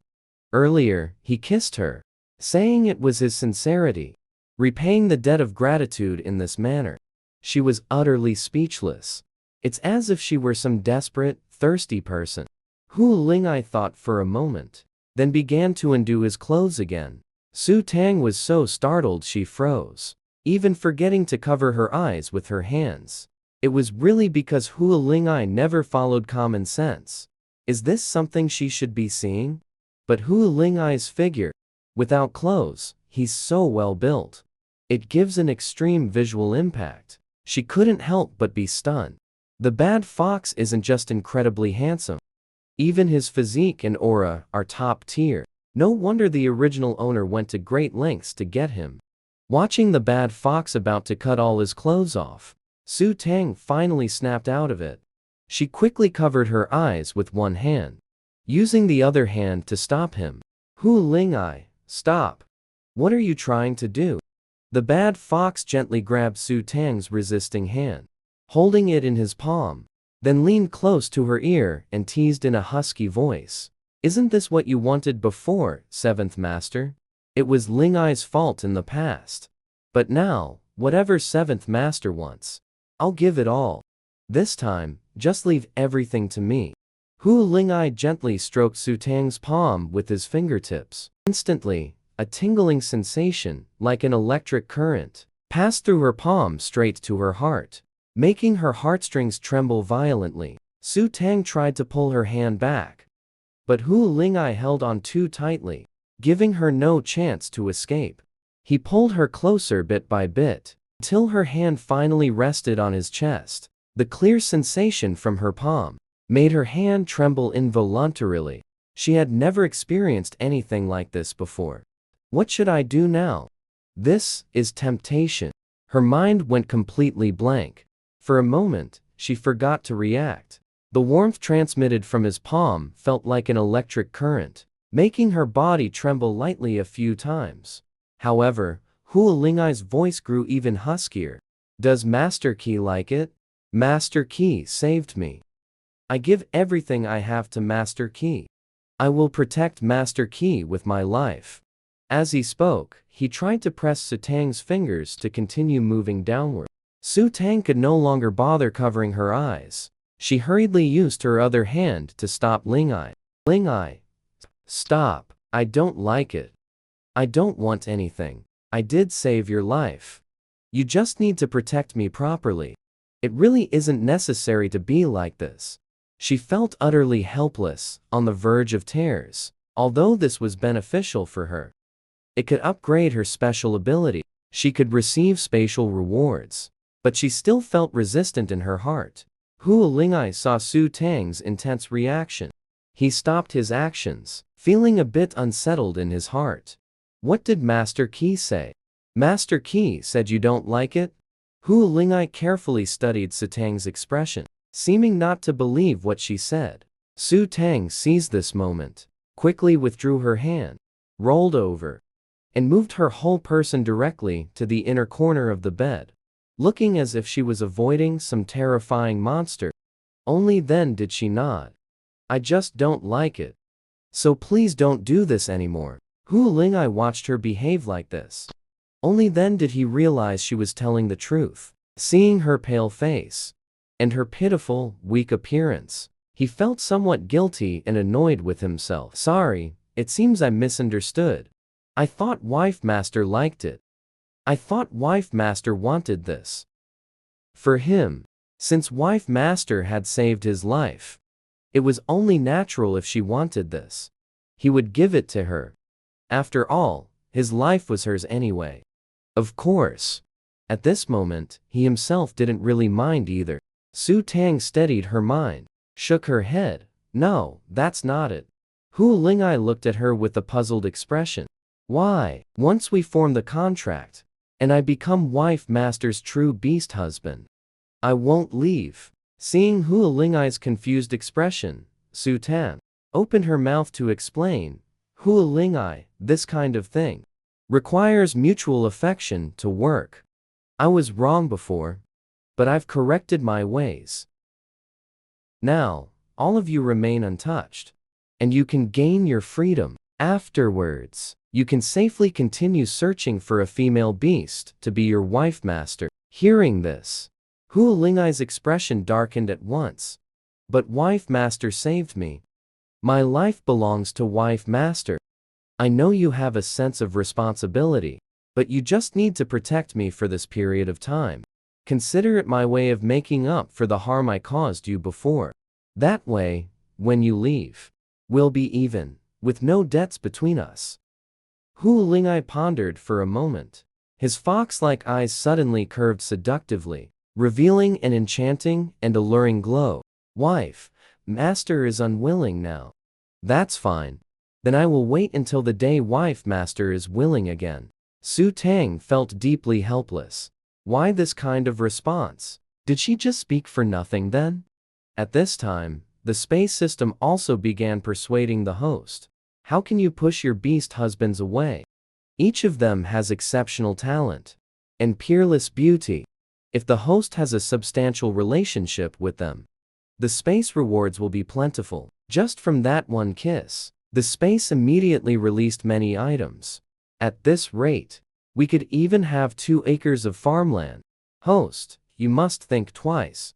Actually, when Su Teng faced Hualingai earlier, she also felt that it wasn't entirely impossible with them.